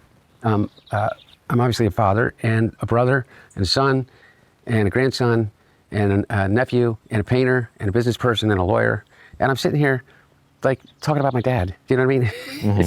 It's like Jesus Christ. I don't know if that makes any sense, but yeah, it sounds like almost like it sounds almost immature, but I don't think that he's saying it. It's like yeah, he's like almost like a little ashamed of it. It's like it's justified, but it's crazy. Like I'm sitting here. It's like imagine you were like 50 years old and you're fucking, your mom had like a huge financial issue, so you sold your house and you moved in with her, and you're like, look at me, I'm fucking moving to my goddamn mother. You know what I mean? It's like, what the hell am I doing with myself? It's like that. Yeah, no. My point is, I interviewed Tom Hanks' son once. Yeah. And he's got a similar dilemma. He's a rapper. He's a weightlifter. Yeah. He's also in recovery. He does a bunch of cool stuff, and he's got a similar dilemma. He's a rapper. He's a weightlifter. I don't know about that. Yeah. He's also in recovery. He does a bunch of cool stuff, but still, people want to ask him, hey, man, can I meet your dad one day? Or he still has to comment about what it's like being Tom Hanks' son. I remember he said he was getting a haircut, and the guy was like, yo, tell your pops I love Forrest Gump. He just walked out because it was round 1,000. And I take it that you've had a similar experience. Yeah, I can't judge, anybody else's relationship with their dad. Is that all I know is this, is that I am more proud to be my dad's son than anything in my life. I mean, truly mean that. I don't know, I'm not exaggerating. I haven't seen somebody depicted in fiction, in a movie, in a book, story from a friend, real life, my own experience. Well, I kind of like Hunter Biden. He doesn't really seem like the kind of like, he doesn't really seem like entitled to, he doesn't really seem like an entitled guy. He doesn't really seem to be like, oh, I'm Hunter Biden's son, or I'm Joe Biden's son. That'd be crazy. I'm Joe Biden's son. He doesn't seem to be like a dick about it. You know what I mean? Like he seems to know the positives that he's gotten out of being with his father, and like there's some frustrations too, which are justifiable. But he's not like an entitled dick. He doesn't seem like an entitled dick, which is a very difficult thing to do. It's difficult for people to grow up, I think, and like not be entitled pieces of dog shit. Even now, for me, like I'm doing much better than I used to do, and I have like somewhat frequent conversations with myself to try to keep myself grounded, because I'll have like thoughts. I have intrusive thoughts. Like I do very well financially, and I'll have like intrusive thoughts about like, how everything is just like my life right now. I mean, in the past it did not feel perfect at all, but my life right now is like so perfect to me. I have a wife, and hopefully we're gonna have kids soon, and I have a fucking dream job. This is what I do for a living. And it's amazing. And it's like, and then I'll sometimes have this intrusive thought of like it's almost like on purpose. It's almost, you know what I mean? Like it was like fated. And then I'm like, no, I can't have this perspective that it's fated. I'm not special. I don't want to have that. I'm lucky, I think, for a multitude of reasons, but I got to keep myself grounded, because I'm not trying to turn into like a fucking dickhead, and it's kind of, and it's even now. And how do you pass it on to your kid to not be a fucking dick? Because you want to give your kid everything that as much as possible, but at the same time not spoil the little fucker, Anyone that is as good a father as my dad is. It's just that, the one single thing that I aspire to, what I don't know whether I'll ever achieve to the degree that he has, is the way in which he has been a father to me, to my brother, to my sister, and a grandparent to my children, and a father to so many people that you'll never meet. There is story after story after story that will never be told of the kid that he met on the rope line that stuttered, and he was 12 years old. And you do know ones, but I'm telling you, there are dozens. My dad, any given moment, you turn around and he's on the phone with somebody you met on the train whose brother just died, and they're having a hard time because their mom's drinking again, and he'll slip him his number. As President of the United States, as Vice President, story after story after story, while still having the time to never not be there for me. I'm not kidding, and I think people think it's like an exaggeration. My dad does not go a day without leaving me a message by phone or by text, not a single day that I can remember in my whole life. And that goes from my children. And it's all born out of, from him, the lesson he learned from when he lost my mom and my sister, is that you will have a day in your worst moment, like he did, in which you won't be able to pick up the phone and call that person ever again. And so, like for me, I heard this who's that guy? Chuck Todd, you know, the guy that got fired from MSNBC or whatever he did. You know, I mean, he used to be like one of the big reporters. Do you know what I'm talking about? Yeah. I saw him say, you know, thing about Joe Biden is that it's all a lie. He was a horrible father because who would put their loved ones through that they know were suffering from addiction through the grueling process? He is it's beyond selfish. There's no one. What grueling process was he referring to? One that could do that, it could be good. Like, what the fuck do you know about fucking anything? Like, telling me, and by the way, what percentage do I have to say now what I say about my dad? Other than, he literally is exactly who you think he is. Or exactly who. I mean, if Hunter wanted to grift, he could just turn his back on his father and be like, yeah, my dad's a fucking asshole, you know? Who he appears to be. He could have a whole very popular financial career on like Fox News if he really wanted to. Exactly what he says he is. How's he doing now? He's okay. You know, the one thing about my dad is that he'll never complain. Sometimes I wish he would, you know? And I mean that not only about like the big things, but like, you know, like the little things. Sometimes I get scared that I'm not like. It's so funny because I complain about all little things all the time. It's like it's almost like my career. I love bitching about dumb shit that does not matter. It's like always he gets it out a little bit all the time. You know what I mean? I just bitch about stupid fucking shit all the time, and I don't care. You know, I don't give a fuck. It's soothing for me. I'm not trying to keep it in. I'm a woman, dude. Fuck. Wish he would complain a little bit more. But. You know, to your question, how is he? It's just like he's just out. He just keeps going. You know. I mean, with the health stuff though, I saw in the news. Yeah, no, that's what I mean. Like he has very advanced cancer. It spread beyond. I mean, so this is all public. So it spread beyond his prostate. For some reason, they did not do a PSA. I guess after the age of 70 or 75, if you don't have prostate cancer, the standard of care is not to give a PSA, and they didn't while he was president. And he went in and got tested, and he had prostate cancer, and it had spread to. What is a PSA? His bones along spinal cord. It's called bony mets, I guess, is the metastatic bone cancer. His bones are strong. Oh, prostate-specific antigen blood test. Why wouldn't they do that? He's strong. He's in good health otherwise. He's in great health otherwise. And they can treat it, but it's not curable. And so that's all the public knowledge of it. But I think that is literally everything that there is to know about it. They do this thing called hormone therapy, and it makes you tired and stuff like that. But seeing him day to day, he's doing well? Yeah, I mean, what was it yesterday? He flew to Galveston, Texas, and showed up at a tiny little church, AME church, to celebrate Juneteenth. And the day before that, we were up in Philly out to breakfast with my sister and my mom. And then he's working on his book, and he's, writing speeches, and he's, talking on the phone every day, and he's going out every day. So, did you kind of see him dropping out of the race? Did you see that coming? No. I was. I thought that we had cleared all the hurdles that they had set up for us, and so. If you remember, it was a horrible debate, and there's no arguing that it was anything but an absolutely horrible debate. And I think it scared the shit out of a lot of people because they were already concerned about his age. But as I say about everybody, the thing that we're going to have to grapple with as a society that's bigger than Joe Biden is this: how we handle people that age in front of our eyes, and recognize that they may have lost a physical step, but that does not mean they don't have the mental capacity to continue to do their job. And yeah, but it's kind of tough. Like, to be absolutely honest with you, I don't think that Joe Biden didn't have the ability to mentally be president. Like, he was slow, probably a little bit. It doesn't mean that he was incapable. And I think that when it came to like that kind of situation, debate wise, he's not going to be super productive. But at the same time, you got to appreciate people that are like, hey, we want somebody even sharper than that. So I understand that. It's not like a great look.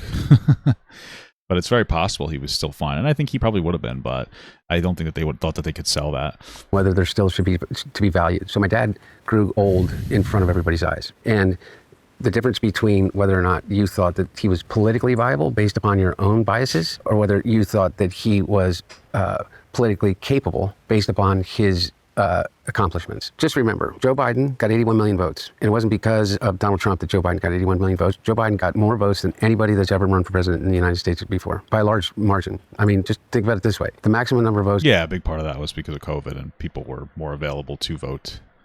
So you're able to vote, there's just more availability to vote. That's, I think, a bigger reason why that happened. That Barack Obama got just 8 years earlier was 69 million. Okay. Population hasn't grown that much. They had the highest voter participation of any presidential election since 1901. Joe Biden had the most successful midterms of any president in either party in their first term. since FDR in 1932. We won more state legislatures, we won more state houses, more governorships. We picked up a seat in the Senate, which has never happened since 1932, and we held the Republican gains in the House to an all-time low, lower than even 1932. Then, with the slimmest majority of any president ever, with a 50-50 Senate and a 4 or 5 vote majority in the House of Representatives, he passed more legislation in 2 years than any president has in 8 years since Lyndon B. Johnson, including the Investment Reduction Act, the Recovery Act, including the PACT Act, which was troops healthcare, the first gun legislation that has been passed in in a generation, and the list goes on and on. And he came off of that, and for some reason, the intelligentsia of the Democratic Party, the 2020 hindsight, believes that Joe Biden should have considered not running again. Well, again, thinking about it now, they probably should have had him run, because I don't think, Kamala obviously couldn't beat Trump, because, let's be fucking real, she's a woman. That's not the only reason why, but this country's still not ready to vote for a woman president. So they probably would have been better off. I think either way, we're kind of fucked at this point, so. Because of their perception that he was too old. And so then the drumbeat began. And the New York the New York Times, on a near daily basis, egged on by the Pod Save America saviors of the Democratic Party, with 4 white millionaires that are dining out on their association with Barack Obama from 16 years ago, living in Beverly fucking Hills, telling the rest of the world what black voters in South Carolina really want, or what the women in the waitress living outside of Green Bay, Wisconsin really believes. I mean, what the fuck? I mean, I can't believe that we do this over and over again. Yeah. Or I hear Rahm Emanuel is going to run for president. What a fucking, David Axelrod's going to run his campaign for him. That's like, oh boy, there's the answer. There's the fucking answer. Genius is all. All the things that they've won. You remember this, is that everybody talks about Joe Biden now as if he was somehow the choice of the Democratic Party. Bullshit. We lost Iowa, we lost New Hampshire, we came in second in Nevada. David Plouffe and David Axelrod went on TV. They said that there's no way Joe Biden can get the nomination, not a chance in the world. Mike Bloomberg is going to crush him in California. Elizabeth Warren's going to beat him in Massachusetts. There's going to get wiped out in Texas. He doesn't have the money to run. A lot of rural voters said, fuck you, we love Joe. A lot of urban voters said, fuck you, we love Joe. And they voted for him overwhelmingly. And not only that, everybody said, well, he'll never be able to beat Trump. And then they said, well, he'll never bring us out of COVID. And then he said he'll never be able to pass bipartisan legislation, and he doesn't know what the hell he's talking about. And I feel like he's like the last person that was able to pass bipartisan legislation, no? Living in a different generation, and he's living in a past time, and over again. David Axelrod would go on and say, the thing about the president is that he is just a man whose time has passed by, and he doesn't understand Congress. We passed bipartisan legislation more than any presidents in Lyndon B. Johnson, and who had a supermajority in both the House and the Senate, with Joe Manchin and Kristen Sinema. And who did that? That didn't happen by magic. That didn't happen in the Obama administration. That happened because Joe Biden got on the phone with Kristen Sinema and Joe Manchin and Chuck Schumer and the rest of the party and Republicans in the party, and he passed a fucking bill because Mitch McConnell didn't stand in the way like he did to every other president other than Joe Biden. And he got it done. He did it. Him alone. And then they said, well, look, it's all going to come down to this State of the Union speech. It's going to come down to the State of the Union speech. That was it. And he knocks it out of the park. And it was that one debate that caused the full backslide. Yeah, man. And I'll tell you what, I know exactly what happened in that debate. He flew around the world, basically, the mileage that he could have flown around the world 3 times. Yeah. He's 81 years old. He's tired as shit. They give him Ambien to be able to sleep. He gets up on the stage, and he looks like he's a deer in the headlights. And it feeds into every fucking story that anybody wants to tell. And Jake Tapper, with literally how many anonymous sources. If this was a conspiracy, Andrew, you know this, somehow the entirety of a White House in which you literally living on top of each other has kept their mouth shut about, like what? And what's conspiracy? Yeah. That Joe Biden got old? I mean, maybe. I could kind of believe it. I'm sure his cognitive function was, I don't think it was that bad. But this all stuff does kind of make sense that, he was he was flying around the world and he was on fucking different shit because it's a stressful job in general. And being old adds to that stress. Yeah, he got old. He got old before our eyes. The people that came out against him were who? Nobody. Except Speaker Pelosi, emeritus. Although I'll say that if there was this big conspiracy where he was completely unfit mentally, I guess everybody around him did like him a lot, and they kept it to the fucking to the teeth because of that. which is might be possible. I mean, if his dad is a good guy like he keeps claiming, it's possible. Speaker Emeritus Pelosi did not give a full-throated endorsement. I mean, either way, to me, it doesn't really matter because he would have been better than Trump by a fucking long shot. He did a good job in his first presidency, so. It's allowed everybody else to kind of go, okay, except who came out full-throated?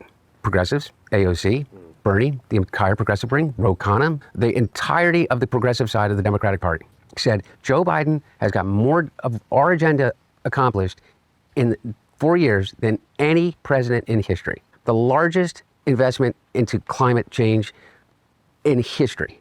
Just that alone, okay? And so he gets over the hump. He goes and does his Stephanopoulos. Everybody's okay, that's not enough. We got to see him give a press conference. For what? You remember that? It was about a 2-hour-long press conference, and he gave a tour de force around the world history lesson about the existence of NATO, Russian aggression, and Ukraine. They said, okay, well, wait, he's got to go give a speech in, he's going to speak to the NAACP, because the NAACP and the Hispanic caucus and the Black caucus said, if you fuck over Joe, don't count on us. Because you know what they're doing? They're trying to take South Carolina away as the first primary state. The first time in history that the heart and soul of the Democratic Party gets to have its voice heard first. After 50 years of Iowa and New Hampshire with 3% black population states. I thought it was less. Less than that. New Hampshire's got to be closer to 1. Closer to 1. I saw a few blacks. Finally, and you know what? You know what you have? You have the Pod Save America motherfuckers saying, I don't think South Carolina, was only there because Pod Save America. Is that who I think it is? Joe Biden, and that's what he did to save his own self. Why should South Carolina have the? What the fuck? I mean, are they out of their fucking minds? Anyway. So moving forward, you feel like did he want to drop out? I've never heard of these people before in my entire fucking life. Pod Save America. Who the fuck are these people? All right, love it. So, every so often, I've never heard of this in my entire life. I've never heard of these people ever. No idea who the fuck they are. Okay, great stuff. What the fuck? I have no idea who these people are. Okay. Well, no. So we got to Nevada, and he made the speech before the Black Caucus, and then right before he was about to give, which was rousing success, and he then was going to give a speech to the Hispanic Caucus, who was in Las Vegas at the same time in Nevada. And he woke up in the morning, and he had a severe case of COVID. And the pictures of him getting on and off the plane were just devastating. And then the vultures descended. George Clooney's, came out with his, maybe it was a little before that, with his op-ed, and then you had all the money people, and then you had a whole host of other people that had, like I said. I wonder what would have happened if people just told everybody to shut the fuck up. They should have just been like, guys, shut the fuck up. He's got COVID. Like, he's allowed to be sick for once. Shut the fuck out. Shut up. Like, suck my dick. Like, what would have happened if somebody who actually went to bat and, like, had some fucking balls, and was just like, yeah, dude, relax. It's not that fucking deep. It's not a big deal. Like, you could chill on it. Chill right now. Truman saying it could be applied to Joe Biden more than anybody else. If you want a friend in Washington, get a dog. Why is George Clooney always saying shit? I thought he was just acting in Ocean's 11 and stuff like that. He's seriously been saying shit. Yeah. Here's what he said. He said that the president needed to be introduced to him at a fundraiser that he was ostensibly the host of. There's this gigantic fundraiser in which George Clooney wasn't really the host. He was the entertainment, I guess. You know what I mean? Like, God bless him. I appreciate when entertainers and movie stars and people of conscience and that are on our side want to do raise money and stuff like that. If you're with the president at any given time, have you been like at a rope line for the president or anything like that? Anyway, what happens is that you go to people come to take pictures, and usually before or after an event, the president will line up. People will come and they'll take a picture with him and they'll say hello. And there's a person that stands next to the president and they say, Mr. President, George Clooney and Julia Roberts. Hey, George. Are they married or something? Why group them together? Julia, how you doing? Mr. President, Andrew Callaghan. And you may have been filming him all day, and he may know George for the last 30 years, and he may have met him 15 times. But the guy on his shoulder, who's usually a military officer, has one job, to say the name of the person that's walking up. That's it. And George Clooney is now to rationalize why he attempted to cut the knees out from a sitting president, the most successful president in the history of his party in his life in terms of the legislative policies that he wanted to see passed, had to justify somehow him going above and beyond to write an op-ed in the New York Times.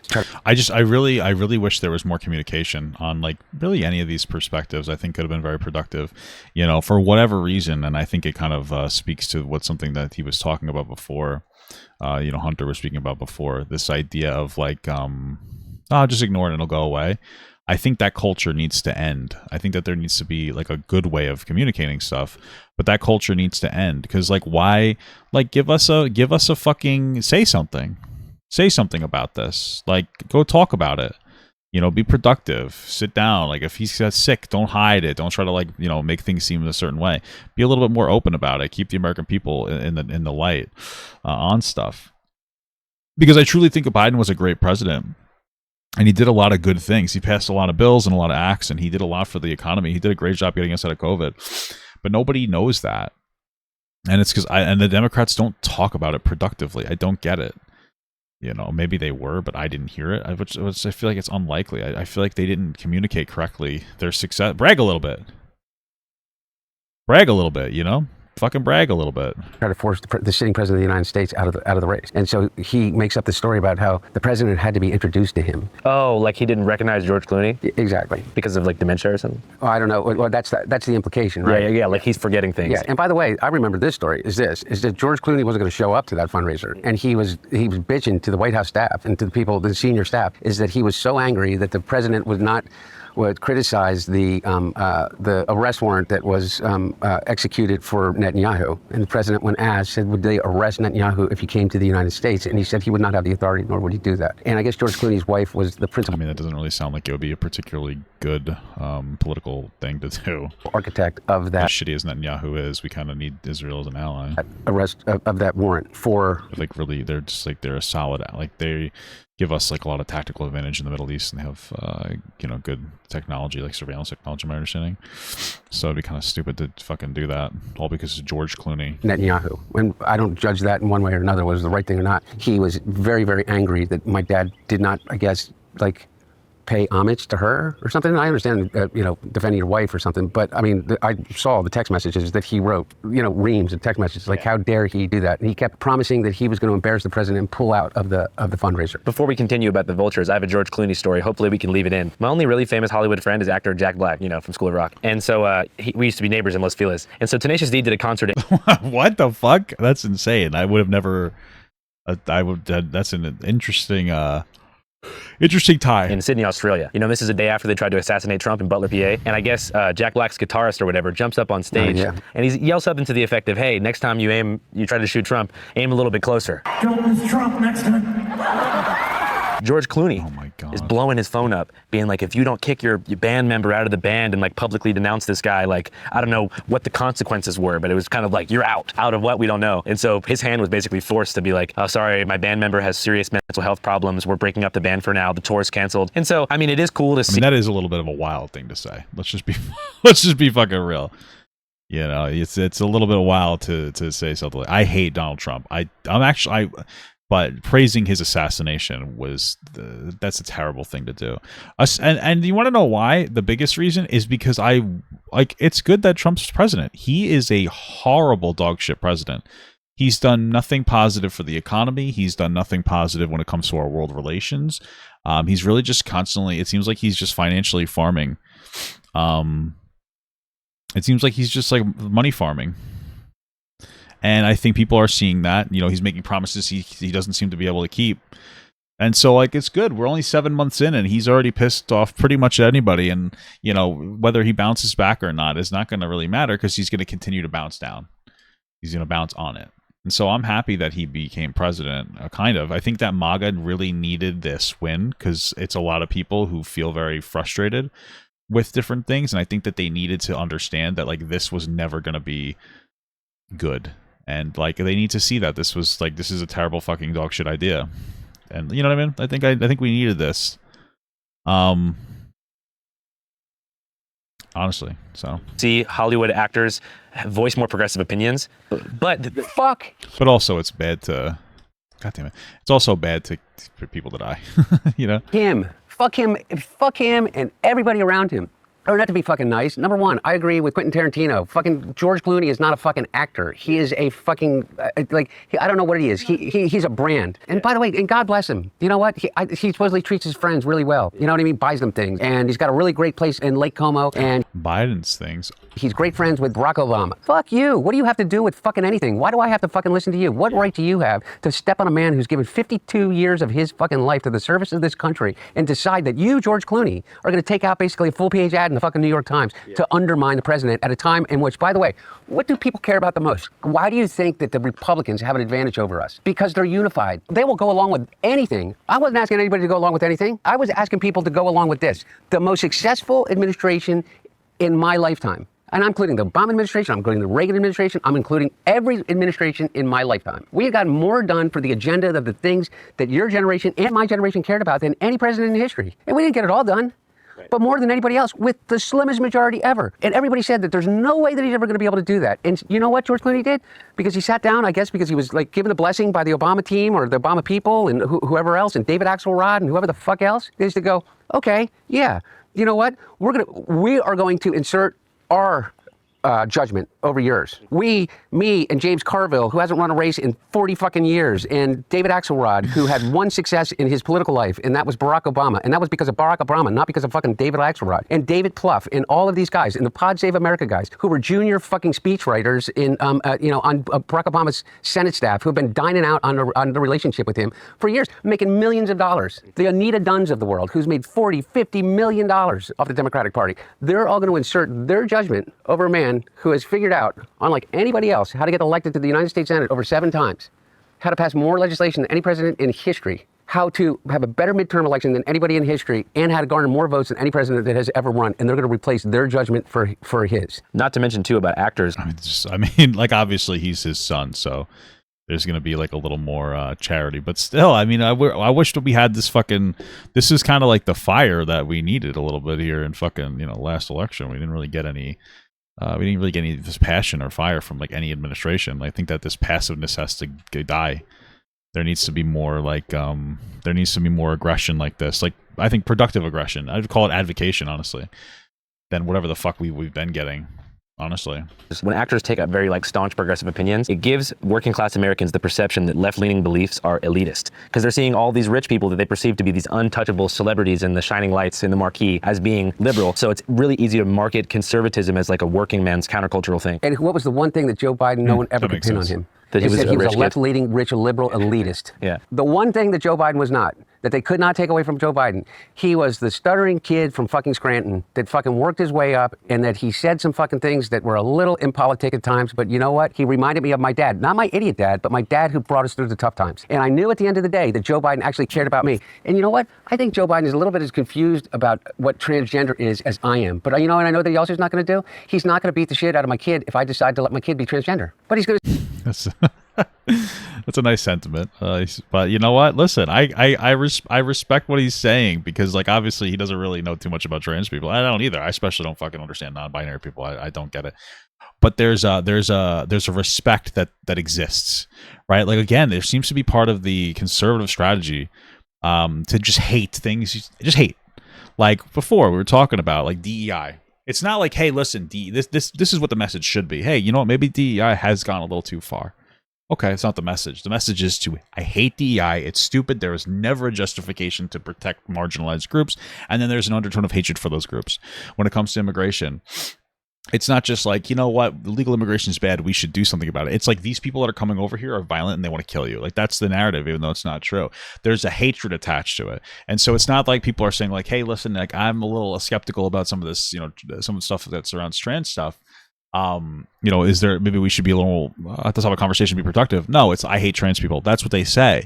And it's like, this is something I can appreciate, because it's just like, hey, I don't get trans people, but I don't hate them. And we really don't have that. It's fucking crazy. We really don't. We need more of that. It's okay to not understand a fucking, like, a particular belief system. It's okay to not understand it, but why would you fucking hate it? That's the crazy part. We need more of like, yeah, I don't get it, but you know what? I'm not going to hate that group, because I appreciate that. I can appreciate that.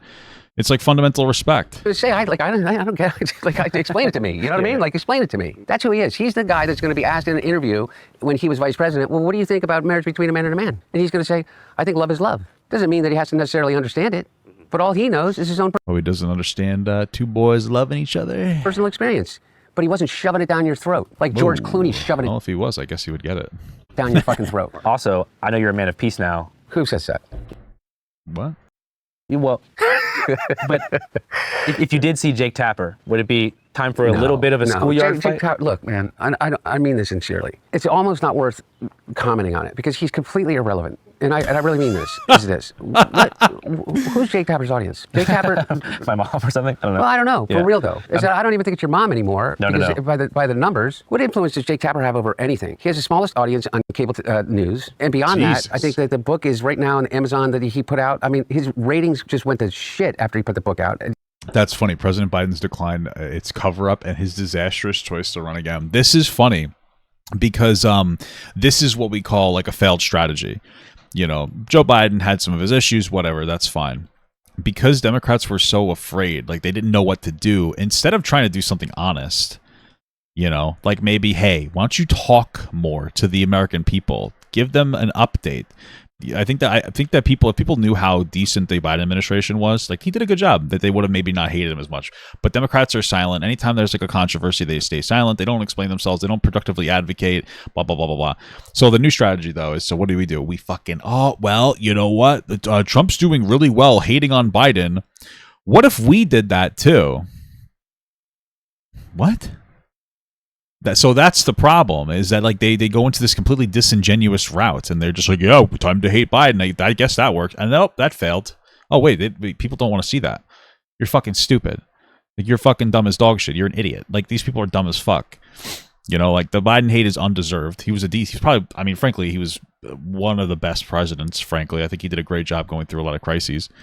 And instead of explaining shit like that, it's like, it's hate him. Fuck you. Like, what a fucking pussy book. It's just pussy shit. You know, they did a 2-week info. Fundamentally, it would have made sense to kind of stick together, you know? I'm not saying validate and justify every single thing that's going on, but like, Jesus Christ, this was your fucking strategy? Oh, well, Biden bad. Like, fucking get off your... No. But that's ridiculous. Get off your high horse is what I was going to say. That was what I was obviously going to say there, Jake Tapper. It's just so stupid. Commercial for it. I mean, it was such a money grab, such a disservice to everybody that he serves with. The journalism that he purports. Oh, this will do real well, guys. We're gonna go shit on Biden. This is gonna do real well. To take part in, and he's very personal. He has a real problem with me. He does this whole rant about how I was the acting chief of staff and that I took control of the White House and I orchestrated this cover-up of my dad's health and well-being. At the same time as who would ever trust a person like me that was a crack addict that got their sister-in-law addicted to crack cocaine, things that he has no notion of or idea about in personal, you know, like, Jesus Christ, Jake, grow the fuck up. Well, a lot of these dudes now, really? Is this a personal thing with me? I feel like this is the Trump era now. You're seeing a lot of like liberals and progressives kind of start to shift a little bit right, or at least capitulate to right-wing tendencies because they're following power and capital. Like, I don't know if you've seen this A24 movie recently called Warfare. It's a really good movie, but it's borderline like valorizing the Iraq war veterans, which I think I respect veterans in general, but like with no context as to like what was going on in Iraq, like why we were there, and sort of like paints. It's kind of funny, isn't like South Park doing the commentary on that basically? They're like the PC, like PC principal became fucking left, like a right-wing fucking freak. It's funny. I guess so. The locals as these sort of. Is this based off the book? I think so. That he said that he wrote, he would take 15 minutes with his coffee and he wrote a book in like 6 months because he's some kind of fucking genius. But the point is, like, A24 is the same company that made Moonlight and was making movies that were all about like trans issues 4 or 5 years ago. So now you're starting to see, you're seeing money move right. So I'm not surprised that somebody like Jake Tapper, who's oh, absolutely, 1,000%. It's the same thing with these fucking companies that didn't do Pride Month. You know, all people did was complain, and apparently it was justified, just to be clear, about how disingenuous all the Pride shit was. Like, every Pride Month, all these companies would talk about Pride and blah, blah, blah, and it was all a virtue signaling. They never actually cared and all that stuff. And then guess what happened? This year rolls around. All of a sudden, it's not financially viable to support Pride because of the administration that Trump has put us under. And, oh, there it goes. We don't care about Pride anymore. All these companies are fucking pussy losers. This would have been the time to actually say something about it. And that's why these companies are like fucking pathetic. Like, they're actual fucking losers. They're fucking cowards. They're fucking losers. And they should, like, they're like, especially Target. I don't know why Target specifically pisses me off. But Target should fucking choke on a dick the hardest. It's just so fucking pathetic. People really should be more pissed off about it. Like, be outraged by that. You're going to sit here, and when it's convenient for you, you're going to do a fucking pride section. And then the second that it's not convenient, your pride section is going to be pitiful, fucking disgusting, and pathetic. Like, you're a loser. You guys are losers. Like, how pathetic is that? Like, you never even cared. You know, and I know that some of the people that work for Target care, but like, you shouldn't let them get away with that. You should fucking, you know, you should give them a ton of shit for that. It's embarrassing. I think it's pathetic. I think it's some weak ass shit. I think people just need to give Target, especially Target. I don't know why specifically. I feel like Target played into it more than anybody else. Maybe that's why I'm so hard on it. But especially Target, people need to be angrier about it, and they need to like boycott Target. Like, be really angry about it. Honestly, just be unreasonably angry with Target. Not even kidding. Okay. Probably concerned about revenge. That's it. And by the way, again, it all comes down to money. Every single thing is that you can see the choices that these people make. What is the historical value of a book that is not sourced? Correct me if I'm wrong, but I don't know of any on-the-record source of any significance other than the story that's being repeated over and over again, which I can tell you I was there. I watched George Clooney be introduced to my dad with 30 other people in line, and the guy said, Mr. President, George Clooney and Julia Roberts. That's it. That's the story. There's dozens of witnesses. Yeah. Other than that story, there's literally no sourcing. So what's it about? It's about money. It was a money grab. Jake decided, I could basically do this infomercial. I'm going to pick up the entire right wing because they're going to want to read this book, and they're going to do exactly why they're not reading it. They're not buying the book, and they're criticizing them. But what they're also doing is they started a congressional investigation, and now I have to deal with another fucking subpoena because Jake Tapper has decided that he's, through anonymous sources, going to create some conspiracy of a crime. And here we are. To what end? To what end? As the world falls apart around us, why do I have to fucking spend my time worrying or thinking about or even talking about somebody as irrelevant as Jake Tapper? I mean, really? Jake Tapper in history? What? Damn. I haven't heard Jake Tapper respond to this, so I guess it's really upset his feelings. Where does he stand? I don't know. I saw him in the streets of Ukraine, in Lviv, during the war. And I think he thought that I was a right-wing sort of troll or something. So I was like, hey, Tapper. I don't know why I said, hey, Tapper. I just thought he would respond. And he just like started fucking walking away as fast as he could. And I was like, Tapper. And he was just like out of there. So, I mean, that made me think, all right, this is not really my guy. But backing up a little bit. You know, I've known Jake for 30 years. Okay, well, yeah. Jake, if you see this, you should have said what's up. Jake Tapper, the bar risk guy, is very funny. No, they showed him on screen before.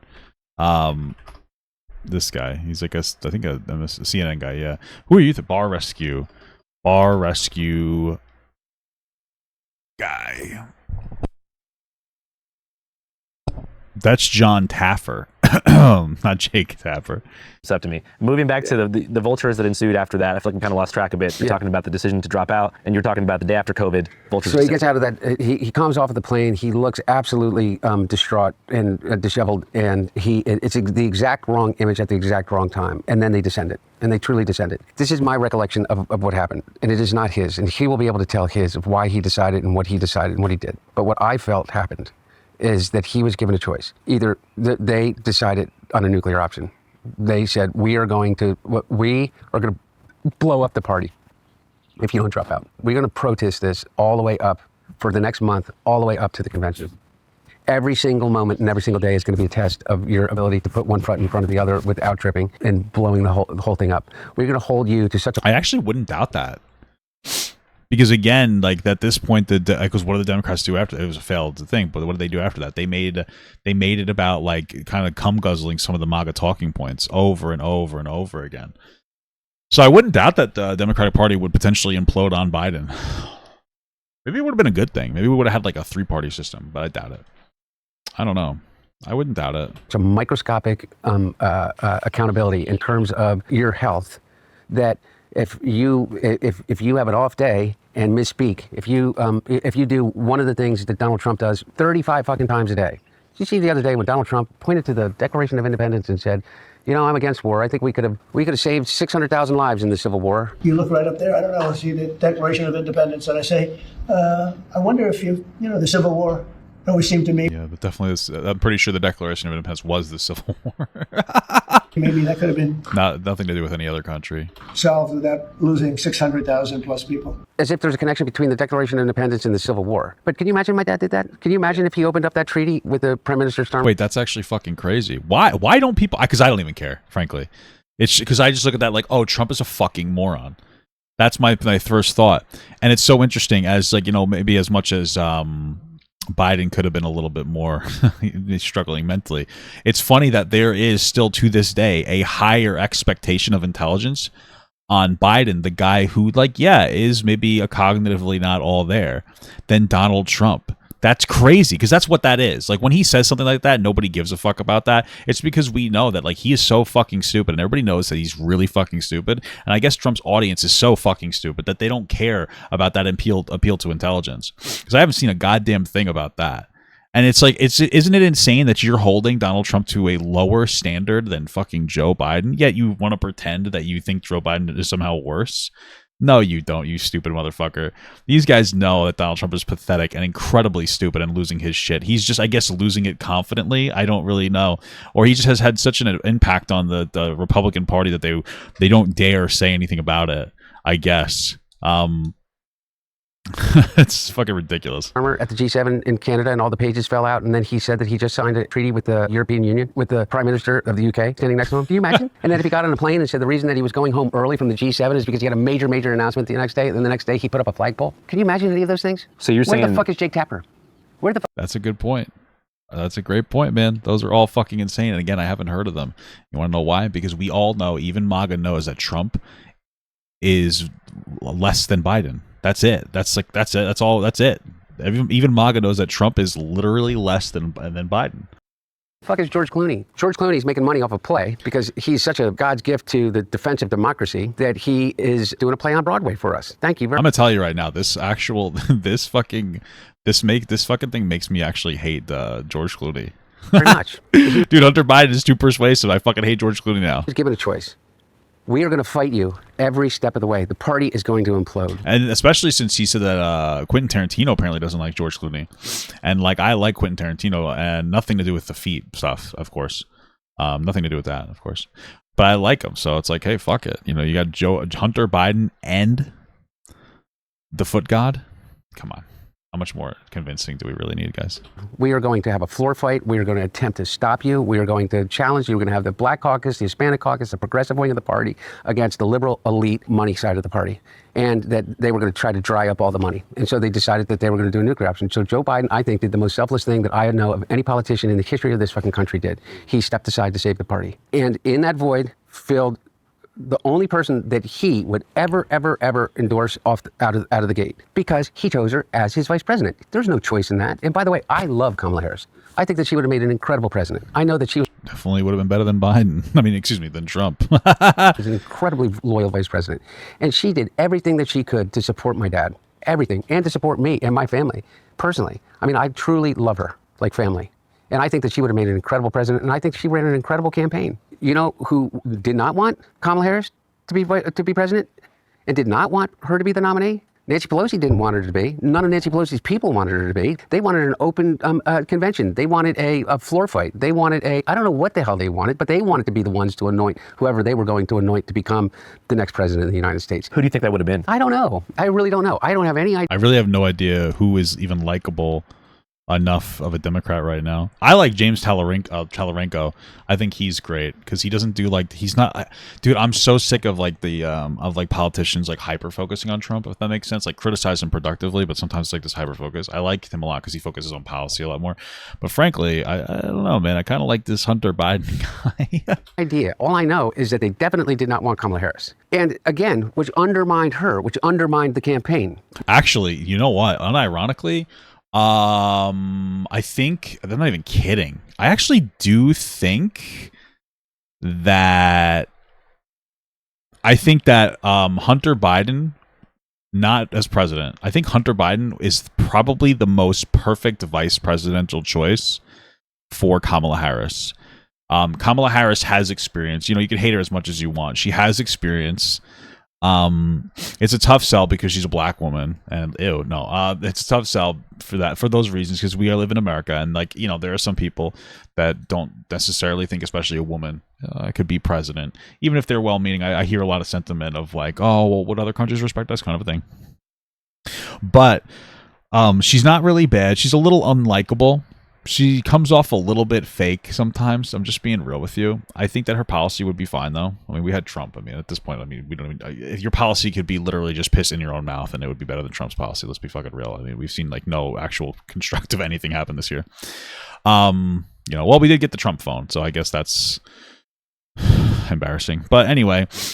Hunter Biden, though, they don't really need the experience angle. Like, they needed Joe Biden to run with Barack Obama because, you know, Obama was very new. And so they needed somebody with some experience that could do, like, a both sides thing, because that was something that Biden was good at, Joe. But Hunter Biden, he seems like a very honest guy. He has a fractured, like a struggle, like a difficult past, or rather, he has a controversial past, which I think people appreciate because we all got our shit. And he's a white guy, and he's handsome, and he's charismatic. And let's be real, like, you need a white guy. And Tim Walz, as like nice as he looked, he always looked like he was worried in his face. Like, right? I mean, so I don't think Tim was ever good. You know, there's no picture you can find of Tim Walz where he doesn't look slightly worried about something. And that bothers me. Like, what the fuck is this? He's always kind of worried about something. Guy, what the hell is happening here? He always has a worried face on. And so I think that, like, Hunter Biden might actually be the perfect, we'll say, juxtaposition, we'll say, for Kamala Harris. I actually would not doubt that. He might be able to do pretty decent. He might be able to do pretty well. You know, I mean, I look at these people and talk about, like, well, where were they? We had 100 days. She got 100. She literally was handed a $100 million check. She ran her ass off. She had an incredible organization, incredible grassroots organization. David Plouffe took over the campaign. You know, what did they do? Is that grassroots, though? That seems a little crazy. Where'd they spend their money? Those camo hats, they thought were going to make the kids go crazy, but most of the kids are pretty Palestine filled. Look, I'm telling you, one of the reason I think that whether, you know, I'm not a conspiracy. Well, it is really funny. Because, like, yeah, there was a level of the focus was like, oh, man, we lost young men. The Democrats lost young men. How do we get young men back? And then now there was all, like, this worry of, like, well, you know, things were toxic on TikTok, really. But, you know, back in, like, what do we do to get young men back? What should we do? Let's be relatable. Let's talk about hunting. Let's give young men jobs, you stupid fucks. I'm telling you, maybe it's like a hindsight of 2020 type of thing. But if looking back, if you were like, hey, listen, we want to expand trade jobs.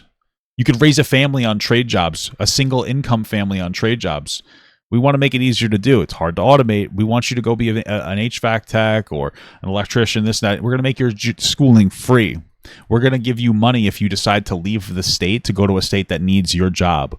We're going to help you out. We want people, especially jobs that young men gravitate towards. We want you to be able to be employed. I guarantee you young men would have been like, oh, fuck, that's an actual tangible thing. How many of these young men are sitting at home jacking off to porn because they can't get fucking girlfriends because they don't have a decent job? They're socially awkward. They're fucking stupid. They don't know what the fuck they're doing. How many, like, that is the entire problem with young men, is that it's a bunch of fucking like angsty young men that are worked up. They don't have the ability to work a fucking job. They can't really buy anything, and they're just jacking off all day, getting angry at the world because girls won't fucking talk to them. The only moment of clarity is after they fucking come, but then they're too worried. They're all sitting there too worried about, like, being self-conscious about how they just came to some fucking crazy shit. Like fucking some kind of weird feats thing, you know? And so, like, they're just sitting there like, oh, fuck, I can't believe I finished that. That's what they're doing. That's what they're doing. And so if the Democrats, I'm telling you, this is what would have gotten them the win. If the Democrats just sat here and they were just like, listen, we want to give you a job. Oh, fuck. Well, I think that we really could have had a chance here. Really could have had a chance here. And by the way, if you're a young man and you're looking for a job, like, yeah, that's a good idea for you to do. Do a trade job, man. Like, it's really not a bad job. It's tough on your body, but you want to know what? You can raise a family on it, and that's very important. Conspiracy theories completely, but I don't know what happened in that election. I don't think that it was her fault necessarily. I don't think that it was anybody's fault except this. One of the reasons that people would stick with my dad is because of the loyalty that they had to him. And you had to be unified. You have to make it feel like you're part of something. What they proved, what the Democratic Party proved, is they have no guts. I mean, by the way, I say party. The elite, white, ultra, I wouldn't even say liberal because it's not liberal. The old school, moneyed, liberal wing of the Democratic Party. Like the people who donate to the colleges. The people that donate to the colleges, the people that donate to the, multi-million-dollar checks to the DNC and the D. And by the way, just to be clear, you don't necessarily explicitly have to do a trade job, especially for young women out there that are trying to figure out what they want to do. Do a service job. And listen, they're underappreciated, but do a service job. And so a service job it's like a service. It's a service, an educated service job, and obviously, duh. A nurse, social worker, things of that nature. The educated service jobs. I hope that it gets better pay because these jobs do deserve more pay, obviously. But that's like that. Those jobs are hard to automate. Are hard to automate away as well. It's hard to automate away to a social worker. It's hard to automate away a social worker, excuse me.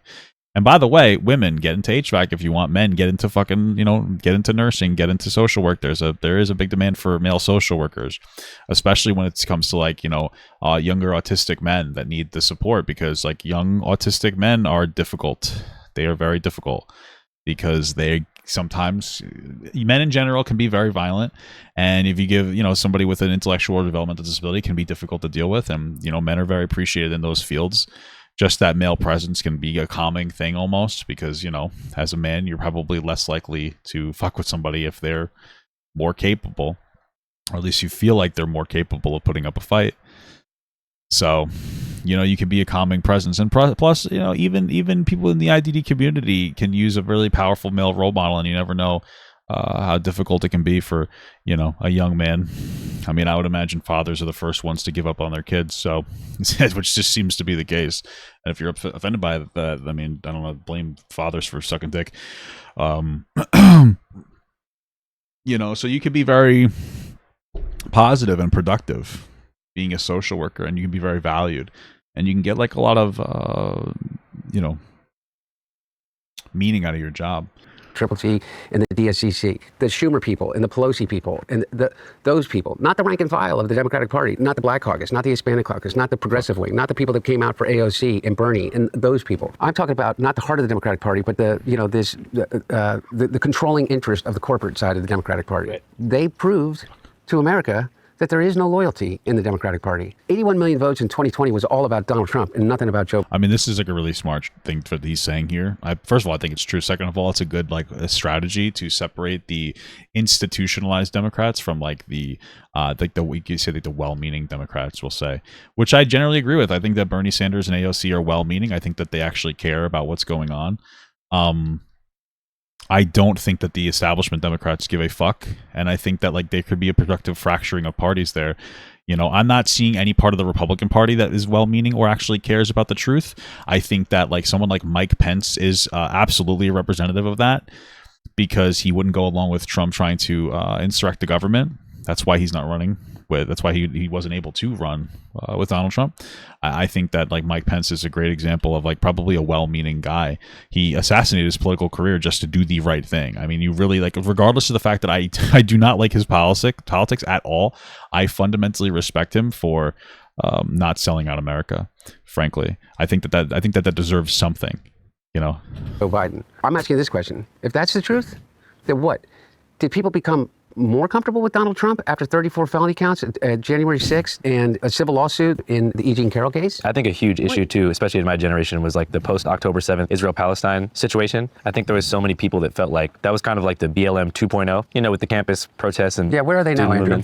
Who those protesters? Some of them. Well, when he said that he's going to turn Gaza into a Trump-branded golf course, and he's on track to doing that. He said that he would have the conflict, the war over the day that he took office. More people have died in Gaza between when he was inaugurated and today than at any time between October 7th and when my dad left office.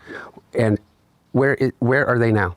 This is fucking, I don't know. For some reason that really spoke to me. That is so true. Not for nothing. This is a legitimate, basically, and I know he doesn't know who Hassan Piker is. This is a call out of Hassan Piker. All these motherfuckers sat here and they talked about how horrible things were going in Gaza, and then they didn't actively advocate for voting for Kamala Harris because he didn't do that. Hassan didn't do that. And in fact, he's friends with somebody, and he actively promotes a psychopath that takes credit for sending people like doxing and human skulls, that said that you should vote for Trump so that things get worse in Palestine and get worse in the country so it implodes on itself. And so I don't doubt that that's what Hassan Parker, his strategy was. Because where the fuck are all these virtue signaling bitches at? They didn't want to vote at all for Biden, or excuse me, for Kamala. There was no active advocacy for, hey, this is the better, because she would have been better objectively. There's no contestment. If you say otherwise, you're stupid and like you're literally worthless. Where was that? They're gone. They don't care. They do not care about children dying in Gaza. What they cared about was virtue signaling. It makes young, financially well off, intelligent young white people, it makes them feel good to pretend to care about brown people. That's it. That is all it is. That's why they call it brownie points. It's a virtue signal. They don't care about Gaza. They don't care about kids dying. It's very secondary to them. It's why these people like Hassan can't stop drinking colas that are on the BDS list. They can't try to redirect their audience away from streaming platforms that are on the BDS list.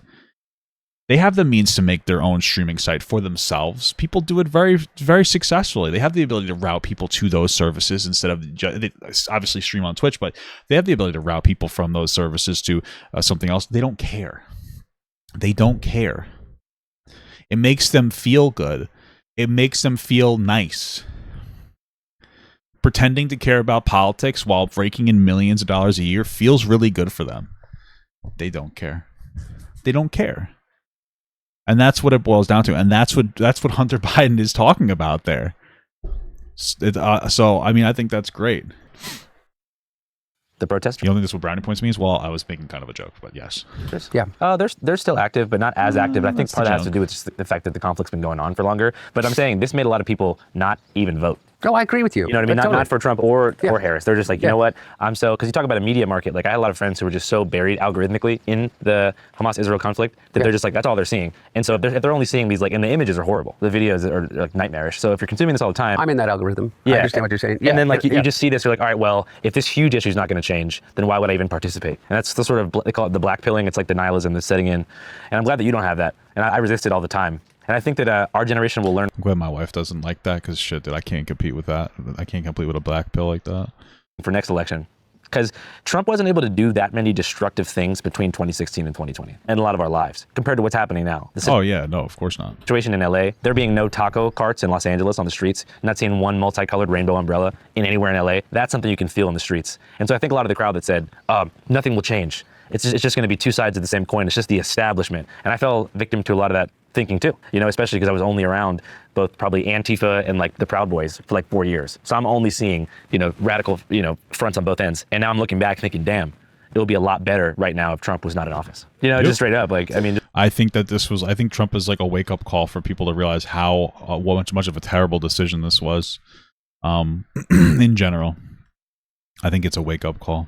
Just on a day-to-day basis. I know that people like to blame the media for sowing fear and discontent, but this LA situation is the first time that I can say, and maybe it's just a result of underexposure, that I've seen like genuine fear amongst the populace of a large metropolitan area. It'd be interesting, like you said, that you wanted to get out and start roaming again, and to see if you see that across the country. But I mean, by the way, I'm afraid. I'm afraid for the people that I love. I'm afraid for what he could do. I mean, he constantly continues to talk about me, and there's still threats of criminality and lawsuits and all of that kind of stuff. But I can't imagine what it's like to be someone here that has gone through the legal process to apply for asylum, that's going to the next court case in the Newcastle County Court. Yeah, it was fucked up. They called people in. They were like, hey, there are people who came here illegally, and they were like, listen, you can stay here as long as you check in.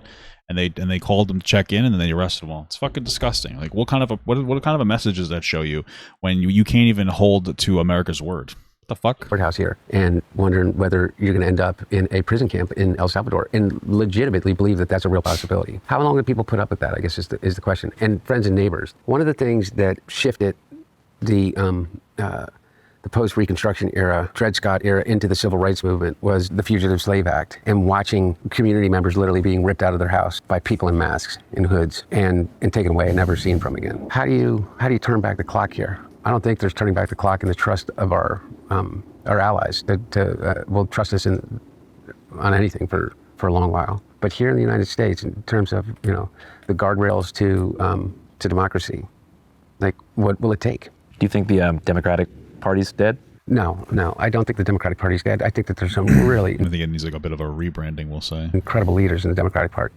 Wes Moore gives me incredible amount of hope. He's incredibly dynamic. He's so goddamn smart, and he's truly a genuinely decent human being. I love Governor Moore. He looks like he's a gay black guy. Here's the guy I like, James Rico. This is a guy I like. I think he's great. I think that Tim Walz is an incredible leader. I think that Kamala Harris is an incredible leader. Whether or not they can run again, I don't know. Whether or not they want to run again, I don't know. I think that the Democratic Party, that thing that Will Rogers said, I don't belong to any organized party, I'm a Democrat, is that everybody in every election before a president or somebody is nominated to lead the party says the Democratic Party's in disarray. There's no leadership. Nobody's You know what's crazy? It's it's kind of unfortunate, but like right now, dude, I hate it. Like what the funny part here is that like we kind of have to treat conservatives like fucking babies. You can't be like, oh, this was a bad choice, like you fucked up. Like you got to be like, oh yeah, you know what, like hey, listen, you didn't realize it either. You know what I mean? Who could have predicted this? Who the fuck could have predicted this? Doing anything, and everybody, that's always been the Democratic Party. But someone will emerge. There will be a leader that will emerge. The stakes are too high. Whether they'll succeed in this environment, I don't know. And that's the question. How far are people willing to go? And I don't mean violence, but in terms of putting themselves in jeopardy on behalf of the American people. How many congressmen, congresswomen are going to show up to detention centers to get arrested? How many senators are going to go and demand to be heard at these show trials and press conferences by, the likes of Kristi Noem? How many people are going to go and challenge Tom Homan to arrest him on the spot? How many people are going to demand that ICE agents take their masks off? Because it's just fucking un-American for law enforcement to be masked, unmarked, pulling people with no due process, no habeas corpus off the streets of the United States. We fought a fucking revolution against the king based on two things in particular: habeas corpus and due process. And we're so willing to give them up. Anybody that sets foot on U.S. soil had those two guarantees, and that set us apart. We literally fought a fucking revolution over it. And here we are having a debate about whether we want to defend illegal aliens. I don't want to defend illegal aliens. I don't want to do this. You know what I want to do? I don't want to defend due process and the humanity of actually a living human being that fought his way to get here. That Tom Homan, individually, and Kristi Noem, of all fucking people, don't have a right, and Stephen Miller don't have a right to say, you're gone. You go to a concentration camp.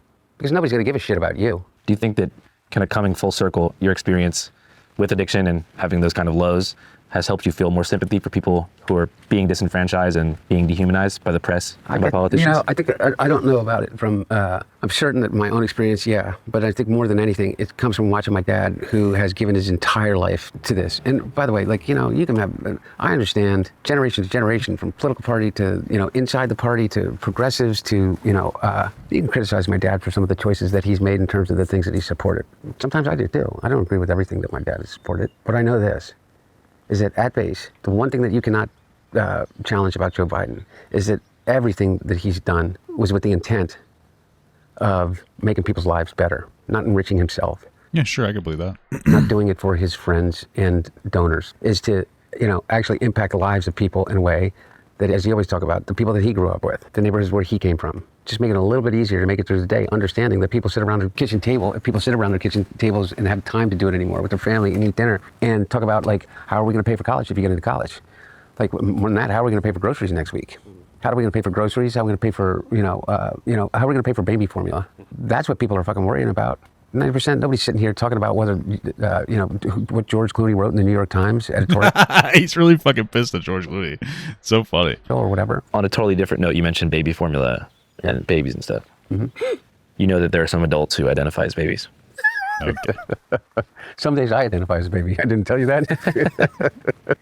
But have you heard of this subculture? No, I have not heard of this. I feel like it's mostly like a sexual thing. Like whatever, dude, do your thing. I know they're being playful about it. There's some people that are like, oh, they really identify as babies. They're fucking like weird, horny freaks. Like it's very strange. But as long as it's between consenting adults, I don't really care. I heard that a lot of people went to Epstein's Island identified as wanting to molest babies. So isn't that incredible? It's so nice that Epstein was able to give him that help, and especially with that a really nice letter he got from one of his good friends, Donald Trump. That was a great that was great as well. All right, guys, it's me again. Brace yourself here. I'm about to show you a preview of our upcoming return episode for our secondary show, All Gas, No Breaks, which, if you missed the news, we've decided to resurrect after the 4-year process of buying the rights back from our former parent company. All right, God bless him, man. Now, this episode is not like on Patreon. This is not any kind of advertisement. Let them know. I just want to get people excited about it because I know a ton of people love All Gas, No Breaks and are anticipating a return sometime soon. So here's a little preview that I hope can get you guys a little bit stoked on what's coming out soon. I'm Mommy Mona, and I am changing an adult baby. Oh, that's why. That's why he asked him about the.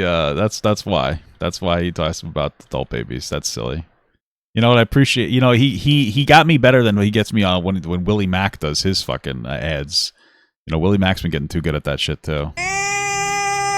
It's okay to poop in your diaper. It's okay to be a baby. And why do people do this? Jesus, hold on a second.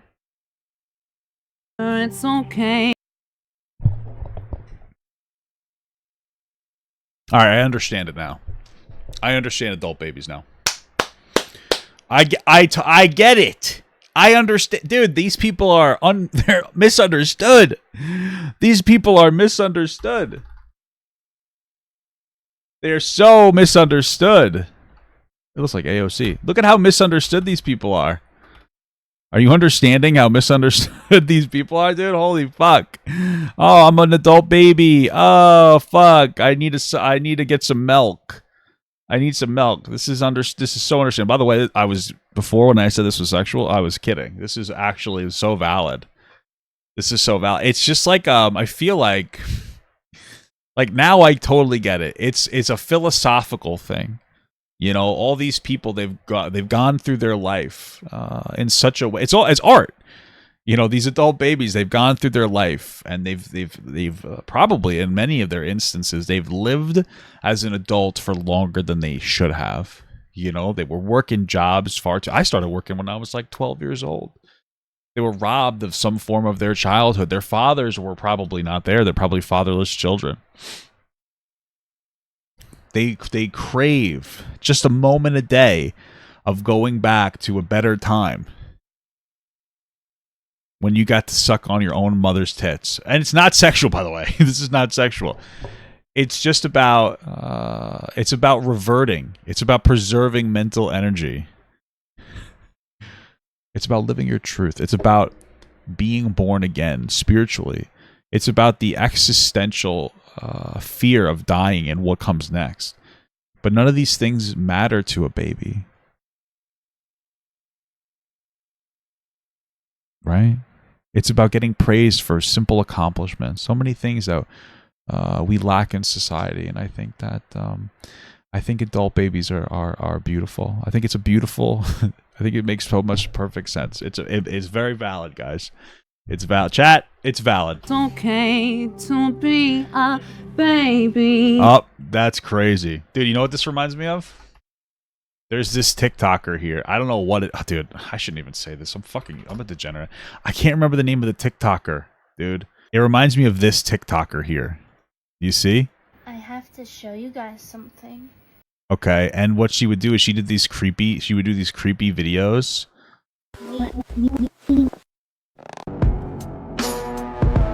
Anyway, she does porn, and so... The point is that there's something weird about creepy women. That's sometimes kind of hot. I don't know what it. You know, maybe it's not the creepy. Maybe it's not the creepy part. Maybe it's that they're crazy. Maybe it's the craziness, the fucking insanity. These women are crazy as fuck, and I don't know what it is about crazy women. Oh my god, dude, you guys are fucking crazy. Everybody in the chat saying that they know who she is. I remember this name off the top of my fucking dome, by the way. That's how you know we're doing it today, baby. Guys, remember at the beginning of this where I said I had a porn addiction? Not true. Unverified. That's crazy though, dude. That's the same fucking vibe. Holy shit. I'm so afraid. But my cum's not. Actually, it is. It's running away from my balls. straight out of my balls. That's what's happening here. Okay. And why do people do this kind of thing? To like soothing, cathartic, like therapeutic experience. Sorry, I just need to. And why do people do this kind of thing? Okay. Are you really interviewing while this guy's asshole's out? To like soothing, That's insane. cathartic, like therapeutic I agree with her. experience where they can just release negative emotions and experience like love and bliss and happiness. I like to play with blocks. I like to color. I like Yeah, that's crazy how there's like 5 of them at once. That's kind of cucked. You're kind of getting cucked. to ride my rocking horse. I like to sometimes stack my passy and play with my stuffies. Those are gratifying. You know what? Everybody's making fun of this guy, but there's something confident about this guy. He's the only one that's not censored. Things that just takes all the life pressure away from me. Yeah, there's something about corporate industrial society that makes people believe after puberty they have to let go of all the things they enjoyed as little That's so tykes. true. Absolutely. Yeah, and then you get made fun of. Oh, you have fucking... Well, you have, I call them tchotchkes behind me. You have tchotchkes behind me? What do we call them? Bunkos. You got tchotchkes behind you? Oh, you're a fucking loser. Oh. Dude, you're poor. Suck my penis. It's small. Don't care. Because you're poor. And that's what it comes down to. Oh, you like toys? You're poor. You're poor. I don't care. I don't respect you. You're poor. I don't give about poor people. No, I'm just kidding. But also, fuck off. I love advocating for poor people until you piss me off. Okay? Then I'm gonna call you poor, and it's gonna be true, and you're gonna feel bad about it. So, it's not gonna make me feel bad. I don't give a fuck. You know what you should ask them? Is who do they support? Who do they vote for? I wonder who the adult baby diaper lovers population are. I honestly feel like most of them are Trumpers. They're definitely Trumpers. There's something like fucking like Trump. The adult babies are definitely Trumpers, and I'm not like saying that to like mock adult babies or Trumpers or whatever. I'm just saying like it's just the vibe I get. It's like you sit here and like you're like, well, who do you think that the most gay people voted for? Trump. Why? Because 95% of our gay population are conservatives that pretend to be religious and marry a wife and speak with a slight lisp, but try to voice train themselves out of it because they hate themselves for being gay and they try to legislate against it. That's actually pretty much most gay guys. So, like, yeah, most of the LGBTQ community is fucking voting conservative. Most of the fucking diaper freaks are voting conservative because those are the freaks. So, it's total MAGA, people. I don't give a fuck. Sorry. That's the truth. It's fucking MAGA people. Are they more Democrat or Republican? In their defense, at least they know to be ashamed of it enough to censor their faces. Like the black guy was probably the only fucking Kamala supporter. Right now. Yeah. That'll be interesting. Because Trump looks more like a baby than Harris. I mean, he's sort of shaped by the way, like there's that whole conspiracy. I don't know. I don't know. Trump's a baby? No. Matt Walsh literally has plushes of himself as a baby. Chat, find me Matt Walsh baby porn. Matt Walsh baby plush. Oh, dude, that's fucking crazy. Good thing I'm not popular enough for that joke to ever bite me in the ass. Chat, find me Matt Walsh baby plush. Beep boop boop boop boop boop. I gotta try to find this, dude. I'm trying to find it. Chat, this is a real thing. Look at this. Look at this. Matt Walsh as a baby next to a gay walrus. By the way, a walrus is another name for a bear in the gay community, except it has big tusks. So it's basically a walrus is a bear with a big cock. So Matt Walsh, we just proved it's a fact. This is a fact, okay? All right, guys, don't let the fact that I'm laughing distract you from this fact. Matt Walsh not only has a baby fetish, but he has a wanting to get railed by a chubby brown guy, brown walrus, with big tusks. This is it. This is the proof that I'm fucking. This is my proof. Whoa, that was my gooning material for later. No, we can start it. We can start a conspiracy. Oh, the baby. Eating the babies. The baby. Oh, no, not eating the babies. Yeah. I didn't know that one. Well, that was a big one back in 2020. Oh, was it? Yeah, adrenochrome, you know? Oh, that, yeah. Well, really, it comes from the book Fear and Loathing. I was thinking about the diaper thing. I did the whole diaper thing. Oh, okay. Yeah. Because eating a baby and being a baby are two different animals. One's illegal. Yeah. No, you can eat some animal babies. Veal? You can eat veal. You know, do your thing. God bless you. The other maybe should be. Well, some elements of the adult baby stuff I understand. Yeah. The music is comforting. Baby nursery music. I think, yeah. You know what I mean? You mentioned oral fixation. Oh my God, is she going to actually make me go through this conversation about the old baby diaper fucking thing? Okay. Do you see our involvement in the Middle East as something that should be limited or increased? I definitely think it should be limited. It's really interesting is that, you know, I am a firm believer in the right of the state of Israel to exist, but I'm also a firm believer in the right of the state of Palestine to exist. And so I sit here and I believe in a two-state solution. And I believe that in any of these conflicts, you should have been able to find that was the only obvious and potentially realistic path forward. Because on either side, you're not going to sit and allow for or condone a genocide or mass upheaval of an entire population. Somehow, the Israelis and the Palestinians have to find a way to coexist, correct? And I do know this, is that if you don't start there, then you end up where he is, the current president, which is that the Palestinian population of the West Bank and Gaza have to be completely removed from the region. Right. So then the idea of a mass deportation of millions of people is the most unreasonable and unrealistic, impossible thing to even conceive of. But even if you could, where? And there's not one of the regional partners could possibly handle that. Arkansas. Just get that out of there. Not the Egyptians, not the Jordanians, not the Syrians, not the Lebanese, not the Saudis. There's nobody that would take that population. Do you think that's because they're Well, it's a massive population. Nobody should have to. And again, like, you know, two-state solution, some fucking, and give some help. Bro, you know, I don't know. I feel like two-state solution. Let's give some fucking economic relief to Palestinian people, you know. Let's give some economic relief there. Let's get them on our side. Let's make them, give them money to like the gays. You know what I mean, dude? That's pretty much what you got to do for a lot of people in the Middle East. Not a huge fan of them over there, but give them enough money under the table, maybe in a bathroom stall at a Lowe's.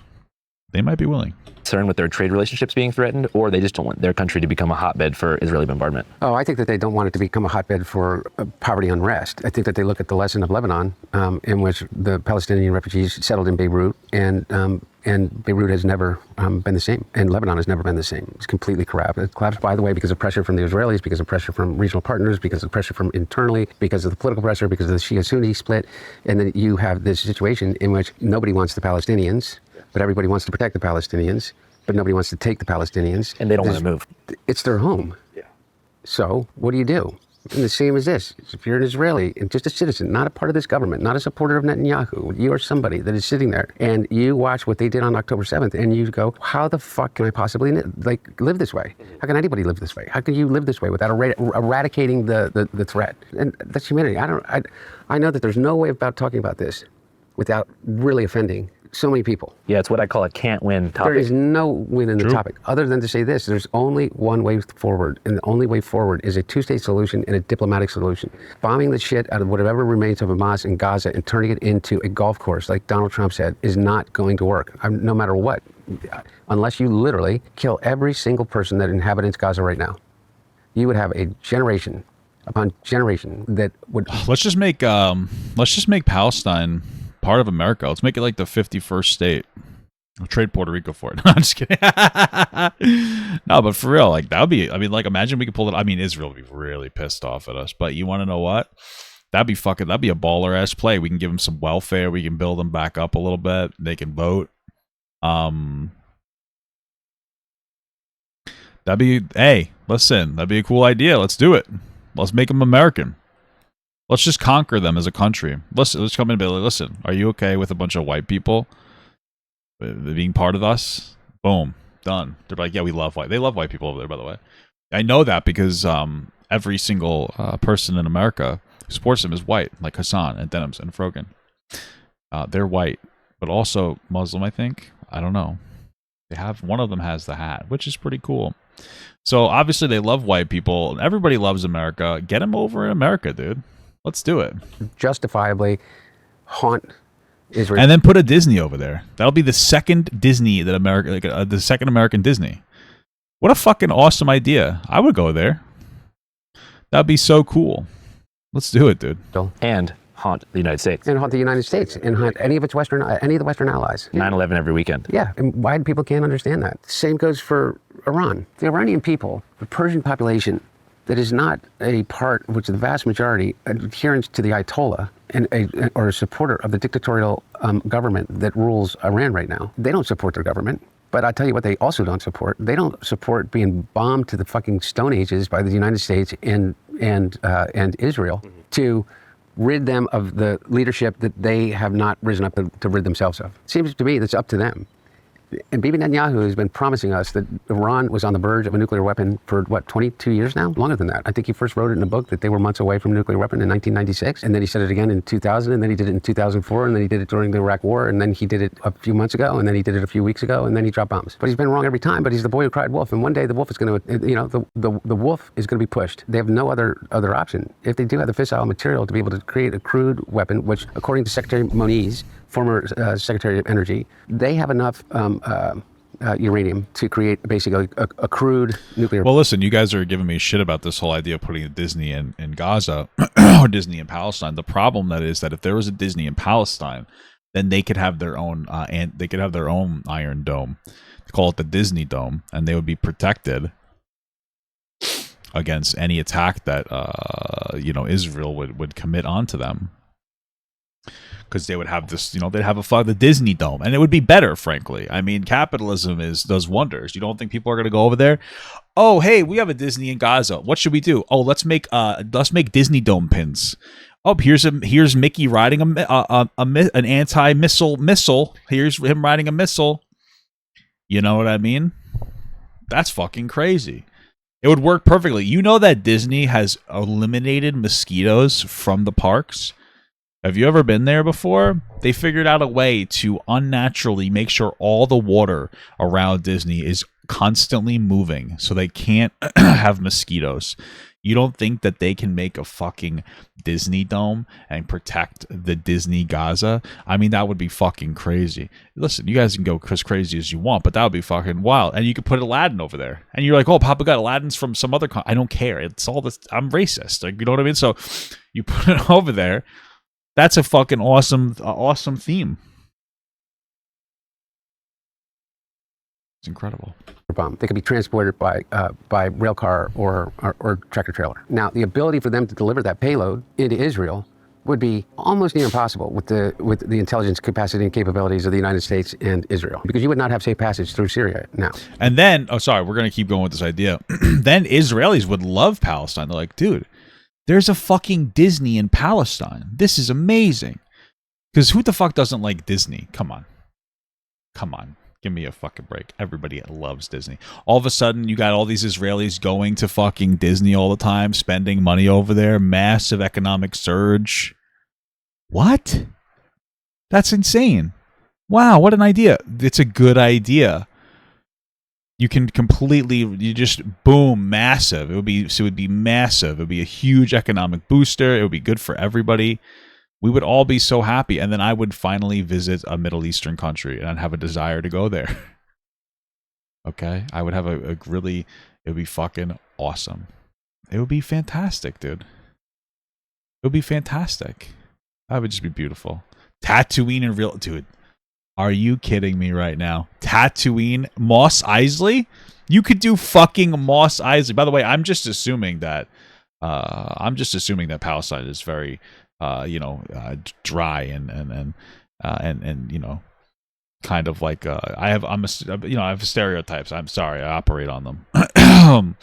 Maybe I'm wrong, but Mos Eisley, Aladdin World,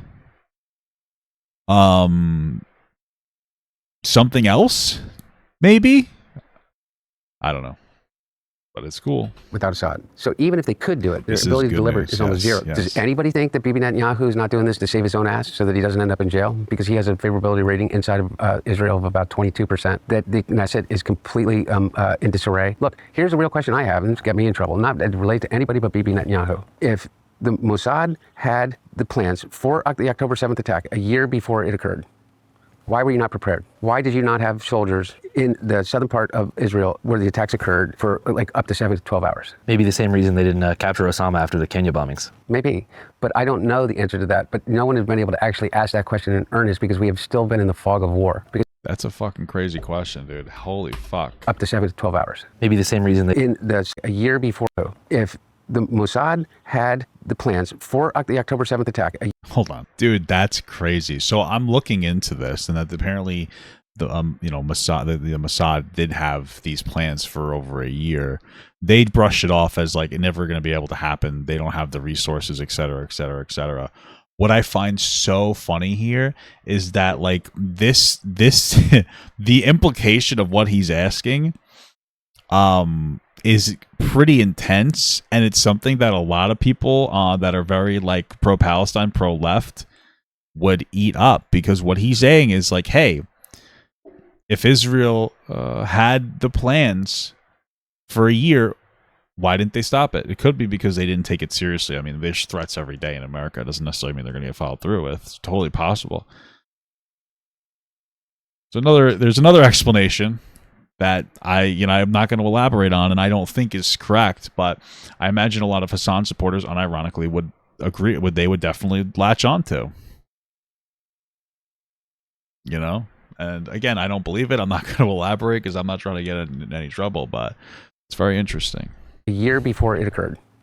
Why were you not prepared? Why did you not have soldiers in the southern part of Israel where the attacks occurred for like up to 7 to 12 hours? Maybe the same reason they didn't capture Osama after the Kenya bombings. Maybe, but I don't know the answer to that. But no one has been able to actually ask that question in earnest, because we have still been in the fog of war, because we've maintained the fog of war. I don't know if you've read Tom Friedman. I think it's probably the most prescient thing that's been written about this in at least many months. Tom Friedman wrote a thing, is that the worst thing that's happened to the people, the Jewish people, is the Israeli government. Jewish people globally. The threats to their lives, the anti-Semitism that it has generated, the implication that if you are a Jew that you support Netanyahu, by the way, not Israel, not the right of Israel to exist, not that you aren't a Zionist as my father is a Zionist, not that you do not believe. It's unironically insane listening to Hunter Biden express sentiments that would by anybody else on the right or left be considered an anti-Semitic dog whistle in a way that like I think I might be able to agree with.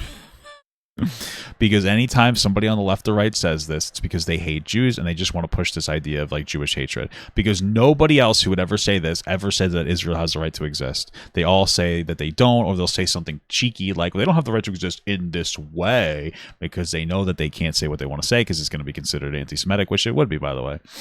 Suggesting that Israel shouldn't exist is anti-Semitic. We're not even going to have a conversation about that. But to sit here and say, but like the way that he's saying it, I mean, I think that I can agree with this. I mean, it's a little bit of a tough take, but I don't think that there's any dog whistling. I don't think that he hates Jewish people at all. I think that he's, I think he's correct. I think that's a beautiful. I think that he's been able. This here is like the defining moment where I'm like, oh shit, like this is something that would make people really resonate with Biden, saying something that is very tough to say, that's very intense, that's controversial without trying to be controversial. This one, it's kind of almost like an impressive take, man. You know, it's kind of like it's impressive. It's bold. It's bold to have this take, I think, now.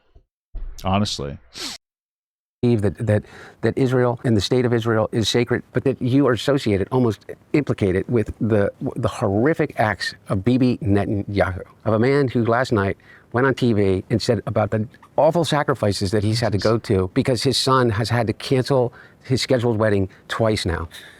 He said that on TV? On TV, and then said, and his wife has gone through so much pain because she's had to put her life on hold these last 2 years since October 7th. And he hadn't said one fucking thing about how many people that are still hostages that he refuses to negotiate for. That 100. That to me is a monster. And I support Israel. And I definitely support my Jewish wife and my Jewish son. And I believe in the right of the state of Israel to exist in peace and in prosperity. How do we talk about it without offending everyone? And I think my dad tried his hardest to be able to figure that out. The people that use... I feel like that, I feel like what he just said was pretty good. I feel like it was pretty good, man, honestly. Yeah, they stood up and, would just felt despondent because they didn't think that anything has changed. At least my dad was saying over and over again, the only solution is a two-state solution. We must find the answer to the two-state solution without dropping bombs. He took away the bunker-busting bombs from the Israelis. He tried to curtail Netanyahu's thing. He forced Netanyahu to open up shipping lanes and aid lanes at the Rafah crossing to be able to get food aid in. He put pressure over and over and over again. And now, by the way, that is not even remotely happening. What is happening is they were bombing food lines. There's no one in there to be able to record it. The World Food Program, the UNHCR, none of the aid organizations are able to make it in. Doctors Without Borders no longer can make it in. There have been more journalists killed at this war in Gaza than in any other war combined. And nobody's doing anything about it. And if you don't think that Donald Trump gave Bibi Netanyahu all the free hand he wanted to when he said what I... But don't forget, guys, it would have been just as bad under Kamala Harris, according to Hassan. So think is that I think it's great waterfront real estate, and the U.S. will own it. Literally said that.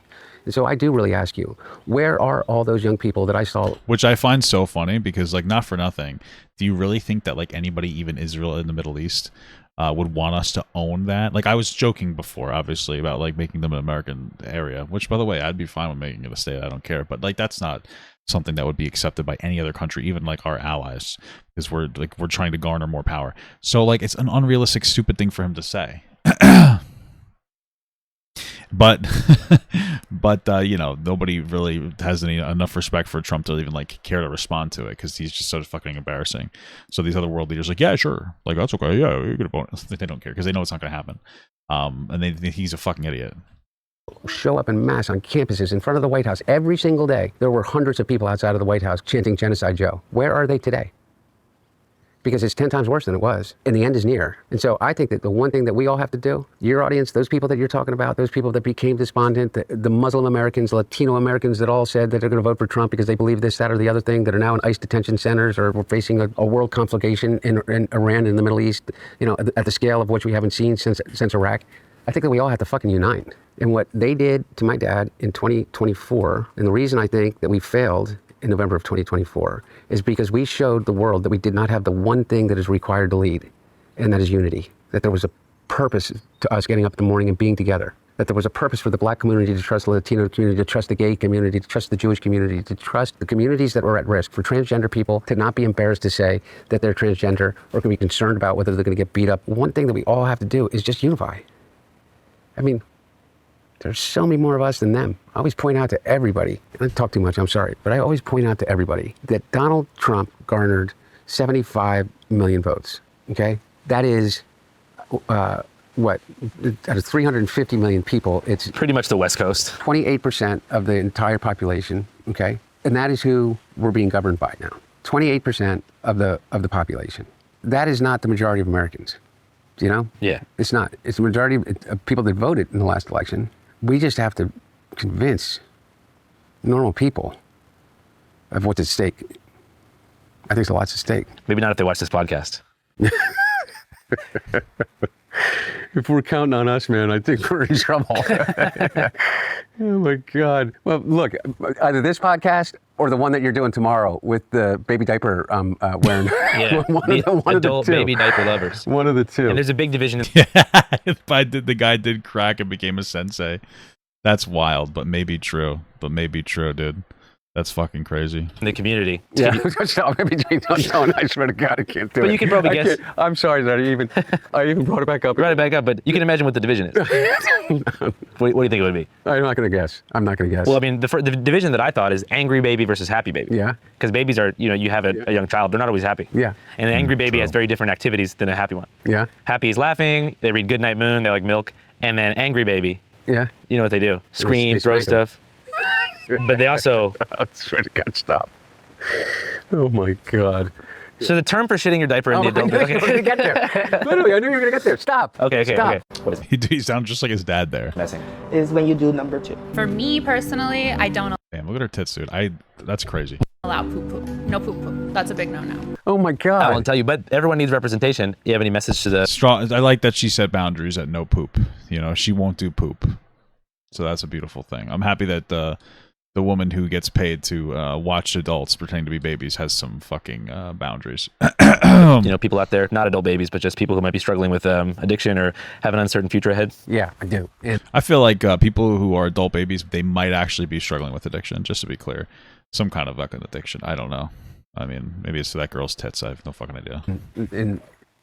In earnest, is that getting clean and sober is the fucking easiest thing you'll ever do. All you gotta do is change everything. But if you do, you know what? I promise you, there is literally, and I'm here to attest, that there is no problem too big that, come here. come here. There's no problem too big.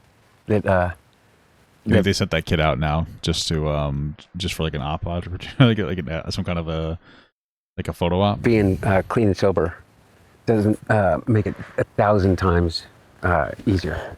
You think that like it's easier to do with the program, or do you advise people to just try doing it by themselves first? Oh no, I always try to get support. The best part, look, there's one thing is that regardless of what you think about the program, or it saved my life in so many different ways, and it saved the lives of nothing is a silver bullet. Nothing is ever a silver bullet. Mm-hmm. But I'll tell you what, having a place to go to know that you're not terminally unique, having a place to go to like say, one time realize that there's 6 other people in the room that are listening to you, or that you're listening to.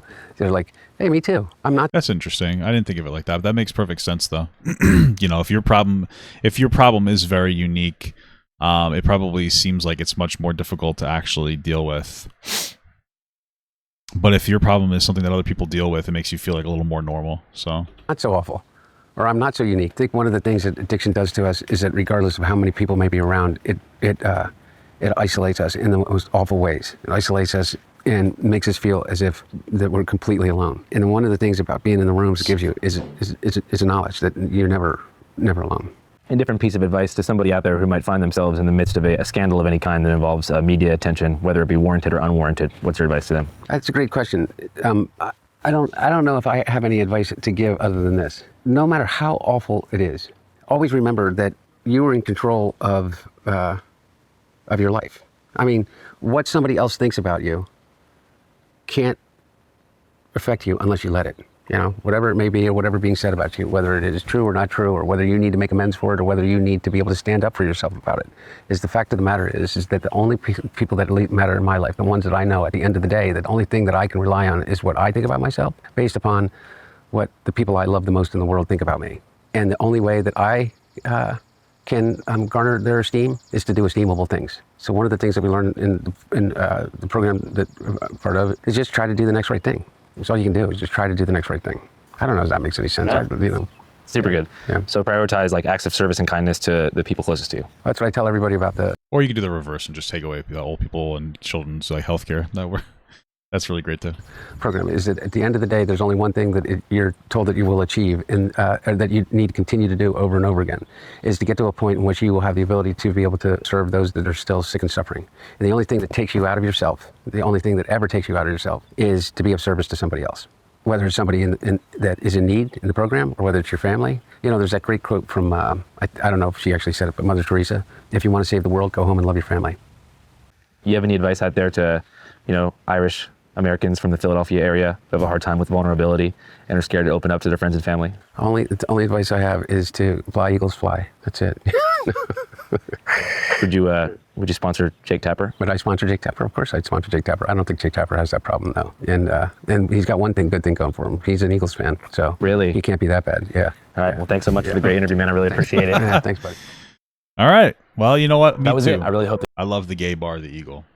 Oh, there's a little more. I'm going to let it play. You guys enjoyed this interview with Hunter. Now, at the time of the interview, which was conducted about a month ago in the beautiful foothills of rural Delaware, a corporate tax haven just a stone's throw from Kensington, Hunter wasn't really in the news and was enjoying something of a long-awaited break from the constant onslaught of attacks from Trump and co. that had been a near weekly occurrence in Hunter's life for 4 years straight. But a few weeks after this interview, that would all change, of course, when President Trump and Attorney General Pam Bondi dropped what may have been the worst deflection of all time related to the Jeffrey Epstein files. I'm sure you guys have seen this footage, so I'm not going to go through the process of putting it on screen. But in short, the White House, FBI, and DOJ dropped a report unanimously signing off on the fact that there was no significant wrongdoing to report inside of the Jeffrey Epstein files, alleged client list, and flight logs that were seized from international underage sex trafficker Jeffrey Epstein, to the shock of the entire world. And not just on the progressive or liberal side, this inflamed the core Trump base to an apocalyptic degree. Because after all, Donald Trump, along with Kash Patel and J.D. Vance, had ran nearly an entire campaign promising to release these files and framing themselves as the protectors of children sent by God to wage a holy war against a satanic pedophile cabal of Democrats and Hollywood actors. And then boom, Trump's lambasting reporters in real time for even asking about the Epstein files and shaming them for not instead focusing on the victims of the floods in Texas.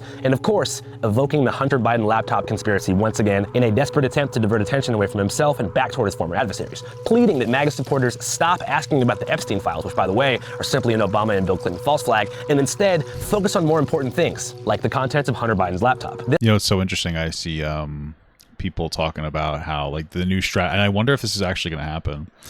But the new strategy from Trump is I think he gave Ghislaine Maxwell like limited immunity so she can name whoever she wants to name, yada yada yada yada yada. And so this way she can name a few people, mostly Democrats, and then she could deflect and somehow remove himself from the situation he's obviously a part of. And because it's crazy, because we already know he was like best friends with Jeffrey Epstein, right? Like that's a fact. We don't need to really debate that.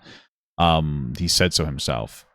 So it's fucking crazy. I just wonder if if Republicans will fall for it. I wonder if Republican voters will fall for it. This resulted in a renewed surge of headlines about Hunter, and I felt like, given the rapport that him and I had, it warranted a second interview to get his thoughts on the Epstein matter. To my surprise, Hunter was not at the Biden estate in Delaware, but instead in Southern California at his home studio working on some art and spending time with his wife and son. So I figured I'd pay him a visit, and it goes without saying that our second interview was a bit crazier than the first as far as like the stuff that we talked about. Unpopular opinion, if there was no underage kids at Epstein Island, nice place to go. Yeah. I can't believe you suckered me into saying that. Like, that's something that could definitely be taken out of context, motherfucker. So you cut that, all right? What the fuck? Now I feel like I just got fucking trapped. No, we'll cut that. That's going to be the whole interview. Well, no, I've always Hunter said Biden says, fucker.